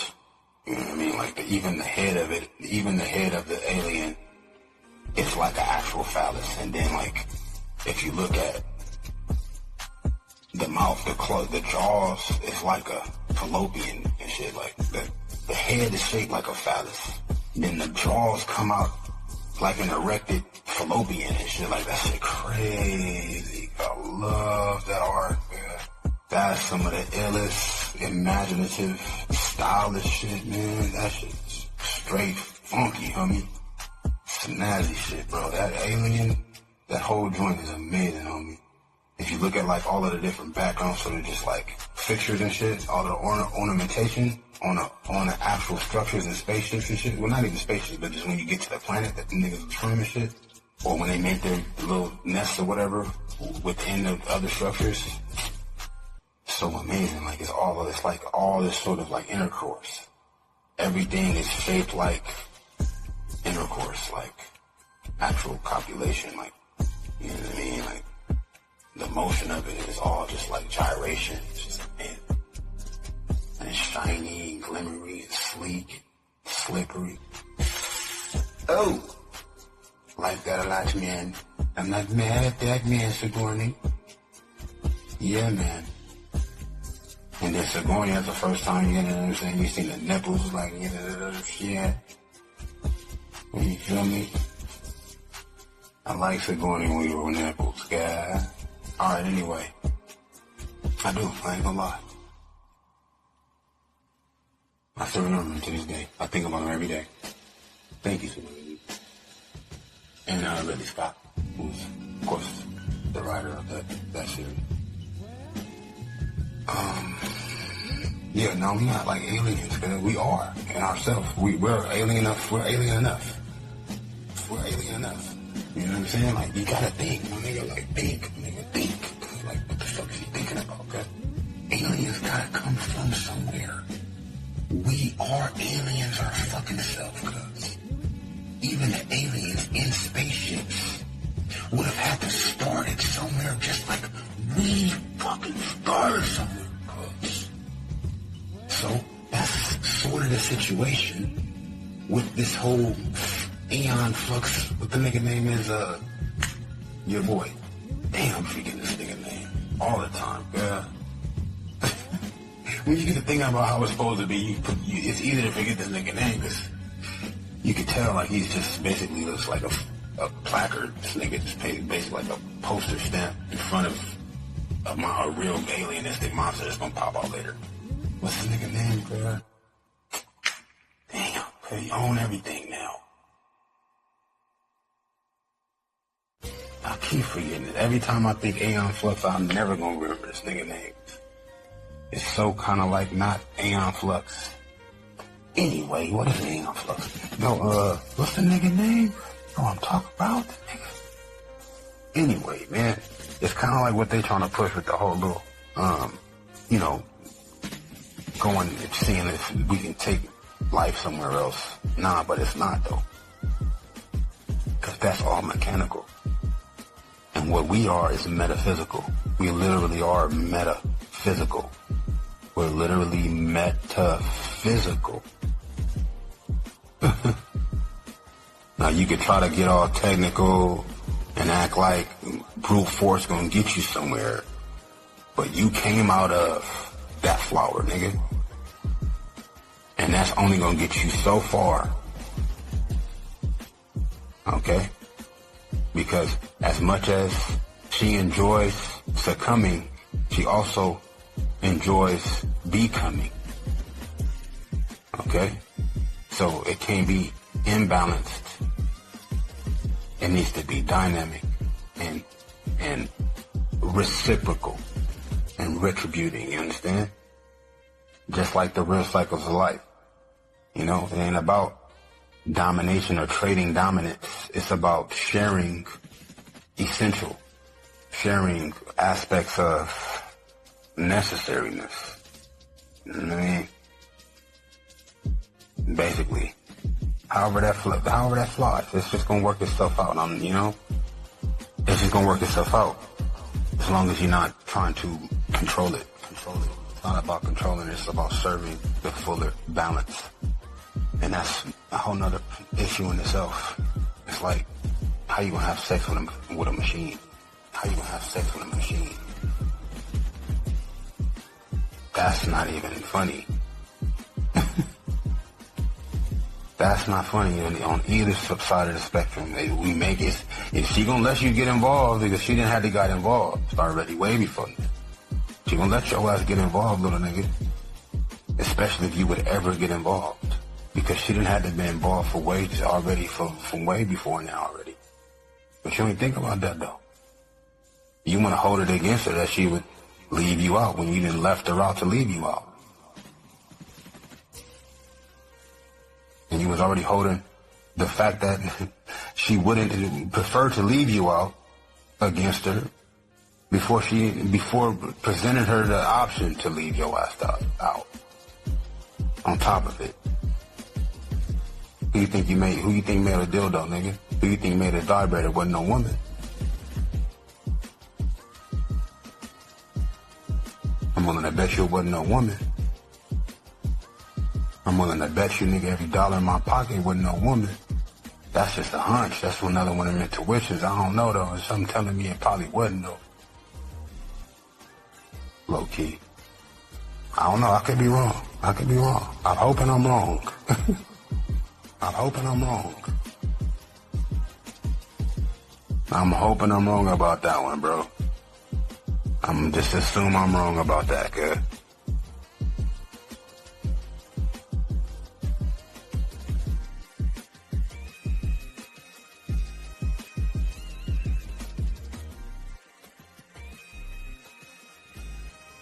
Yeah, I mean, so aliens came from somewhere, another planet or a wave or a plane of consciousness, and then materialized into tangible fucking electromagnetic existence out of nowhere, and don't even need a spaceship or even another planet or whatever, but even though they got spaceships and shit or whatever, apparently. But they started somewhere, right? And they are conscious thinking beings with minds, which take brains. Or don't take brains, right? Just like our brain is only one part of our experience, okay, as souls and spirits. Now, that's what any religious doctrine will tell you to begin with. Okay? To begin with. They were not going to tell you that the flesh is all of it to begin with. Right?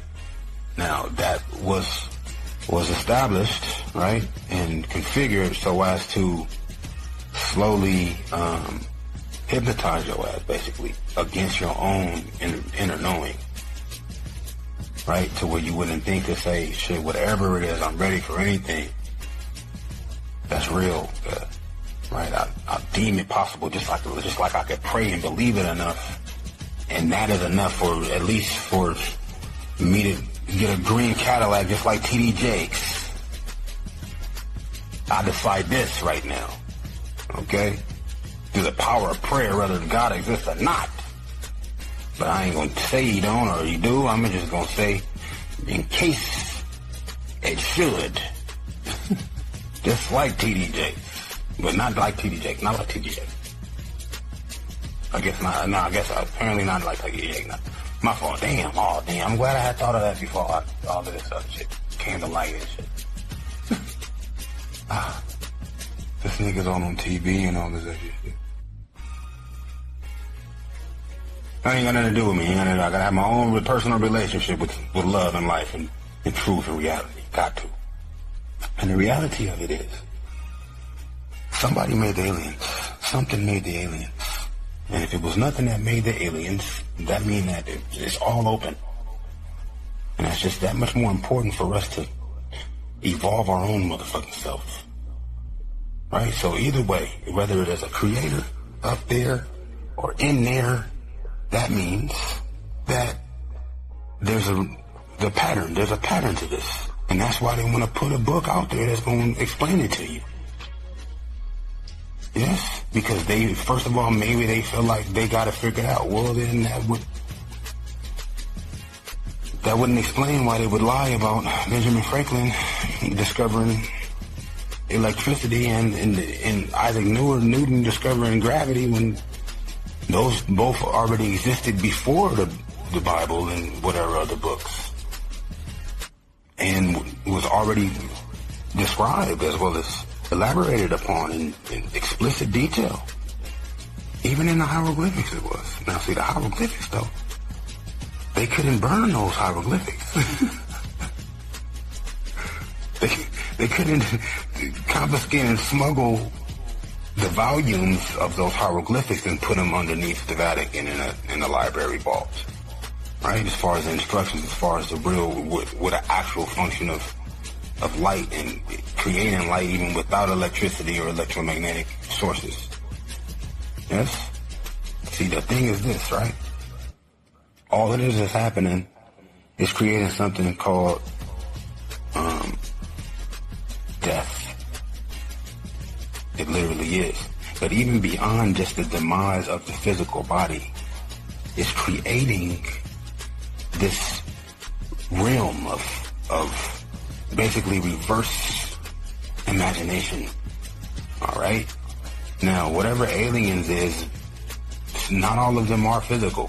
You know, aliens are angels are aliens. You could say that, low-key. From another dimension, Mutiwap, heaven is another dimension. It could be possible. That's what they try to say in this new case, right?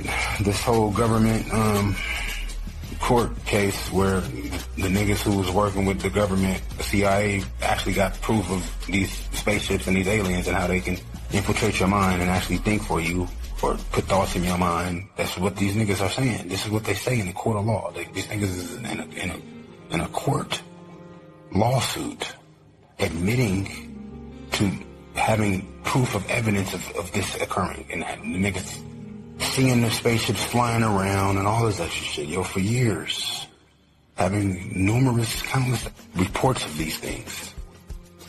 Nobody was talking about that as much as they was talking about Trump grabbing bitches by the pussy.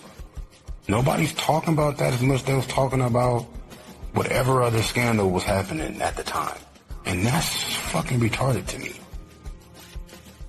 Because it's like, why would you just assume that it's propaganda or that it's not true? Like, why would anybody ever say that if it wasn't true? That's conversation worthy in itself. As to why, if it's not true, that somebody would say that it was true. It's worth getting to the bottom of, cuz. But, hey, that was then. Ain't nobody said nothing else about that. That was just an example I'm giving you as far as how there could be, influences, or rather, what I was talking about aliens, about how we aliens, and how, like, okay, as far as the hieroglyphics, and there being proof of, you know, alternatives to electricity already, and natural power already, aside from whatever they're going to try to debut later in the coming future. Just like they say with Tesla and the whole little generators and shit, how you got people in Africa now creating generators out of debris and salvaged, you know, components that regenerates itself, kind of like the universe. That is endless. That is an endless source of power. You know what I'm saying? Source batteries that you don't need no gas. It's just work off of centrifugal motion and all those other things, and it actually gets stronger the longer it's running. Yeah, they didn't want to snatch them patents up because they paid them broke ass fucking Africans not even billions of dollars for that. Yeah? They own it now, cuz. The same niggas who control the weather, cuz. With HARP, which is a metal beam going all the way to the core of the earth, family. Or close enough to it to where they can actually just tweak the weather now. They own those patents to them African geniuses and epiphanies, nigga. Why? Because they broke out there, cuz. $2 million, niggas, is unheard of. Which is why they would be thinking to themselves, well, shit, man, we need power, cuz. We need light out here. It's dark in the daytime over here.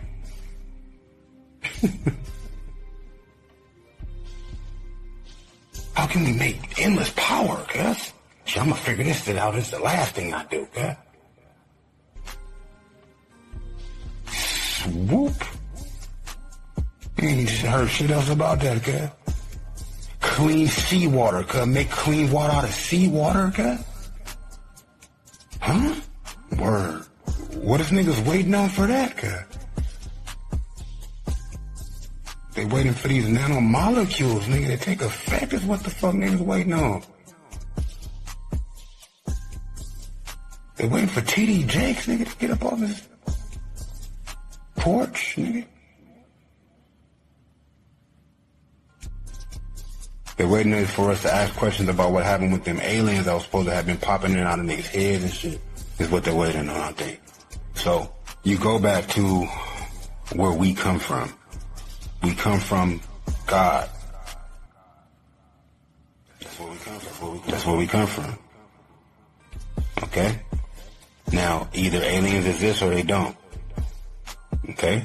It's either aliens in the center of the earth, or it's the original Earth is in the center of the earth. Okay? Now, this is why all this shit is very interesting. This is why all this is very interesting. Because aliens ain't supposed to exist, according to God. Okay? So, that's just why it's interesting. Now, niggas be lying about shit, but if they lying about, who's to say what they lying about? Which one they lying about? Who to say which is a lie? They can't both be true.